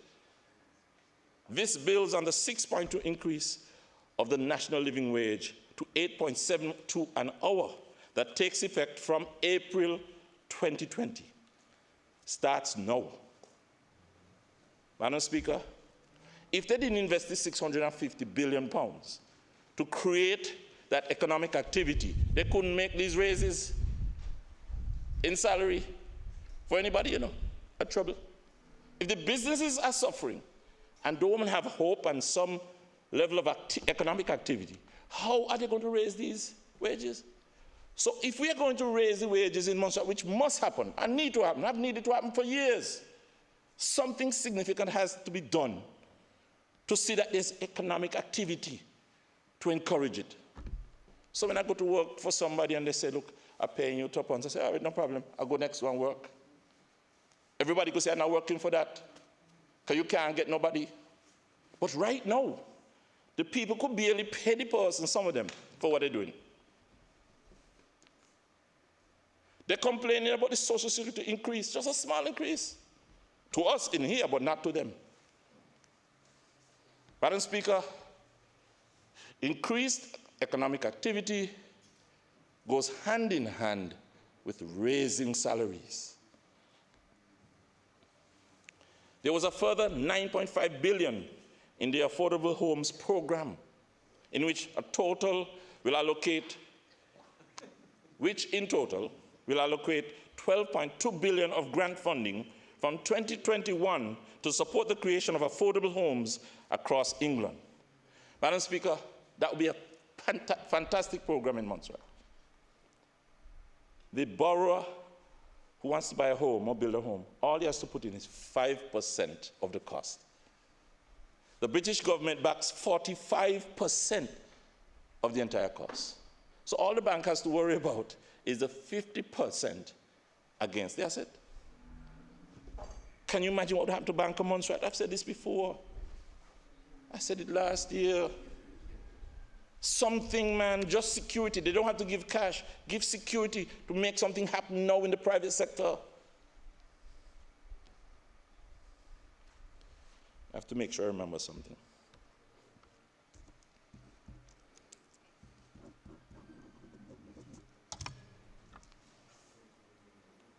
And guess what, Madam Speaker? With all this done by the British government, guess what the opposition in England was saying?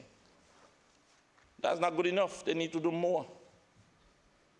Madam Speaker, what do you think the opposition in England or MPs in England would say if they were here listening to this and realized that we have a flatline budget for 2 years and that nothing significant was done for our people who are British nationals?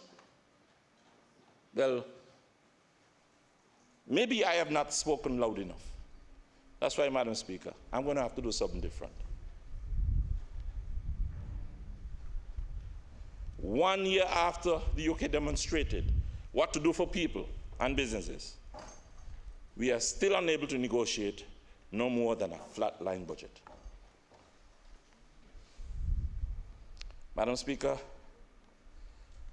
and what is provided for us here in Montserrat, for British nationals, for British businesses and people, who, if, for instance, our economy were to fail, would still have to run back to Britain? If our banks were to fail, or businesses were to fail, is that what we're waiting for? Madam Speaker, I'm speaking to the core of the problem. I'm speaking to policies and plans in existence for 2 years. I've mentioned them here before. Let's just copy some. Let us, as Honorable Husband say, unite and put something proper before the British government. I have no idea what the government is putting forward. The public have no idea. We have no idea when they will succeed. There's no time frame. And maybe when they come back, I hope it's something significant. It may not be. So I have to come back here again. Madam Speaker, I'm urging them. MCAP cannot do it alone. They said together we can. They can't do it alone. And if they have not learned that in 2 years, well, and it's not just the opposition, you know. There are strong supporters of the government who are saying it can't talk to them no more. I have to speak frankly here today. Something's wrong. What was provided for us at Montserrat? 900 EC for every individual. And also a single mother in 2020 got 900 for herself and has many children. 900 for no matter how many children. The same as a single man. I went through this before. But what would happen if we have a lockdown next month? Tell me. Will we have a sudden announcement by the Premier coming to this assembly like the Chancellor of England saying,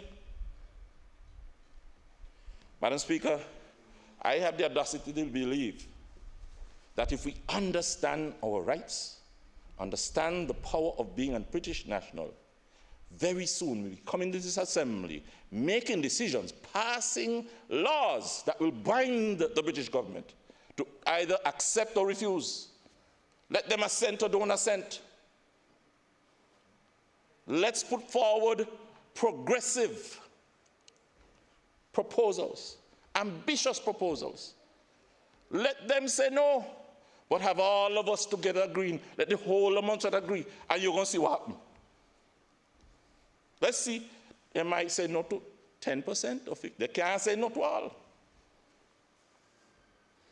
So I'm speaking, Madam Speaker, to a solution. I heard the Honorable Minister of Agriculture say that, what did he say? He said that some people like to speak about dead flies. But Madam Speaker, I'm speaking about birds, not butterflies. Because if you know our history with the volcano, butterflies is not a good word to speak about, not a good word to say. For those of us who know, we're talking about birds, eagles. I'm pointing you to what you're asking for, Honorable Cranston Buffon. I'm not pointing you to flies. In 2020, Madam Speaker, that's why I spoke aggressively against the 2020-2021 unbalanced budget with an 18 million EC dollar budget shortfall. We gave the Honorable Premier the benefit of the doubt that he, as he said, would convince the British government to do something significant. But what happened? We know. Not a thing. We got a few million, 8 million plus for equipment, Cuban doctors. Real good idea, fantastic. I hope we resolve the issue soon.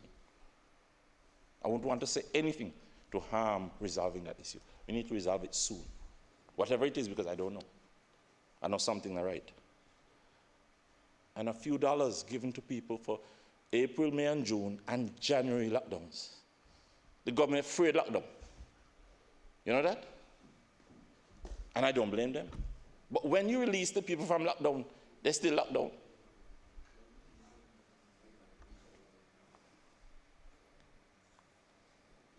Madam Speaker, the British government committed itself to record government spending since World War II.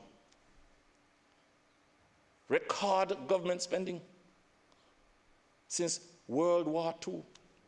They realized the private sector couldn't do it, so they knew they had to inject money. They know we have to do the same thing too. Honorable Premier, you need to make a trip to London. But before you get us all behind you. In other countries, you take the opposition leader with you.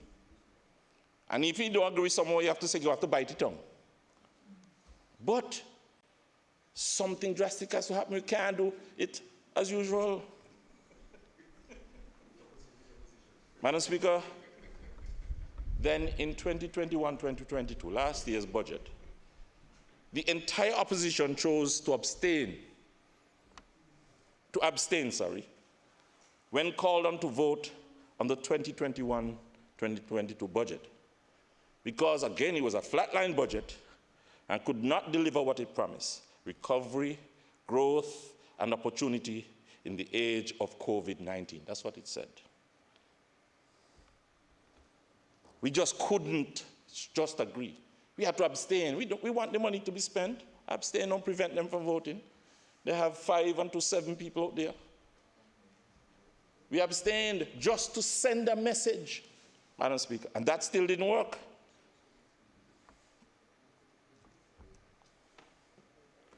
Our businesses and people were left in the cold with no hope of assistance thereafter. Today, Madam Speaker, like most out there, I must express my displeasure at this flatline budget, with again no real assistance to the desperate people and businesses on Montserrat. People who now face the additional worsening of our economy due to the recent war between Russia and Ukraine. And our Honorable Premier, I know he understands what's happening. But listen to what he says in his budget speech. And I quote, "For the first time since 2014, a barrel of crude climbed past $100. And if predictions hold true, may rise to as high as $130. Isn't it there now? Where is it, Honorable? Where is it, legit? Not quite there. I know you would know. I know you would know. Then the Honorable Premier goes on to say exactly what the Chancellor said in the United Kingdom. Tightening sanctions against Russia places pressure on energy users everywhere in the short to medium term. Heard what the Premier says? Tightening sanctions against Russia places pressure on energy users everywhere in the short to medium term. Montserrat already has the most expensive electricity in the region. So what does that mean? But our Honourable Premier cannot come to this House and do what the Chancellor did for British nationals. We hope that one day soon he will come. Honourable Lewis, let us make sure we get it right, you know. Any day you could be over there. Any day we could be over there. So let us take these 2 years as a serious school. One thing I'm learning, and I told you the other day, anytime somebody in the public were to ask me, I'm in government, for information, I'll tell the PSPS, you have a right to give them. All you have to do is warn me if it's a little sensitive, but you have a right and responsibility to give them. I won't get to that in a moment. I'm really sorry if I forget, remind me about the MOU and the business case. Don't let me forget. Don't let me sit down without talking about it. The Honourable Premier said, my government is highly aware of the impact this will have on locally, and is formulating possible policy measures to cushion the effects on the most vulnerable. What does he mean by possible policy? Honourable Hogan, what do you mean? He's formulating possible policy. So, no. We have no idea what that is. The people don't have any idea what it is. He could come up with policy that the people don't like at all. Isn't that right? But he doesn't seem to be even be sure about what his policies are. Is formulating mean they haven't formulated yet. Possible policy. Possible policy measures to cushion the effect on the most vulnerable. That's already here. Already here before the war. Already here for 2 years. Still formulating policy. Do you remember any reduction in duties in 2 years, Honourable Lewis, Honourable Hogan?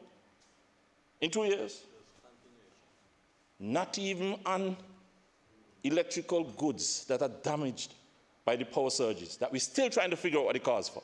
That's what I heard the Honourable Minister said this morning, is that right? We're still getting consultants to come to figure out what. But we haven't figured out if we buy a generator quickly, in urgency, that whatever you're going to do, it's got to be done with urgency. How long do you take to get a consultant? It's nearly a year now. And you know, I thought I was going to be cool today, you know? I really stood up. I was going to finish in a flash. But here am I. You wouldn't believe it. Madam Speaker, Antigua, BVI, a British overseas territory. And I'm sure Honourable Lewis, you're going to tell us about that, what they're doing, isn't it? I know you're going to tell us. They're doing all in their power to try and reduce the cost of petrol on their consumers. And listen, I know the Honourable Premier and government want to do the same thing. I have no doubt. I have no doubt that they want to. But something is holding them up. I hear in the conversation this morning things that suggest that we tried and we tried, no budge. It's time you come and tell us what you tried. Let's see if it made sense, so we could support you, even after the fact. Madam Speaker, it is not good enough to say, as the Honourable Premier did in his budget speech, that, and I quote, the countries within the Eastern Caribbean Union are expecting a gradual economic rebound. Madam Speaker, what he's saying is that he expects the tourism sector to regain pre-COVID momentum. And he hopes that, and I quote, to return the economies to pre-pandemic levels is what he's hoping will happen for tourism. Madam Speaker, it's not good enough to say what the others are doing. You're not watching a movie. You're not watching TV. We're experiencing the same thing. Honourable Premier and government, you must do something, and fast, to help those in the tourism sector right now. In fact, yesterday, 2 years ago, Tropical Mansion was shut down since March 2020. Hadn't it been for the military who came from England, they would have been shut down throughout. What have you done for Tropical Mansions and its staff? Please tell us when you come back. What will you do, and when will you do it? I cannot be convinced about any long-term plan if you cannot address the very short term. With all the advantages you have before, I can't. So, Honourable Hogan, let's not pressure them with any long-term complicated stuff. And I'm being straight. Let's deal with the simple stuff.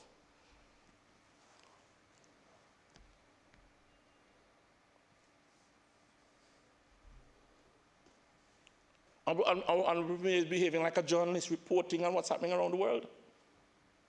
Honourable Premier, remember you used to say that you run the country? Remember you used to say that I had the governor running the country? The governor gone, you know our governor there. Well, deputy governor is there, sorry. So nobody running you. And did I hear somebody say they don't need defeat again? We must help ourselves. So you have everything you need right now. No, did somebody say that today? But they said we must help ourselves and not be begging. Didn't I hear that? Help ourselves. Or the begging stop. I have to be a little humorous. Madam Speaker,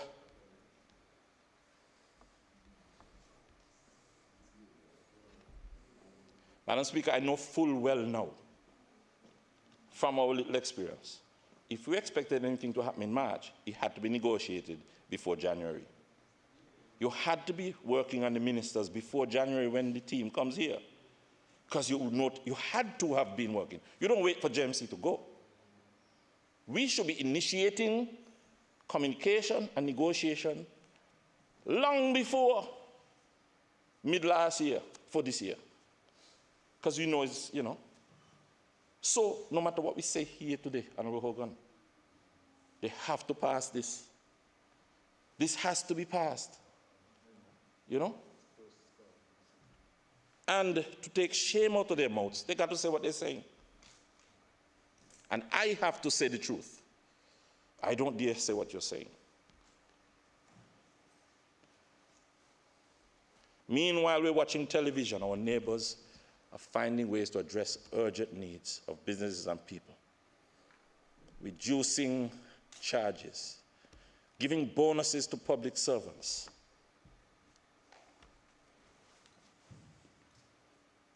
trying to help the consumer.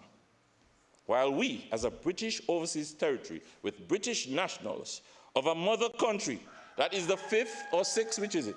Richest country in the world. Honorable Hogan, which one? 5th richest country in the world. Have done nothing of significance in 2 years. And man, if I had a list of what Gaston Brown did in Antigua, my job as a politician is to say what I have to say. And he'll say, amen. Yeah. The 5th richest country in the world. And I'm in here debating a flatline budget with a premier saying that he's formulating possible policy measures to cushion the effects of the most vulnerable, on the most vulnerable. 2 years after the pandemic started. Madam Speaker, I'm sorry, I'm speaking the truth. I'm not talking about no flies, dead flies. This is the truth.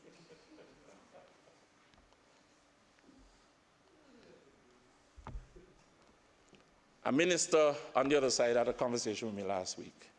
And that's why I'm saying what I'm saying today. He said, I can't wait till the day we can make our own money and make our own decisions. If, Honorable Minister, you wait until that day, you're in the wrong place. Because now, as you said in opposition, we have to make decisions. We have to effect change now under the circumstances. We can't wait till then. But I understand where he's coming from. I have to support him, and I will stand by him and the government 100%, whether you believe it or not. Because the chancellor could come forward and say he's going to do whatever, because they can borrow money, they can make decisions. But the business case, and remember, Honorable Hogan, I have to speak about the business case. The business case that provides this money, which I don't know what it says, it seems that the Premier doesn't know yet. Nobody knows. Nobody knows what's going to be. I don't know. I'll get to that later. Says that our people are so taxed, we can't tax them anymore. Too small a private sector. That's before the crisis.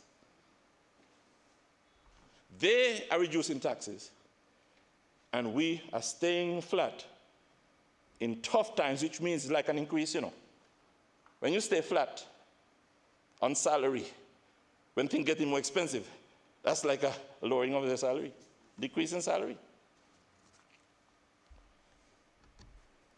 Madam Speaker, the British has a responsibility to provide under international law to the best of their ability for us. Otherwise, I would not be here saying this.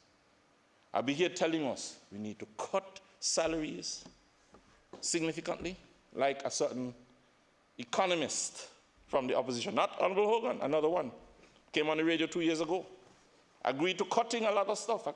I would cut the ferry, I would cut this. He even said that what we need is an MBC, a replacement of MDC 2 years ago when the crisis killing us, So it's not only the government got it wrong, and I'm speaking it here. Madam Speaker, by the next year, the same economist was on the radio saying the public servants need salary increase and that the private sector can't borrow. It's too, the economic environment is not good enough. They need grants. It took a whole year to realize NDC is critical. A replacement is critical. However, you have to eat and drink at the same time. Is that what they just said? Walk and chew? You have to deal with the urgent, because failure to address the crisis in hand creates another crisis. Madam Speaker, you know, I'm going to say something. I believe it's the truth. If I'm wrong, Madam Speaker, let somebody tell me.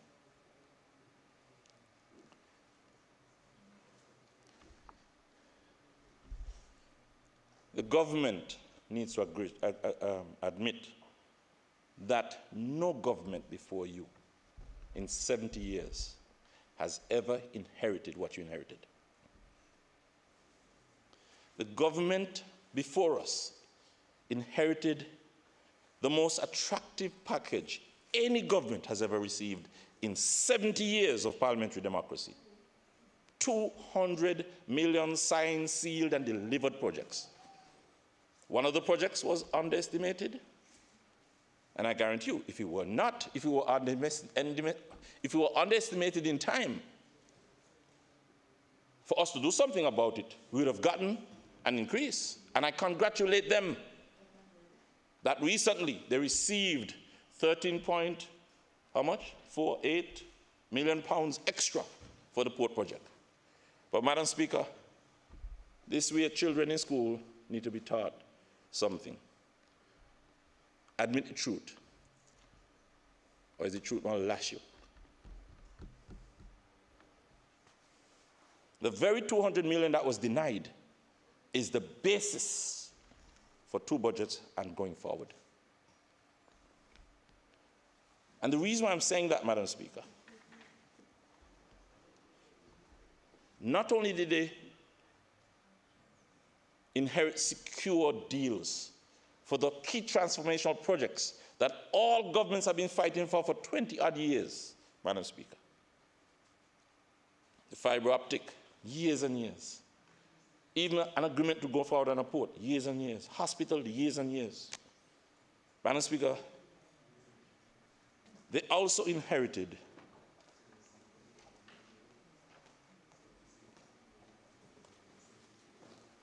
agreements to purchase a ferry, to switch to twin autos. The purchasing hotness plant was within the separate. And a lot more. Madam Speaker, they inherited a project management office that was improved. And procurement, no matter what they say, that was improved. It's not just the rules and regulations, you know, it's the practice. It was improved. We were able to develop enough of a reputation in those areas to attract the full support of the EU and the British government for them to agree on those projects just before election, some of them. But most of them were long before election. So, Madam Speaker, the reason I'm saying this is the evidence that shows that we on this side are not just speaking, but that we can achieve some of what we are suggesting. I'm not going to say all.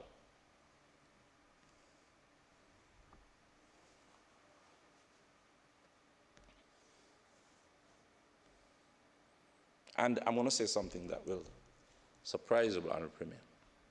And I'm going to say it very conservatively. Even before we put a proper proposal for the 100 million, we're going to put a proposal for 200 million, not 100. Before we completed our proposal, there was an email saying that ministers in England signed off on 100 million. When has that ever happened in history? And I want to tell you this, Honourable Premier. The most important thing that you inherited, and I'm repeating it, don't say I didn't tell you. Don't let some other leader come into this house and take advantage of it. Members, we inherited the proof that negotiations with the UK work best when you involve the United Nations. I repeat, the projects that were agreed in that 100 million are proof that negotiations with the UK work best when the UN is involved. So please, recognize that we are nationals. We recognize that the British have an obligation. And there's no way, if the people of England, if a journalist were to come here from England and really put in the news what's happening and how we are treated, it would not look good.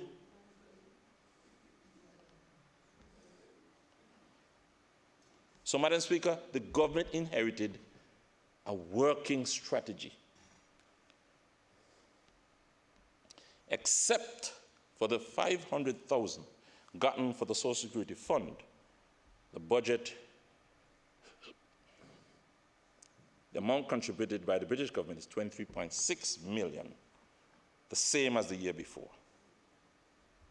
And Madam Speaker, I want to congratulate the government for getting that 500,000. I keep saying million, that's what, 500,000 pounds, which amounts to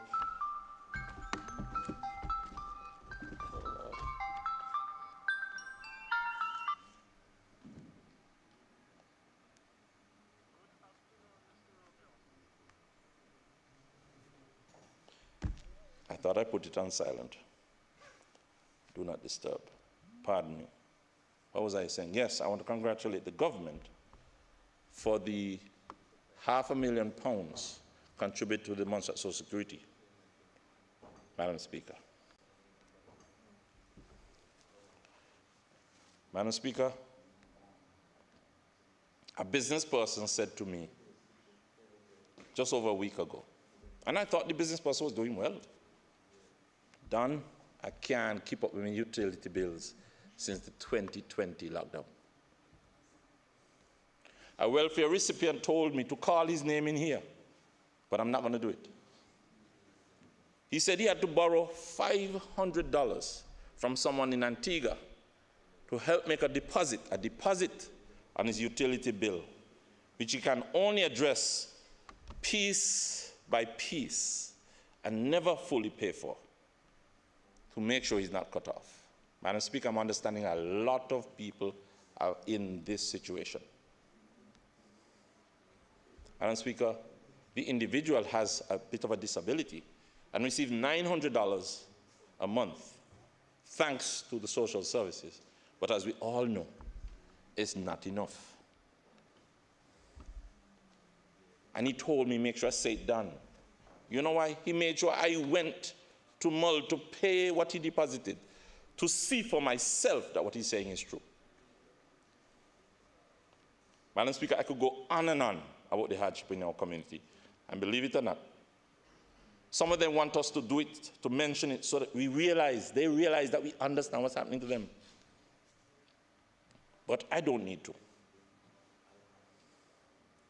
I am not blaming on the persons on the other side for the crisis. Not for the volcano crisis, not for the pandemic, and not for the recent war between Russia and Ukraine. I'm holding them responsible for addressing the urgent needs, while at the same time making solid plans for our future over several years. But it can't happen where we're going. If you can't get anything into a budget in time, not in time for the budget, you know, in time with need. The British government, although they agree to all those monies, every few months they're adding in more. They're extending the furlough, extending what was agreed. But they have the power to do it. But I want to tell the ministers on the other side, we have the power too. Don't sit here and assume that we can't. Let us agree together, let us put it to them, and let them say no.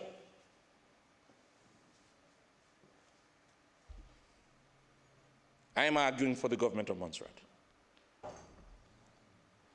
Madam Speaker, had the people of Montserrat been treated at the start of the volcano crisis as the people in the UK are treated now, we would not be here having this discussion.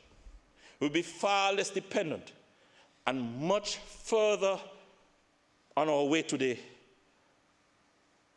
out of dependence on the British government. Had they addressed the urgent needs, such as food for thousands of evacuees who came to the north, provided housing in a timely manner, provided shovel-ready jobs.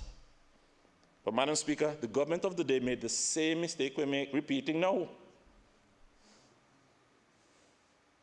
When they couldn't get through, they just fed up, get up and said, let's go to CARICOM. Didn't tell the public what was happening. Madam Speaker, we would have had a breakwater in place already, a proper hospital, an expandable airport right in the right place, as recommended by the very consultants who are here.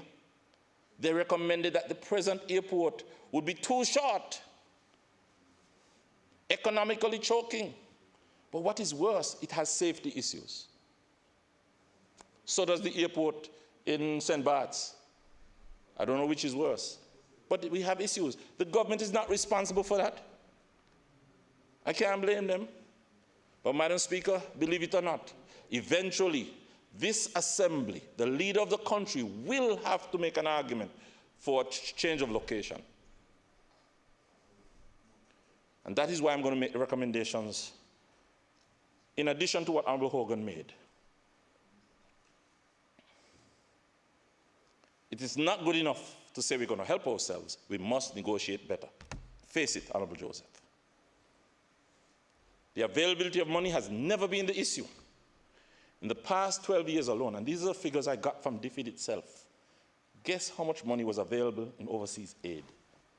If you were being helped before the crisis, and then, significantly, even before my time, then we could say it's because the ODA aid has reduced, why we're not going to help, right? But for 12 years since I've been in this assembly, under the former MCAP government, during our government, and the past 2 years, 12 years, more than 100 billion pounds was available in ODA aid. They had it, and like I'm admitting to them, the last year and a half of my term is when I began to get a handle on how best to get the British government to act. And what you have here is proof of it, my friends. And let me tell you, I've shared it with the Honorable Premier, and he doesn't realize what he got. Madam Speaker, in the past 3 years alone, in the past 2 years of the pandemic, including the 2 years, 15 billion was available, as I said before, in 2020. A little less than 14 billion in 2021. And now, although it's reduced, still over 8 billion pounds is available. I must sound like Johnny Mac. Maybe the only person that come in here and said them figure here. Somebody agree with me, man. Go and check, research it. 37 billion pounds, 130 billion EC dollars. And remember, even if it goes down to 4 billion overseas aid budget, they still have an obligation to provide what is needed so we don't collapse. And they still have obligation to sit with us to have a plan like they have over several years to make sure that eventually we stand on our own 2 feet. That was promised since 1961. We have been the ones who have not held the British to account. We have been the ones. I didn't say you, we have been. I'm talking to myself here. Much of the blame can be put on Her Majesty's government. We too in this House, and many who led before us, who represented us, must share the blame too. Today the government must admit, unlike what is stated, Madam Speaker, investment today to secure our future, our Montserrat, our people, it really should be what should be stated. But the budget doesn't match it. But I'm accepting that it's a two-step approach.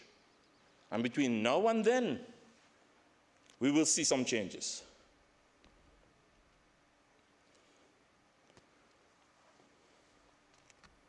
Madam Speaker, taxi drivers, tour and bus operators, restaurants, car rentals, guest houses, hotels, villas have suffered severely in the past 2 years.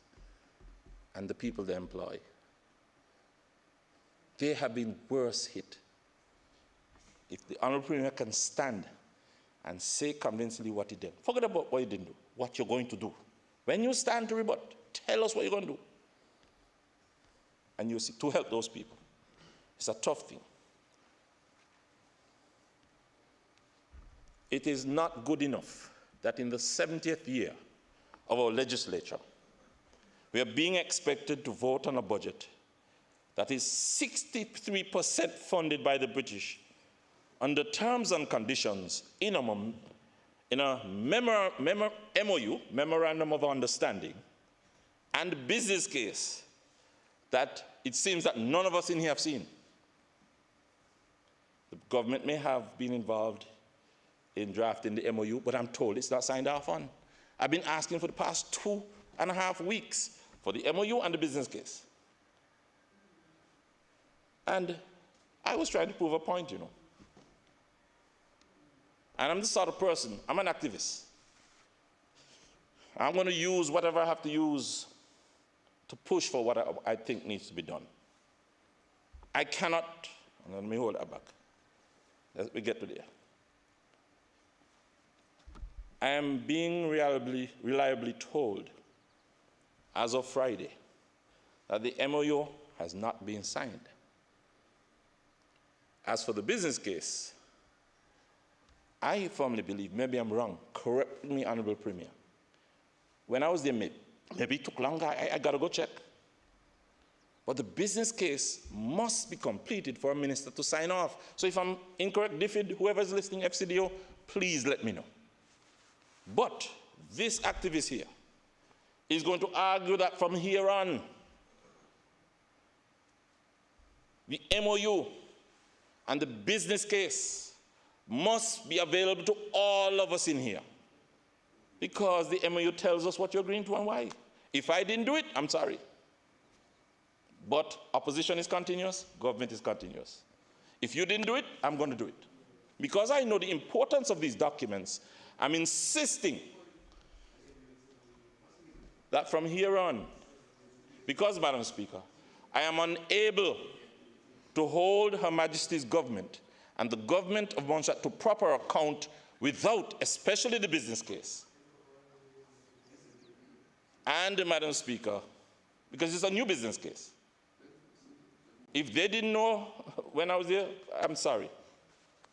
However, I know how important it is, especially in this crisis, especially with what I'm learning over the past 2 years. Because if you're going to formulate an argument for the next year, you better be sure what is drafted before, last year, and now. Why, I cannot understand. With these two documents, after requesting for over 2.5 years, I've been lobbying for it. Madam Speaker, thank God 63% of our salaries, healthcare services, and all the other services will be covered by the UK government and people. But I am of the opinion that this budget should have had an increase in the percentage that they're providing so that we could make those reductions in duties and other charges, so that we could increase salaries. And from what I know, that is what the business case and the MOU suggested for those years prior to 2019, to 2021. I want to see if the British government has maintained the arguments they made then, because they should be stronger. If in 2019 the business case was saying, before the pandemic, that the hospital project and the port project will take some time to come on stream, and that there'll be a bit of a gap between those projects taking effect, realize what's happened? The gap has gotten wider because of COVID. Not blaming the government. They got more money for the port, great, but it hasn't started yet. And it won't employ everybody. There is a need for shovel-ready jobs in between. It should have been happening. Again, Honorable Premier and members on the other side, I'm making the arguments as an opposition strongly, Maybe you can't say it like I say it, but I'm saying it for you and for the country. Madam Speaker, I am unable to properly debate or confidently vote without understanding what those two documents are saying.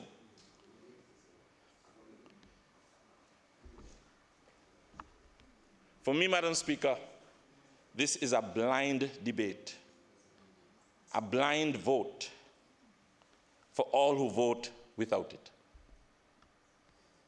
Madam Speaker, I'm not encouraging everybody not to vote. I'm not even encouraging everybody to abstain. I'm going to extend the mercies by agreeing that it's a two-step budget. And as Honorable Hogan gave months, I don't have that liberty. I don't know what's going to happen to us in a month or two. On the grounds that this is just a tentative first-step budget, I am going to quietly and patiently go through the vote. But by then, I will have the MOU and business case. Madam Speaker, we have to reconsider how we have managed the pandemic. We cannot lock down travel permanently. The whole world understands that. Nor does it make sense.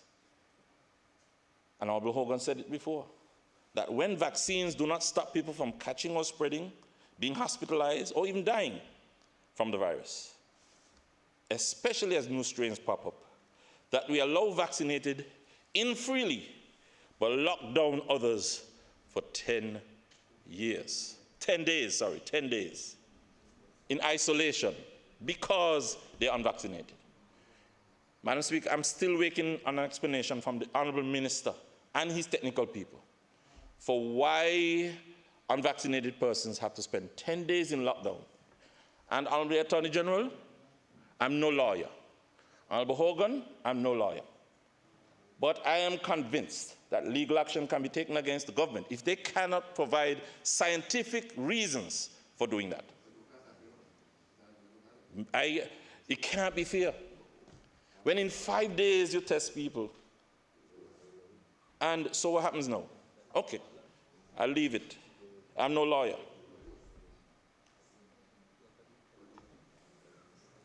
Madam Speaker, most of all, we need to come up with a way to treat people when they catch COVID.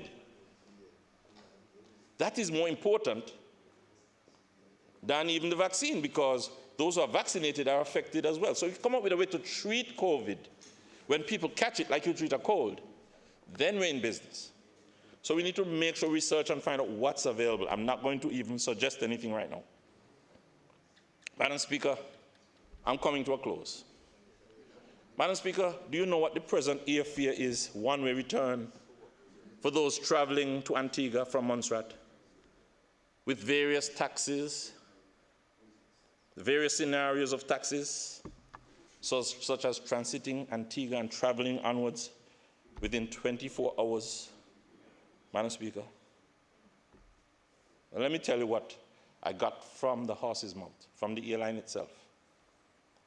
The fare depends on the flight chosen and the date of travel. The range is from $275 US, that's 743 EC dollars, to $283 US, which is 764 EC dollars. Round trip, including a $14 US departure tax from Montserrat. And they said this includes a slight discount for booking a round-trip fare, which is good. This, Madam Speaker, plus $37.5 US, nearly 100 EC dollars there, around 100 EC. More if the passenger is not connecting through to Antigua, through the Antigua airport. So if they stop off in Antigua, 100 EC dollars more.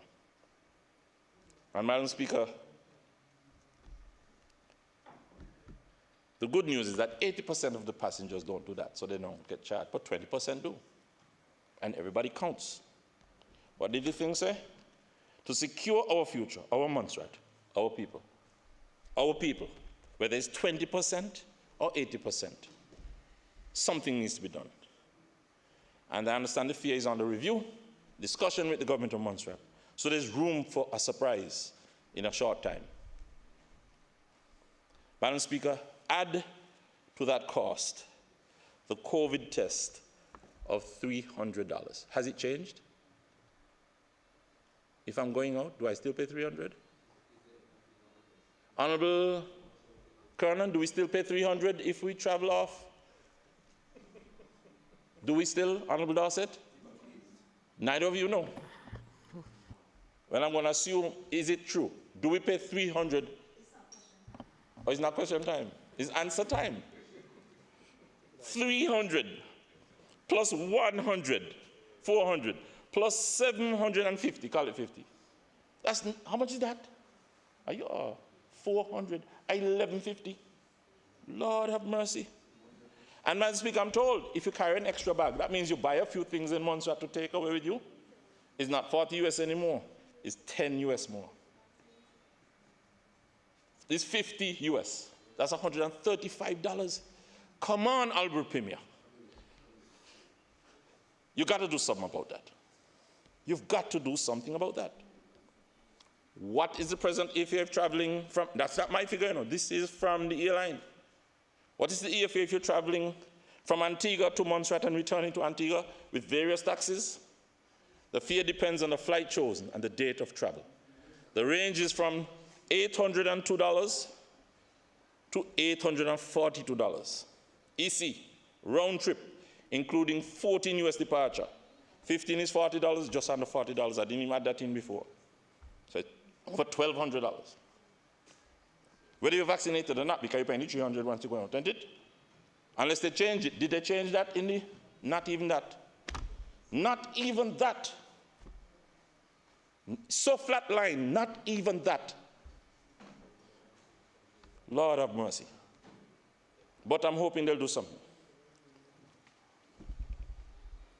Madam Speaker, I also asked them, what were the airfares for the two scenarios above during the height of the pandemic with enforced lockdowns and restrictions?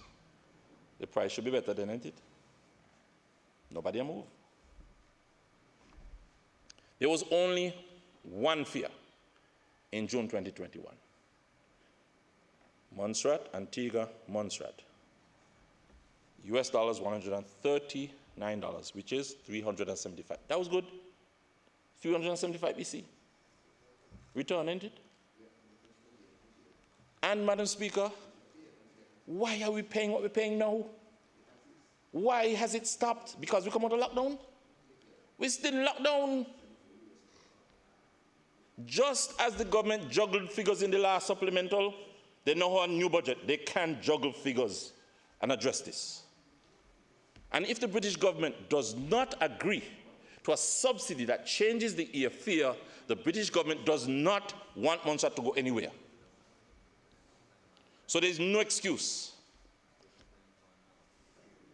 If all of us in here cannot convince the British government to make a change to that, we should resign or protest. And Madam Speaker, I'm going to use simple figures, mathematics. If prior to the ferry leaving, we were paying $500,000 a month for the ferry, which was 95% of the access budget, you know, $500,000 a month. The airlines got 5%. If you get rid of the ferry, where you paid $300 and you can carry many bags as you want, go to Antigua and sat there and come back and pay how much? How much you used to pay? 150? Plus all the concessions that were agreed to under our government for teams and other people to travel. Even if you're vaccinated, you're going to have to pay a ton load of money to go anywhere. So this is not just for the unvaccinated. It's for everybody. Madam Speaker, you mean to say that we couldn't convince the British government to give up half of the $500,000 a month? $250,000, half of it, to make sure that travel is affordable, to reduce the COVID tests, which should have been reduced anyway. Can't we negotiate that? So, Madam Speaker, I'm not coming in here with any fancy budget presentation. I'm making some very straightforward, simple points. Don't ask for blood from stone. I'm asking for little fractures of stone from stone. The more difficult things will take time. Madam Speaker, I'm coming to a close. So I'm joining with Albert Hogan in making a few suggestions. Madam Speaker, I'm happy to hear that they're continuing to extend the CIPREG, as was mentioned in the budget speech. It is certainly a way to open room for the long term. Self-sustaining growth, development and repopulation through the improved digital access that's afforded in the CIPREG.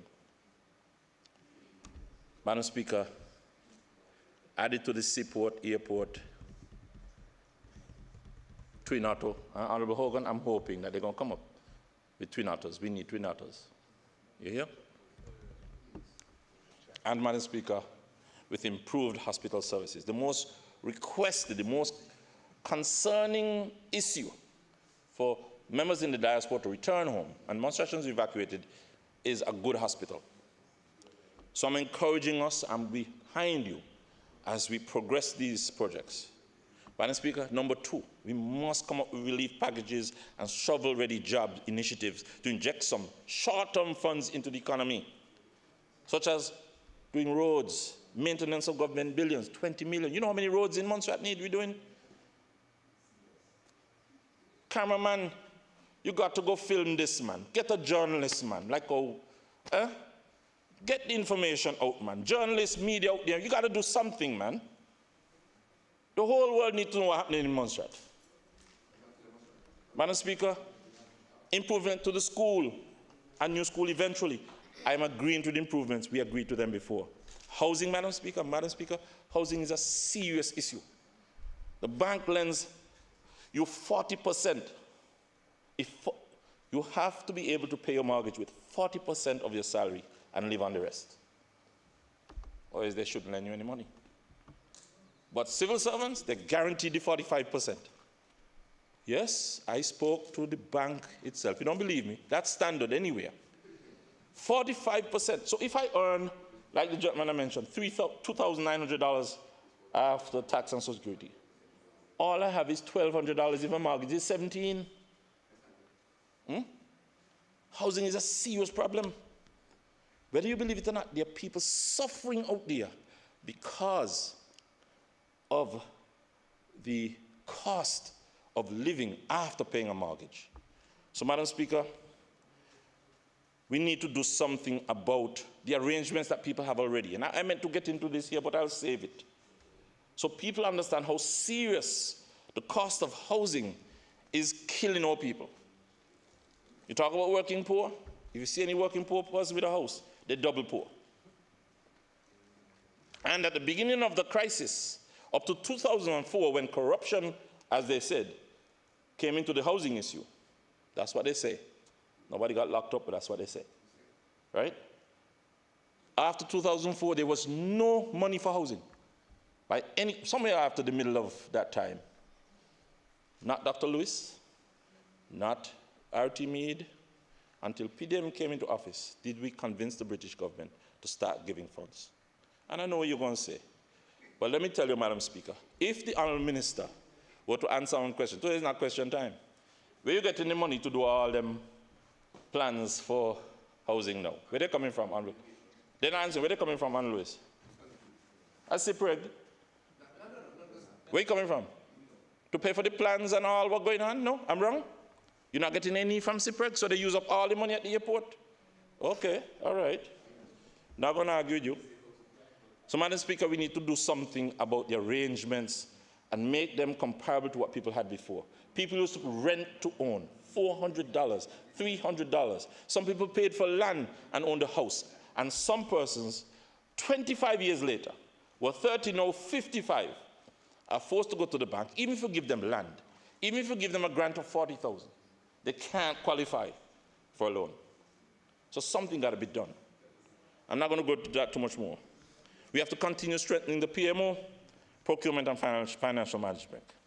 Madam Speaker, and I'm rounding up. Reaching to the UN to facilitate creating a decolonization and development office on Montserrat. Let the UN put an office in place on Montserrat, which will help us work with the United Kingdom to build a plan that will build our economy and help us finally work through the solution to our ongoing status as non-self-governing territory. Why not set an office? I made a request, Honorable Premier, trust me. You bring them here, you see the change. Involve them, Madam Speaker. Madam Speaker, passing a charter of good governance as a resolution, setting the framework for the development program. These are not so hard to do. Madam Speaker, they should be integrated with the SDP and the physical development plan. Madam Speaker, negotiating a development partnership MOU with the UK, acting through FCDO, and facilitated through the UN office and the PMO on Montserrat. Madam Speaker, consulting with the UN on the development of the new SDP and the physical development plan. Consulting with the UN about our yearly negotiations over budget. Consult them. Involve them. And you're going to see the difference. Nobody outside of the world, in the outside world, would ever believe that a territory so small that is British, full of British nationals, to the fifth richest country in the world are going through what we're going through. So, Madam Speaker, I'm ending right here. I'm asking the government to do a few simple things in the next few weeks. 3/4 finished plywood has gone from 2 finished ply, cedar, from $259 to $291. You can't buy the cheap one anymore. Too much worms in them. 3/4 plywood from $130 to $222. Steel for half-inch ton, $3,240 to $4,300. The mathematician on the other side, I know he's working out the percentage increase already. Cement pallet, not such a great increase, but an increase anyway. $875 to $900. That's a $125 increase. And cement, that's, cement is basic. Rice, flour, cooking oil. Cooking oil, I was told, nearly doubled in its price in the past year or so. Premium, regular gas, I don't want to quote it, I didn't get it today. Gone up. It was 19 the other day, gone up still. I'm asking the government, who says they run the country, the government and DFID don't run you, to just do something about these few things I put on the table. Do something about the duty charges. Do something about the $300 charge. Do something about the $10 isolation once you can prove that scientifically it should be. If you can't, keep it there. Don't change it. Madam Speaker, do something about the cost of petrol. Madam Speaker, the cost of food, the cost of travel, while we work on the second step.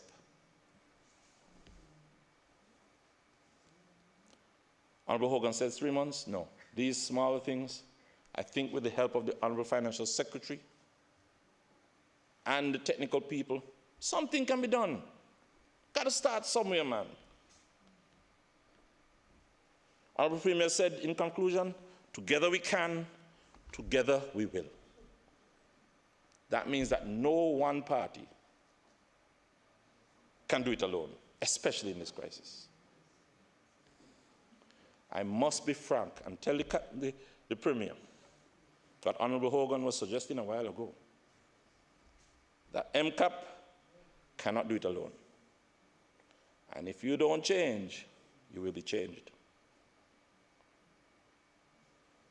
MCAP, wake up and change, is my call to you. And lastly, Madam Speaker, I learned a week ago that another word for honorable is righteous. Isn't that interesting? So let us commit to rightness. Righteousness sounds a little too religious. To rightness. For rightness exalts a nation. If we treat one another right in this house, if we treat both national and non-national right, if we treat white, black, white, rich, poor, male and female, young and old right, if we stand up together for what is right, Her Majesty's government will be compelled to do what is right by us. And I see the Honorable Deputy Speaker shaking her head. We can speak it into existence. I'm saying that. If we do that, it says righteousness exalt a nation. And wherever it must come from, it will come from. And since it's due from there, it will come from there. Madam Speaker, those in the audience here or listening on radio, our Honorable Premier, Honorable Members, government and opposition, despite the challenges before us, together with God, we can. Together with God, we will. Thank you, Madam Speaker. Thank you, Honorable Romeo. Madam Speaker.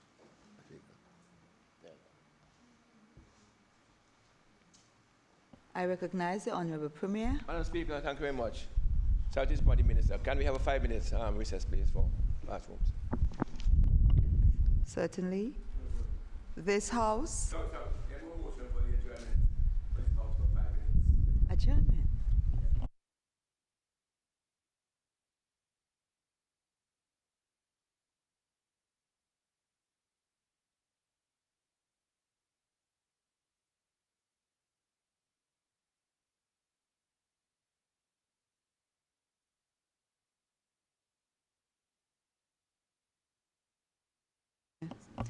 This House will rise for 5 minutes.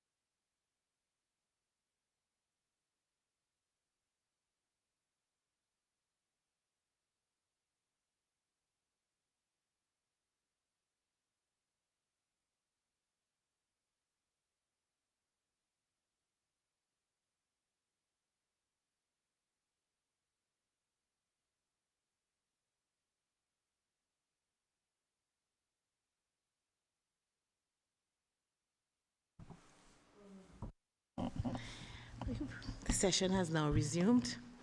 I recognize the Honorable Leader of the Opposition.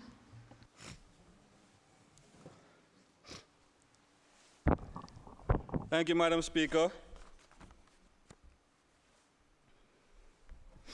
Madam Speaker, we have heard the Honorable David Osborne. We have heard the Honorable Claude Hogan.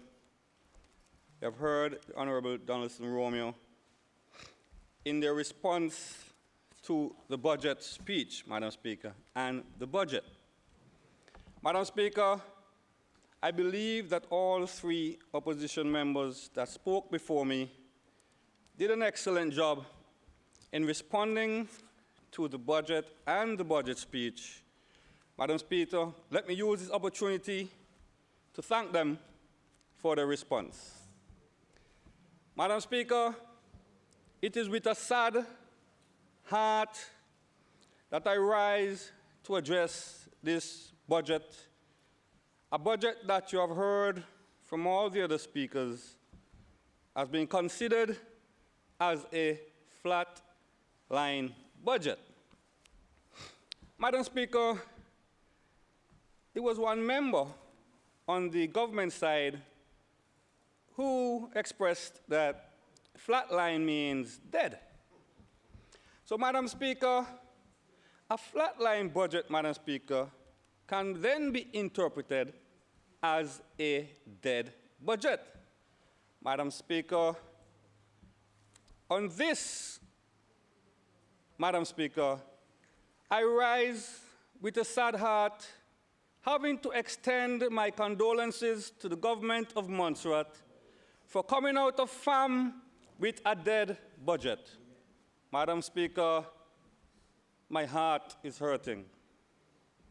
Madam Speaker, every government around the world is experiencing the negative economic fallouts brought on by COVID-19 and more recently by the Russia-Ukraine conflict.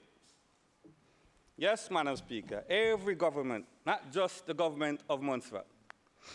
The true test of a government is how well it responds to difficult challenges, how well the leader can adjust through creative thinking and take the appropriate actions to meet the needs of his country, his people who are adversely affected.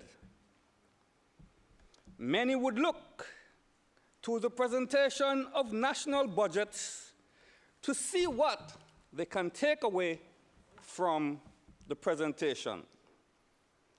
Madam Speaker, they would look to see or hear what is in it for the people. Was any initiative mentioned that will have significant impact in driving the private sector? Yes, this is what people tend to listen to the budget for. Was any relief mentioned for people adversely affected by economic shocks as a result of high inflation, as high as 7.4% in the UK, perhaps higher here in Montserrat, high oil prices, high food prices, higher costs of imported goods, higher freight, and eventually higher custom duties? Madam Speaker, people are feeling the painful cost of living squeeze. Yes, Madam Speaker. And unfortunately, Madam Speaker, from the budget speech, there was no offering of relief. Madam Speaker, is there any opportunities in the budget for new sustainable jobs? Madam Speaker, we must bear in mind that to save Social Security, it takes 900 plus new jobs with salary levels of at least 4,000, Madam Speaker. Madam Speaker, we know we cannot create 900 plus jobs at salary levels of 4,000 overnight. Madam Speaker, persons listen, Madam Speaker, to hear what are the jobs in constructions to look forward to. What is the plan to rekindle some life into tourism other than opening the borders, which is welcome, of course? What are the incentives to encourage investments? I did not hear any, Madam Speaker. I did not hear any incentives to encourage investments. Investments that is needed to drive the economy, to drive the private sector. Madam Speaker, as I said again, my heart is saddened. And Madam Speaker, it is much sadness that I stand here to address this flatline budget. Was any salary increase mentioned? I heard several speakers before hinted at salary increase and even gave justification as to why a salary increase, Madam Speaker, would be justified. Was any cost of living adjustment mentioned?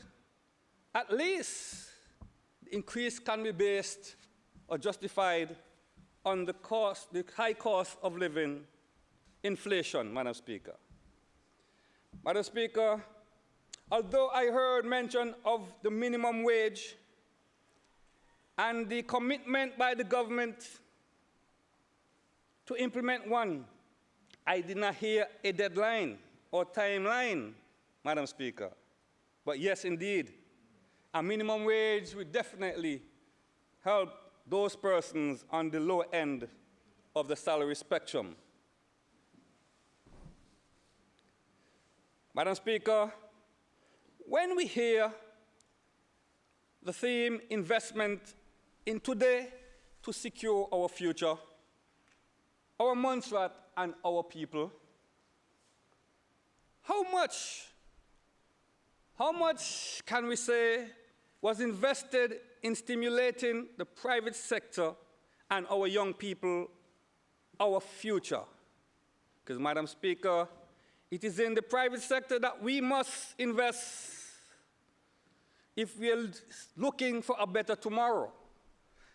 As you see, if we are looking to the public sector, for the last 2 years, what we have coming to this Parliament is a flatline budget, or as described by many speakers before, a dead budget. Our people are losing hope, Madam Speaker, because it's not all of them have faith like Job, Madam Speaker. So our people are losing hope, and some has left, and others will left to seek what appear to be greener pastures. But, Madam Speaker, with our population dropping and dropping rapidly, this is not a good sign. It's not a good sign for any of us. It's not a good sign for the country, Madam Speaker. And we must do everything in our power to come up with a population growth strategy, Madam Speaker. Incentives, whatever incentives it takes, Madam Speaker, to maintain those who we have, retain who we have, and to attract others, Madam Speaker. A tough job, indeed, it is. But nevertheless, we cannot throw our hands up in the air and just give up. Madam Speaker, our social security safety net is in serious danger of pensioners not getting a pension because as the population drops, the workforce gets smaller, and with difficulty in finding jobs and creating new jobs, it means less contributors to the fund. So, Madam Speaker, I hope that we all pray for a solution sooner than later. On page 10 of the budget speech, it was the Honorable Premier who admitted the people of Montserrat will face a difficult year. Inflation, he said, is already here, and he's correct. And he went on to say, inflation is expected to continue throughout 2022 unless something dramatically shifts in the geopolitical climate.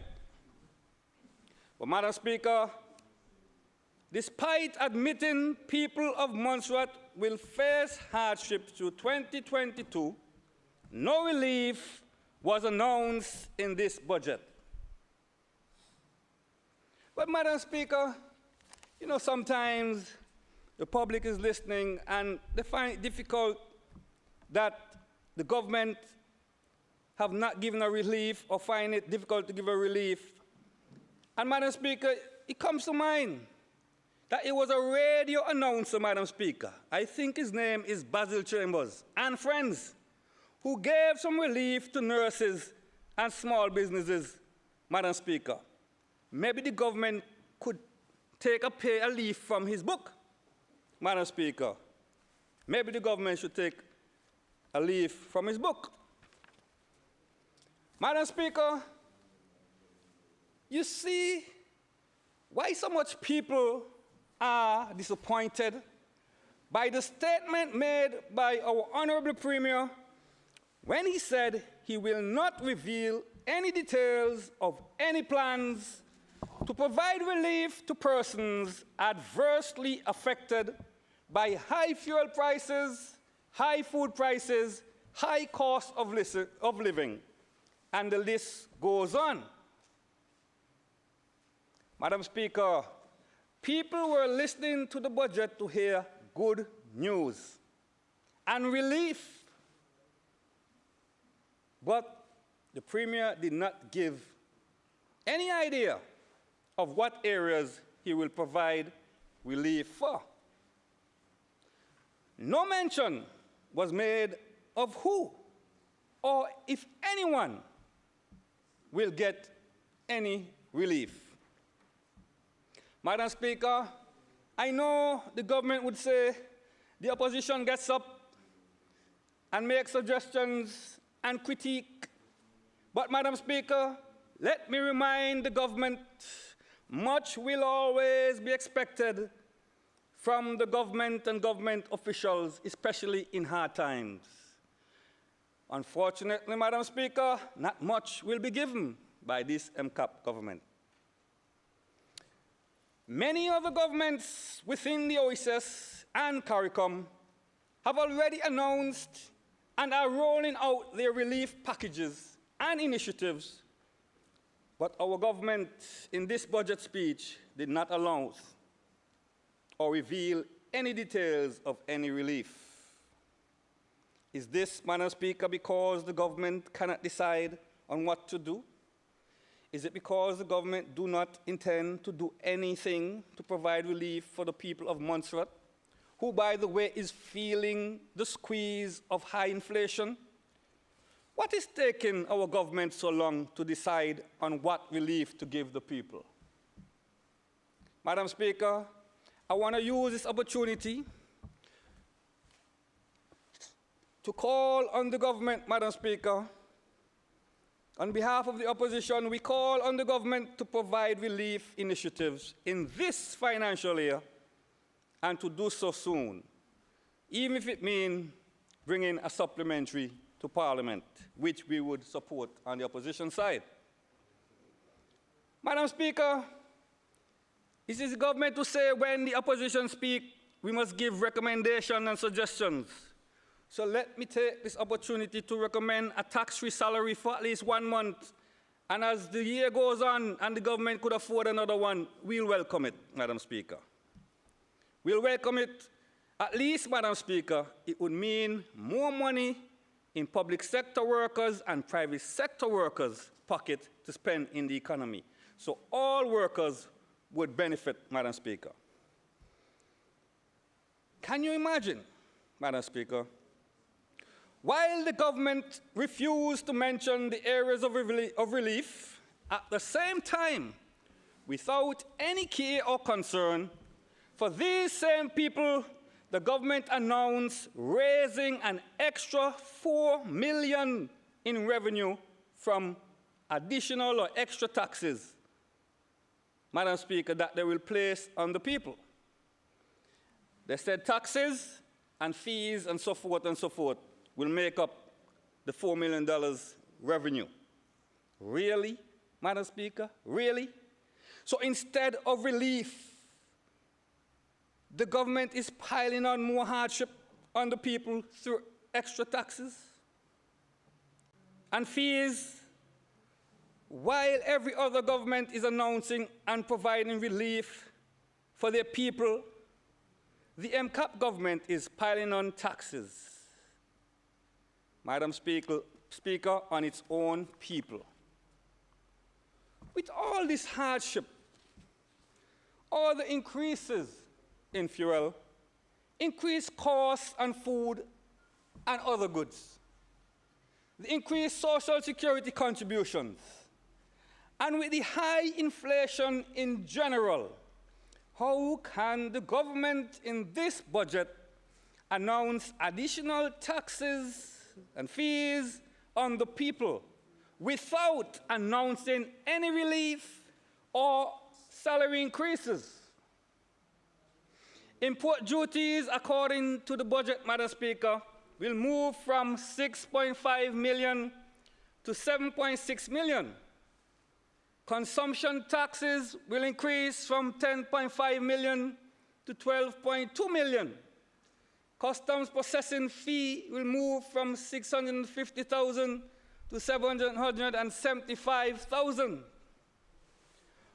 When the Premier said, the people of Montserrat will face a difficult year, when he said inflation is already here and will continue through 2022, is this part of what he is talking about?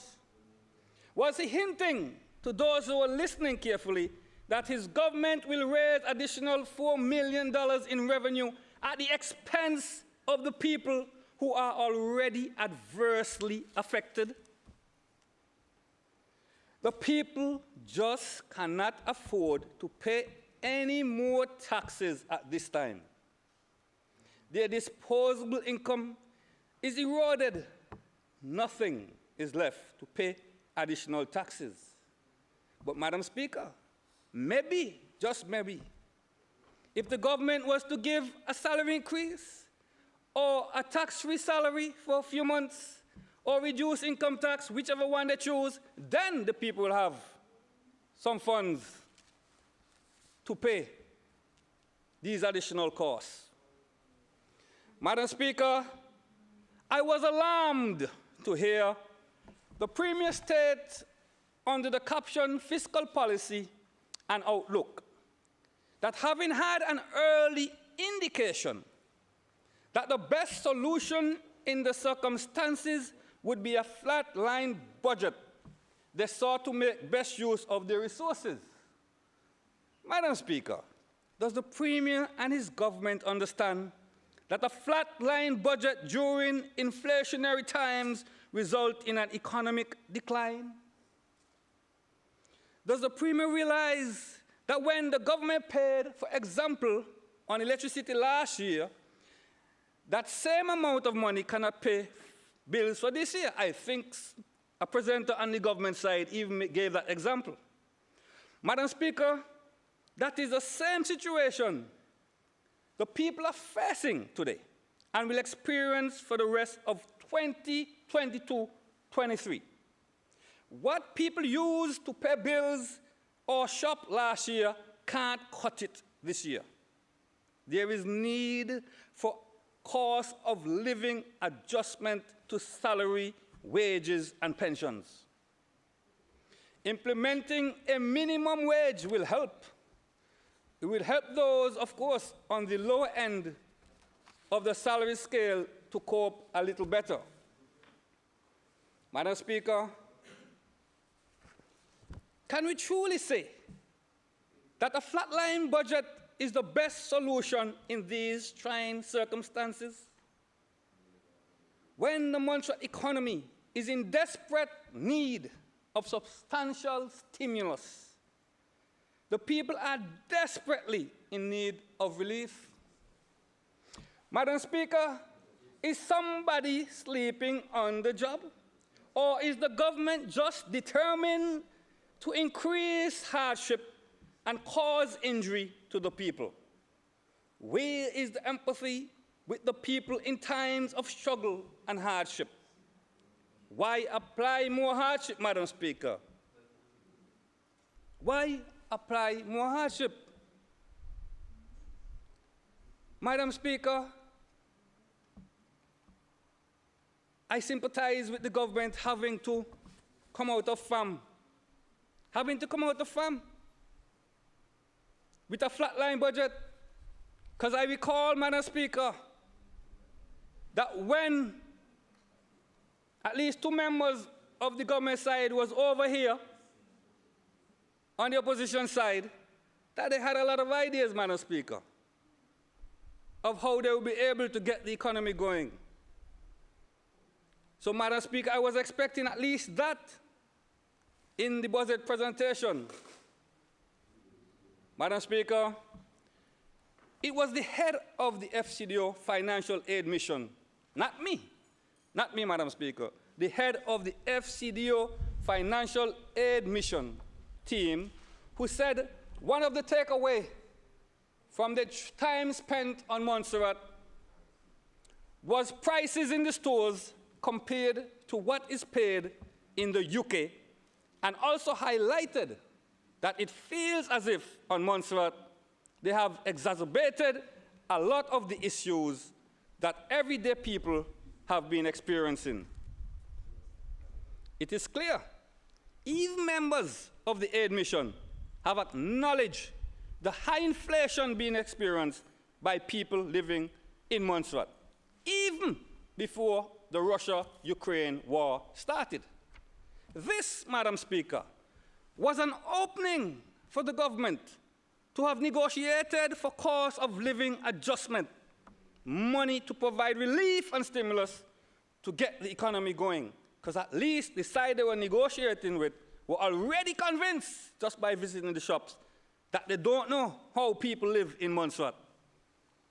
They were already convinced, making it easier for our government to convince them. But, Madam Speaker, the government did not use the opportunity to negotiate and make a case for the people. Or if they did, they would have failed. The government instead appeared to have dropped the ball and is now applying more taxes on the people. Madam Speaker, despite acknowledgement by both the government and the farm team of high inflation experienced by the people of Montserrat, no stimulus coming out of that negotiation, no stimulus is offered in the budget to get the private sector going. How can this budget be considered by the government as a best solution in the circumstances? It is not. It is not, Madam Speaker. Every other government in the OECS presented an increase in their budget and used it to increase to provide much needed stimulus. In other cases, some governments provided incentives for investments and are busy rolling out relief packages for their people. Yes, Madam Speaker,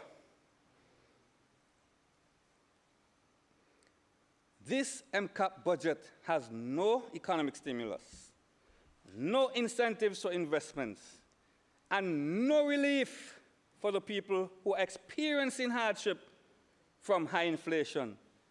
This MCAP budget is a hardship budget. And as one of the members on the government side said, this MCAP budget is a dead budget. My condolences to the government. Access, Madam Speaker. Madam Speaker, e-access remains a nightmare problem for Montserrat. A round-trip ticket from New York to Antigua, a 4-hour trip each way, costs an average of US $400 $120, or is C, $1,200. Bear in mind, Madam Speaker, Montserrat cannot accommodate direct flights from America and UK and rely on 9-seaters from Antigua. The round trip between Montserrat and Antigua without subsidy is closer to $900 and sometimes over, depending on when you book, on a 9-seater, 20 minutes flight each way. Madam Speaker, whenever the government applies subsidy, it's a little less, maybe $300 less, Madam Speaker. But there are times that the government do not apply the subsidy, especially in peak periods. Before the government stopped the operation of the ferry, Madam Speaker, I know the ferry is their favorite topic, there was the option to pay $300. And if you don't believe me, ask the Honorable Minister Cranston Buffon. $300. I used to pay him when I'm going on the ferry for a round trip between Antigua and Montserrat. So I know he knows the figure, Madam Speaker, so they can't fool him. Madam Speaker, even though the government subsidy, when applied on the plane, bring the cost to $620, the government do not apply the subsidy at peak periods, and the full $900 plus is paid to fly. Oh, Honorable Cranston Buffon, how do we miss the ferry? The Premier stated his government is committed to an access strategy that secures a strategic and value-adding connection to the world through a rapid recovery path with a higher capacity transportation mode to United Service. A lot of words, Madam Speaker. What is the Premier referring to? I am not aware of any tendering or market engagement for a Twin Otter service. Mr. Premier, maybe you should enlighten my darkness. The Premier needs to explain this. Where is the Twin Otter services he is referring to? Why does opening an alternative gateway via St. Martin only considered as a contingency access arrangement to Montserrat? This should not just be a contingency access arrangement. This should be an additional gateway with an established route. What is the timeline for this, Mr. Premier? How much money is budgeted for the activities necessary to make this a reality? If no money is budgeted for this, then it's empty words and empty promises, more empty promises. The government said it's waiting for travel demand to Montserrat to increase before introducing what the government referred to as a value-driven passenger ferry service, whatever that means. But while the government is waiting for travel demand to increase, the traveling public is complaining of how expensive it is to travel to Montserrat. This additional travel expense by air is a deterrent and turn-off to traveling to Montserrat. Reintroducing the ferry service with the guarantee of the $300 round trip will then be an incentive to travel to Montserrat, as this will be a savings of $600+. In addition, the passengers can travel to Montserrat the same evening after landing in Antigua instead of overnighting if they miss their flight.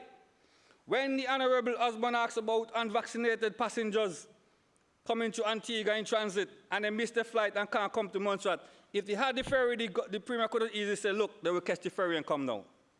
But without the ferry now, the Premier did not have an answer. Madam Speaker, in 2019, Montserrat had 20,000 visitors. And if we were able, through the ferry, to reduce the cost of travel to Antigua to Montserrat, then we'll have a window to apply a small, Madam Speaker, reasonable tourist fee on our traveling public, on our tourists. Those that come by boat, those that come by ferry, those that come by the yachts. Madam Speaker, that would have provided alternative ways of raising revenue for the government without having to place that additional burden on the people who are living here. So you see, Madam Speaker, the ferry had many benefits. Madam Speaker, I don't think that there will be any ferry service anytime soon. At least it doesn't sound like the government will be bringing back any ferry service anytime soon. Madam Speaker, you heard the Honorable Claude Hogan address the port project, the port development. Madam Speaker, when the news release came out and it spoke to 130 meters berth pier, I was taken back when I read the part that speak of a 75 meters breakwater. Madam Speaker, this 75 is less than 130. So if the breakwater is less than the pier, then it seems like this is a partial breakwater. And it will be difficult with this design to achieve the main purpose of the port development in the first place. The main purpose of the port development in the first place was to create a sheltered harbor. To create a sheltered harbor that provides shelter in times when seas are rough, so that the ships can come in the sheltered harbor and dock, and they will be able to land their goods and go. But, Madam Speaker, it seems that with this design of a 75 meters versus a 175 meters breakwater versus 100 meters and 30 meters berth or pier, it seems that the ships will still not be able to dock during rough seas. No shelter for local boats, no shelter for the police launch, the yachts. And the people of Montserrat will continue to pay additional costs placed on goods because the additional costs on goods to Montserrat was placed on these goods to cover downtime. Madam Speaker, I guess it is left to another government to extend the breakwater. Maybe the government is thinking that PDM initiated the port development and they prefer to leave it for PDM to complete. So maybe PDM will have to extend the breakwater so we can get a sheltered harbor. Madam Speaker, there was no mention of the status of sports policy, which is in draft stage, Madam Speaker, for several years. Madam Speaker, we have asked several questions in this House about the status of the sports policy, but it continues to be in draft stage, Madam Speaker. Madam Speaker, at least working with government, still struggle to get no pay leave, Madam Speaker, to train and participate in regional international events. As government refused to give any significant paid time off to participate in these events, although they're representing Montserrat and flying the Montserrat flag. In other countries, Madam Speaker, they are so proud of the athletes representing their country that they give them the necessary time or paid time off. Only in Montserrat, Madam Speaker. But, Madam Speaker, despite the limited support, Madam Speaker, despite not having a friendly policy, sports policy, I want to commend, Madam Speaker, all the cricket associations, sports associations. I want to congratulate, Madam Speaker, these associations are continuing to fight and to try, even with limited assistance. So let me congratulate the president of the Cricket Association, Gregory Luck, and his cricket team, and his association and the cricketers going to play cricket in the UK. And I understand, Madam Speaker, in this case, the government assisted with some funding, and that is good. I congratulate them for that as well. Madam Speaker, let me congratulate Dwayne Hickson for trying hard by himself with a golf course. Let me congratulate the president of the Basketball Association, Gilmore Papchor Williams, and his association for continuing to work hard despite. Let me congratulate the president of the Motorsports, John Wade, and his association for continuing to fight and convincing the government to continue the racetrack, Madam Speaker.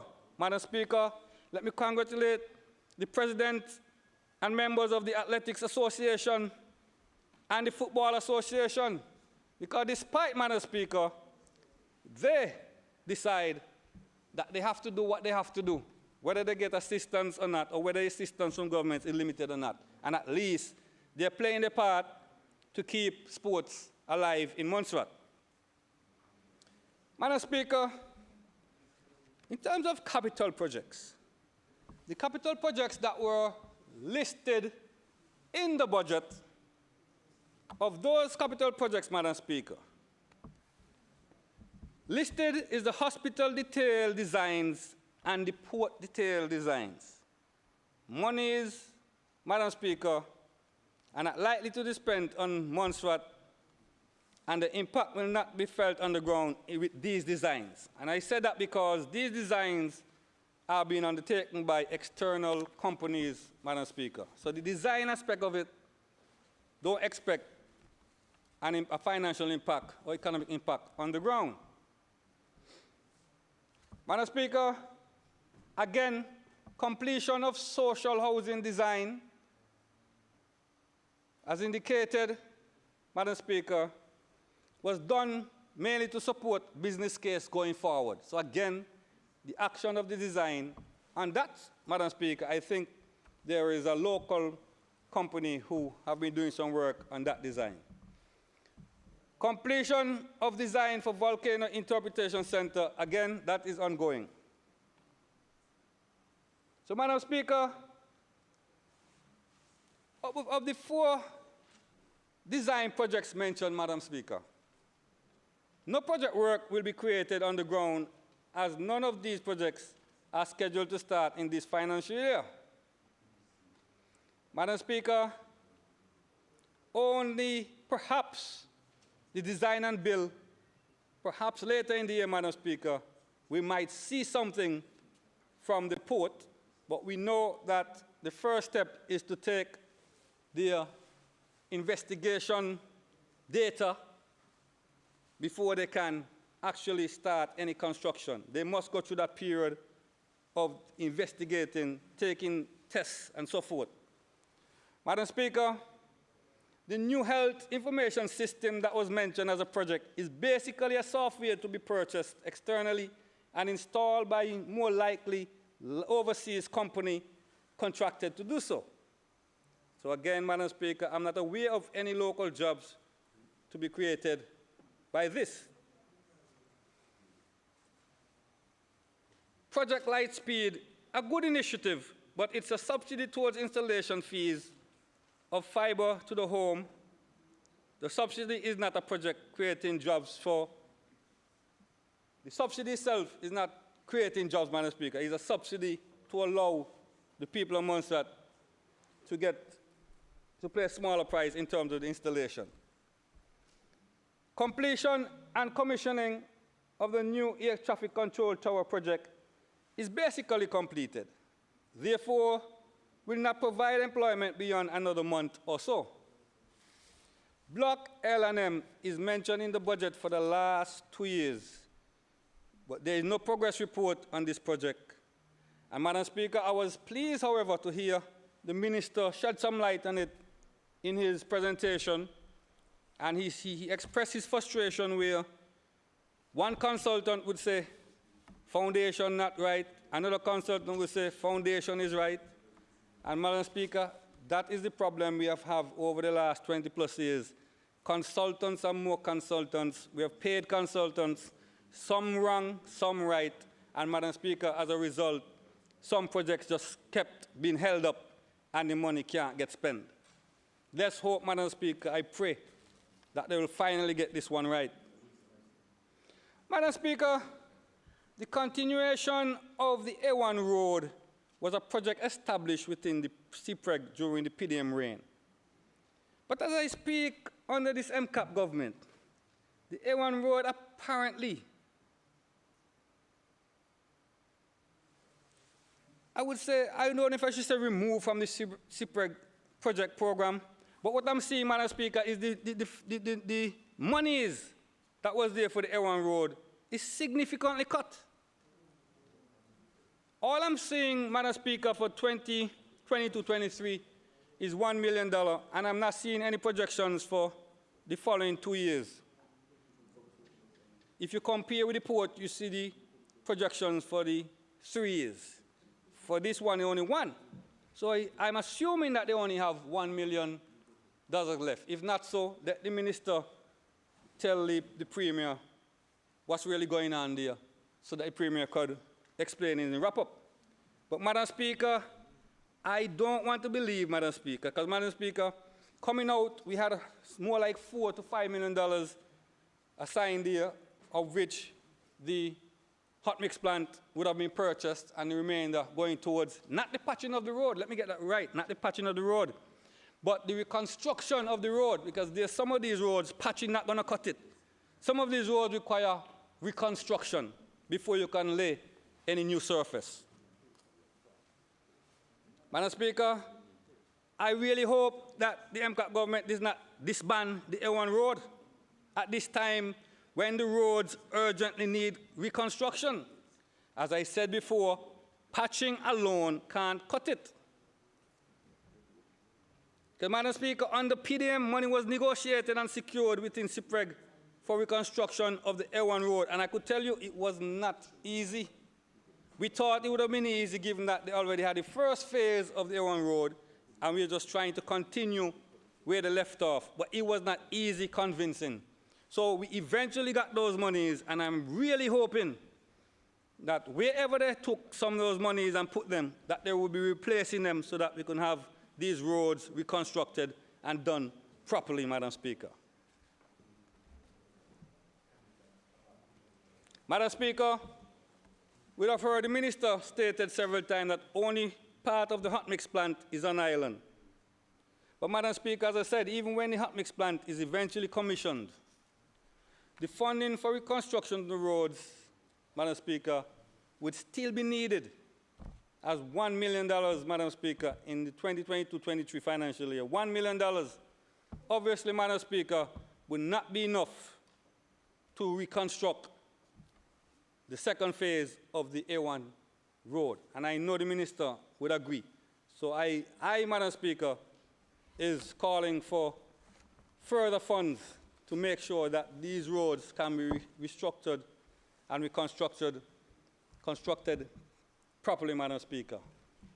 Madam Speaker, I am asking the government, please do not sabotage the A1 road project, please. The Premier said he is pleased to announce the work has already begun on the development of the next transformational business case for UK investment. What are these transformational projects, Mr. Premier? What are these transformational projects you're referring to? As you neglect to list them, so I'm not aware of what they are. I don't know if anyone else in here know what they are, Madam Speaker. But if they're worth mentioning, then why is the government refusing to inform the people of the list of transformational projects the government claim that they are developing? What are these projects that will build on the capabilities and outcome of CPREG 1 and seek to turbocharge economic stimulus and growth? What are they? What are these projects? Honorable Romer, do you know what the projects are? Honorable Hogan, do you know what these projects are? As a matter of fact, Honorable Sammy Joseph, do you even know what the project the Premier is talking about?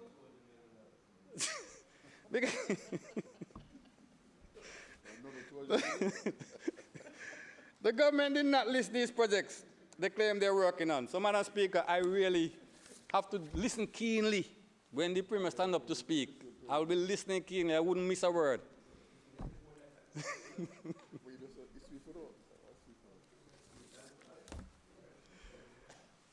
Pensions and gratuities. Madam Speaker, I want to congratulate the government because I see they put 14,077,000 for benefits, pension benefits, Madam Speaker.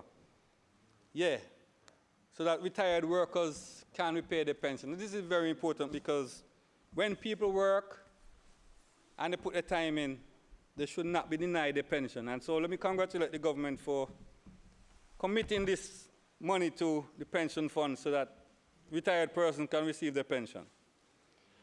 However, Madam Speaker, there are some pension issues that need sorting, and it seems like they're now rising now that some persons are trying to take retirement, Madam Speaker. As some typos I thought that was long resolved, now appearing to have not been resolved, Madam Speaker. I guess we'll talk about that some other time. But Madam Speaker, as I mentioned before, pensioners have not received a cost of living adjustment for more than 10 years and would welcome a cost of living adjustment given the recent inflation and hardship. That is no fault of theirs, Madam Speaker. So I really, Madam Speaker, would join the government in making this case to the British government. I'll support them once they're making this case to the British government, Madam Speaker. Social Security pension, Madam Speaker.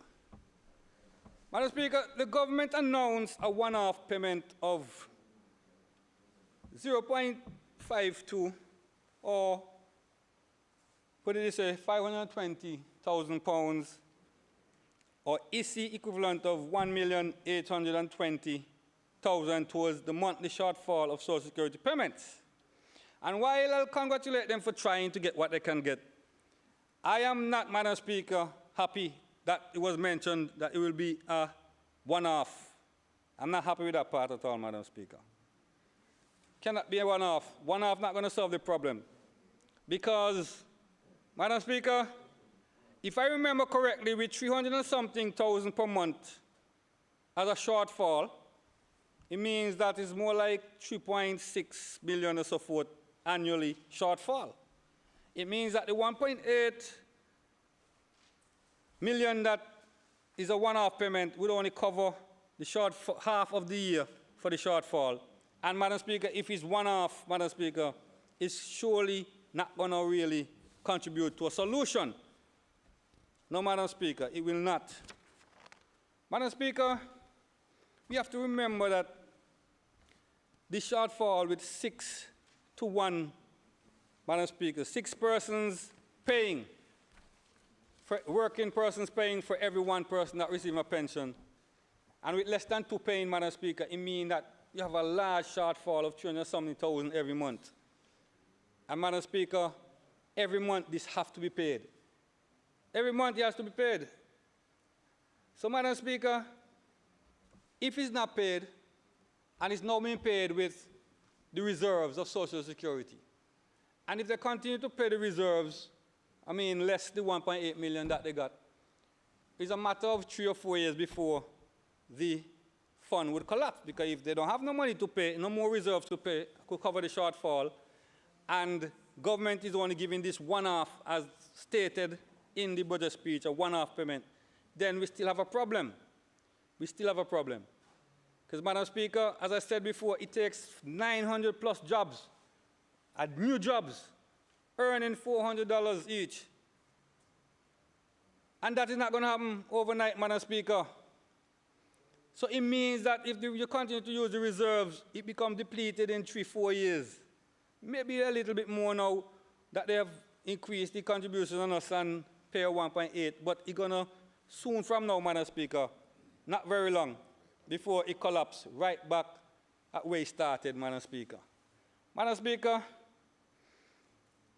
I don't understand why government is giving a one-off payment, because that's not the deal, Madam Speaker. That cannot be the deal, because remember the government, Madam Speaker, came here And in this very house, it passed the Social Security Act. That means that the workers have no choice and the employers have no choice. The workers will now have to pay every month, and the employers will have to pay every month, an increase in contributions every month from now on, and while they're working, as long as they're working. So how come the government now don't want to keep up the end of the bargain? How the government want to pay a one-off payment? No, man, that's not fair.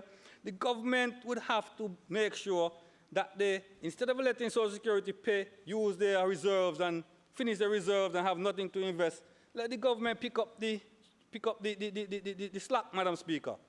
The government need to pick up the slack. Just like how they make workers and employers pay every single month from now on. They have to pay every single month too, to pick up the slack. And while they're doing that, if they don't want to continue to do it forever, then they need, Madam Speaker, to make sure that they create new jobs in the private sector, Madam Speaker, so we could have more contributors paying. Right, Honorable Hogan? Right, Dunstan Romeo? Honorable Dunstan Romeo? Right, Mr. Premier? Yes, thank you for saying yes, Mr. Premier. Thank you for agreeing with me. Yes.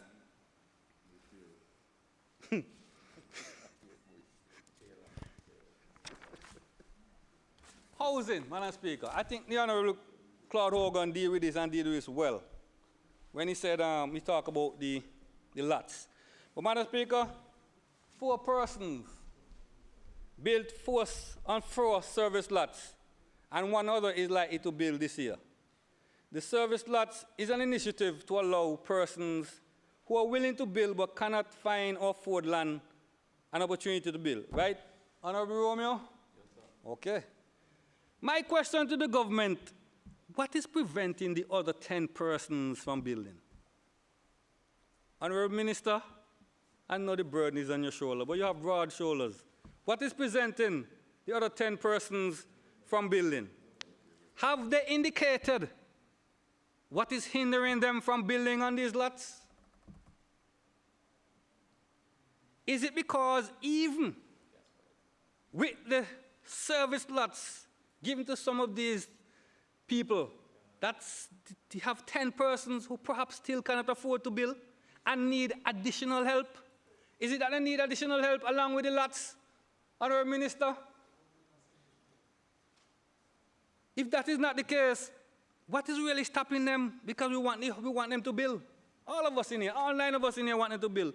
But I need to understand what is stopping these 10 persons from being able to build after they get the lots. I want to know if the cost, what you said, Honorable Roman, the cost of steel? What you say, Honorable Hogan? Is the cost of plywood? Oh, okay. So, you see, I'm saying that it seems like even with the government reaching out with the service lots, right? By the way, even with the government, this is one area where I say was continued from a previous government and a previous government and the present government now, service lots. Because this is not new. But I really want to know why the 10 persons not able to build. Because normally, once you give somebody a lot, a service lot, and they have the money to build, they'll just build, quick to build. So there must be that they're still struggling. They still need a little bit more help. Well, that's my assumption.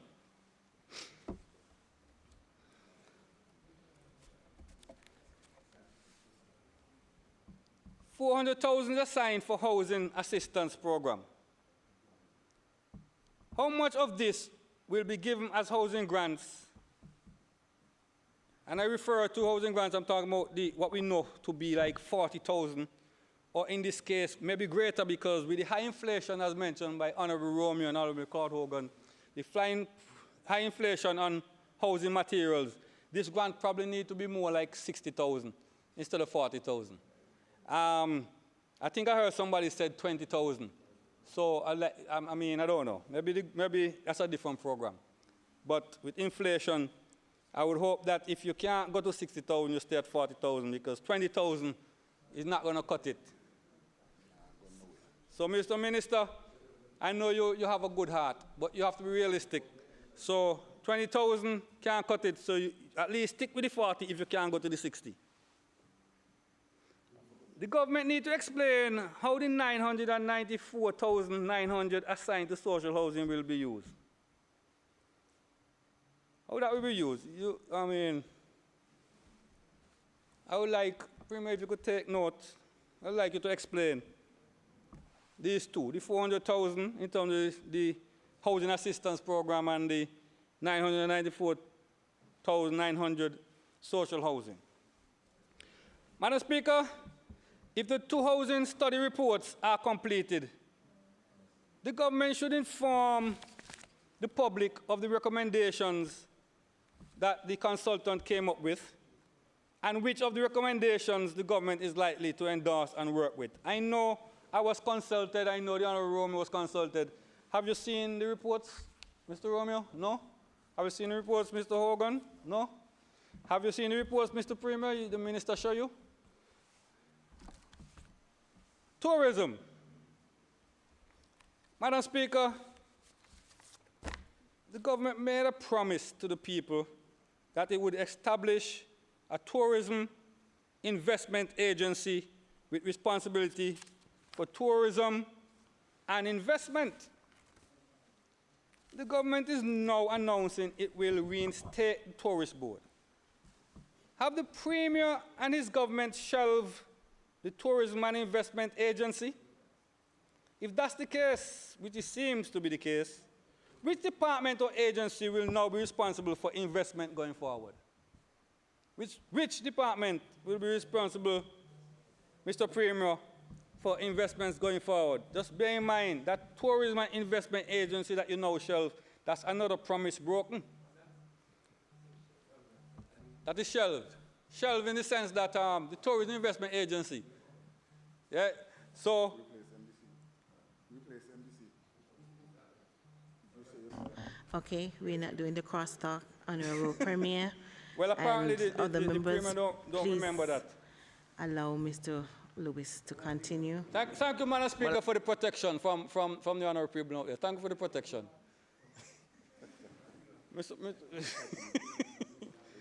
I welcome the most recent SRNO, signaling an opening of the borders to visitors.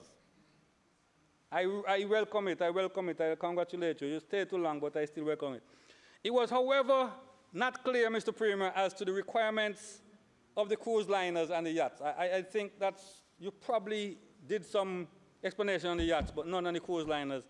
It would be helpful if the government produced clear guidelines as how the protocols and the process in dealing with these yachts and cruise liners, so we don't have any confusion or lack of understanding, and that the agents could use this written, printed guideline from the government and send to the different liners and yachts operators. So I'm really urging you to do that. You're probably in the process of doing that, so urging you to speed that up. And of course, I'm looking forward to the increased visitors numbers. Looking forward, because I believe that instead of raising revenue, Honorable Hogan, by taxing the people who live here, if you get the numbers up for tourism, you can do like other islands where they put a tourism little fee, head tax or what you want to call it, and you raise the fund off your visitors instead of putting it on the people that live here. So again, Mr. Premier, you see, between Honorable David Osborne, Honorable Claude Hogan, Honorable Donaldson Roman, and Honorable Paul Lewis, we have been giving suggestions, making suggestions. So I hope you are taking notes. Look like he's taking notes? Yeah. Okay. The lawyer said you're taking notes, so I believe him. You're not a lawyer? Attorney? Is that attorney? Madam Speaker, in times like these, when high energy costs is the hot topic, with our adversely affected energy, with our people adversely affected, energy must be given greater priority. And I'm sure the Minister of Energy will agree with that. I'm sure he will agree with that. Government should use the opportunity to encourage use of energy-efficient appliances and could and should extend duty-free concessions by reducing duty on energy-efficient appliances. Not just any appliances, energy-efficient appliances. Government should provide duty-free or reduce the duty if you can't afford to provide full duty-free on renewable apparatus used to generate renewable energy for who desire to construct or expand on their domestic renewable energy generation projects. And I sure the ones that want to do that commercially would want to also say they deserve that as well. While it is good to continue the dialogue, geothermal working groups, they are good, but they have been ongoing for many years without any success. And I am not in any way pointing the fingers at anybody here locally because, Madam Speaker, in the OECS, all the other islands in OECS who have completed exploration with geothermal are struggling to go to the next stage. They're struggling to get a geothermal plant. So that seems to be just common right around the OECS. Struggling. But, Madam Speaker, with all this fat chat and agreements and picture taking and handshaking at COP21, and the climate change related MOU signed between the UK and its OTs at JMC, it is time, Madam Speaker, for the British government and the Montserrat government to agree on British funding for geothermal generation. Stop taking picture. Stop shaking hand. Start writing MOU and signing and putting in newspaper and looking good. Put your money where your mouth is, the British. Put them there. Nonsense. Too long now. Frustrate me for 5 years and you frustrate somebody else for another 5. Nonsense. Who won't agree with that? Won't agree with that? If you're serious, British government, if you're serious, it's time, as part of the renewable energy agenda and commitment, put your money where your mouth be, or don't talk to me. If the MOU is only a publicity stunt, then the government would need to announce its alternative approach to generating electricity from geothermal energy. The high cost of fuel, Madam Speaker, high cost of cooking gas is contributing to high cost of living. The people are further adversely affected as the high cost of fuel drive up the fuel surcharges of electricity bills. Madam Speaker, it drives up shipping and duties on items. It is time for government to provide relief to the people adversely affected. So let me recommend something. For a period of time, provide vouchers to fishermen. I think Honorable Claude Hogan mentioned that. Provide vouchers to taxi drivers and bus drivers. I think Honorable Donson Roman mentioned that. So let me just, Madam Speaker, reiterate, Madam Speaker, and confirm what I said before. Somebody may have mentioned heavy equipment operators that using high volumes of diesel. Yes, they need help, they need a little subsidy. Subsidize the LPG prices. Reduce consumption tax on fuel to provide relief for everyone using fuel. For a period of time, at least, subsidize fuel surcharge of electricity costs for those most adversely affected. Rising gasoline and diesel costs is adversely affecting users of gasoline, especially those using high volumes, Madam Speaker. Gasoline and diesel. Relief for a given period is better than none at all. Madam Speaker, healthcare remain one of the top priorities for the people of Montserrat. Note, I didn't say for the government. I said for the people of Montserrat, whether you're in the opposition and the government or you're just citizens of Montserrat. Healthcare remains one of the top priorities for the people of any country. It is the desire of the people of Montserrat to receive the best healthcare services possible. As it stands, we still travel overseas for most tests and scans and are without critical equipment at our hospital or clinics, or for the matter of fact, maybe even at the private institutions offering healthcare. Having trained, qualified staff is critical to delivering healthcare. I would go as far as to say, even with equipment, there is no healthcare without the medical, technical, and support staff. So you need the equipment, you need the medical, technical, and support staff in order for you to deliver proper health care. I know it's difficult times, yes, I know. But government must make every effort to ensure the welfare and concerns of the health staff is addressed with urgency, as we cannot afford to lose staff at this time when the vacancies are going higher and the workload is increased and in some cases double, Madam Speaker. Especially, Madam Speaker, unfortunately, with the exit of our Cuban brothers and sisters. Madam Speaker, it is also worth mentioning that among countries that have more money than us, could afford more than us, there's a competition for our nurses and our doctors. So we have to at least, we may not be able to compete with them fully, but we have to try to at least fix the salaries, get them a little better so that the nurses could say, okay, I'll stay here. So that's called retention. That's called retention. Because we do not want our nurses and our doctors and other staff, support staff, to leave. So before we lose them, let's try our best to see how we can fix whatever the remuneration issues are so that we could have some people here to look after us when needed. Madam Speaker, I do hope the detailed drawings for the hospital will be completed in good time to allow the building of the hospital soonest.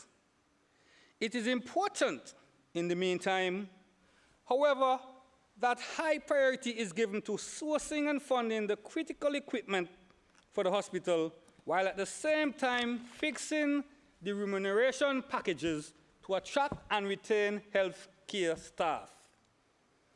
I hope government will find a way to hire our local doctors who are available and willing to provide healthcare services on Montserrat, as there is no vacancies as I speak. Human resource development.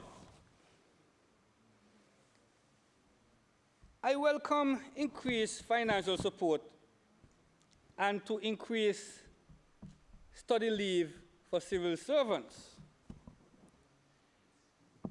Investing in our own, offering 5 scholarships and providing financial assistance for over 50 students is also not highlighted. The concern will always remain the amount of assistance students can receive. In cases where $5,000 was given initially towards the end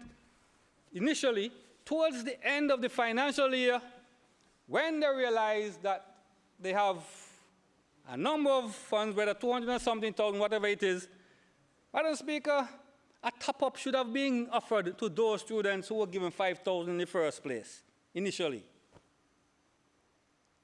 That's my opinion. Somebody might have a different opinion. The government needs to make clear its policy on qualification for assistance as have been practiced over the years, and explain why of all the students receiving financial assistance, after offering the assistance to a particular student, it was then withheld without any explanation. Madam Speaker, is this victimization? Madam Speaker, is the only student who money was withheld from? Madam Speaker, is this victimization and bullying? The public expects the public service to operate on the following principles. Good governance, if anybody know what that is or remember what that is. Transparency and accountability. Not victimization and bullying. Somebody get them words mixed up, man. You're a bully now. There have been far too many complaints of bullying in the public service. Far too many complaints of victimization in the public service. And the government must insist on resolving the serious issues in the public service. Otherwise, more civil servants will leave the service and the island out of frustration. It's time to fix the issues, be it remuneration or other wide-ranging concerns.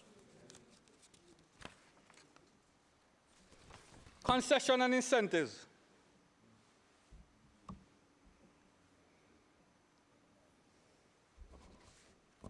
The government continue on white goods started on the PDM, duty-free television, refrigerators, and so forth. The government can continue those, but as I said, make sure they're energy-efficient appliances. Because if you're going to do that, we want to know that you're actually achieving the green and energy-efficient agenda. Concession on building materials for locals and people in the diaspora willing to build or renovate buildings on Montserrat. This will cushion the inflation on materials costs for those building and create jobs, generating income taxes and additional social security payments. Let me explain something, Mr. Premier. We presently have a return Montserrat incentive. But you see, back in the day, people will wait until when they retire to return home and then try to build. But the young people nowadays have a different strategy. While they're young and they may have 2 jobs and they're working, they want to build in Montserrat. No. While they're working in England, working in Canada, working in America, they want to build now. So what they want is for you to offer that same concession you're offering to return in Montserrat. They're not returning now. They want to invest now so that when they reach retirement age, they could come home to something. And by doing that, they're helping to stimulate the economy, creating jobs, and helping to contribute to more social security contributions. So I see no reason why the government should not extend the concessions to these people. I'm calling on the government to extend the concessions to these people. There is no agency to spearhead investment and foreign investors to create jobs. So Mr. Premier, you need to say what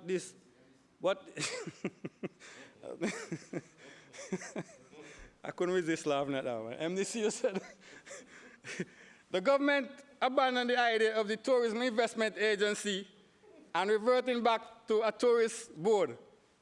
So, Mr. Premier, on a serious note though, we're a little bit confused here as to what's happening now to the investment side, the investment agency. I recognize. Which agency will know? Point of order. Sorry to interrupt, Madam Speaker. Point of order. Sorry to interrupt. Point of order, Madam Speaker. There is, Madam Speaker, the minister is actually complicating the two issues. Okay, so that's a point of clarification. So, clarification, madam.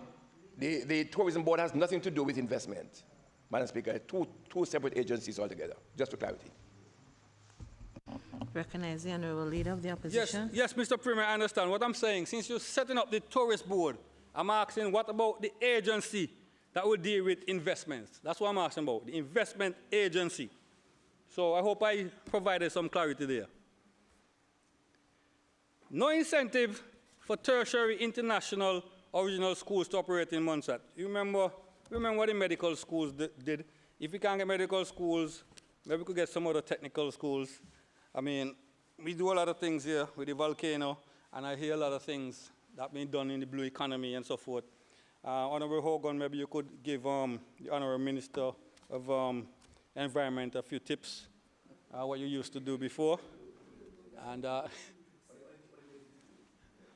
think the minister over say he no need tips, he need money. So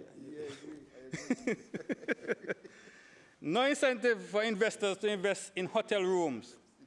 If you can get investment in tourism plants, promoting their facilities, it will increase numbers traveling to Montserrat and cannot help in some way to address our access issues. So, you see, Mr. Premier,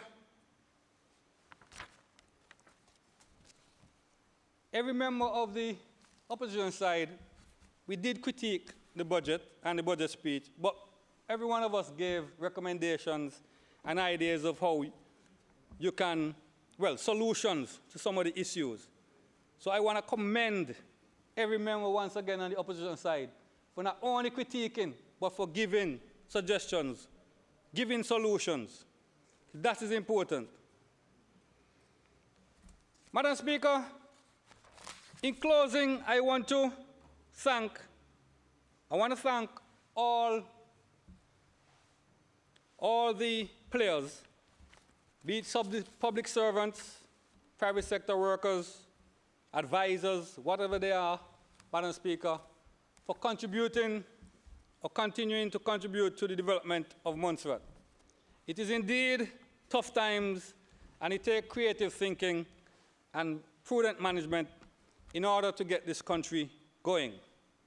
Madam Speaker, I want to really thank everyone who in any way played a role in getting this budget together so that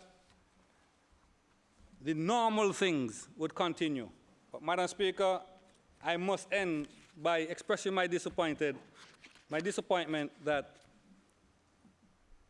we have to come here, 9 of us in this parliament, to debate a flatline or dead budget. And once again, Madam Speaker, in closing, I extend my condolences to the government on this dead budget.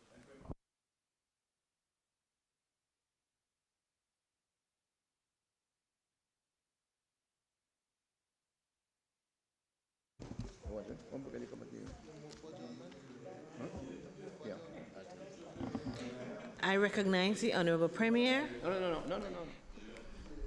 Can we have some order, please? Order, please.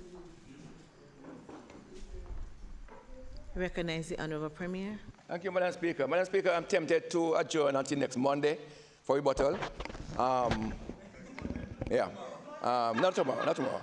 I'm tempted. Madam Speaker, I do need time. Having heard all that was said this afternoon and anonymous speakers, I do need 2 or 3 days to sum up. So I'm wondering how much time I need, Madam Speaker.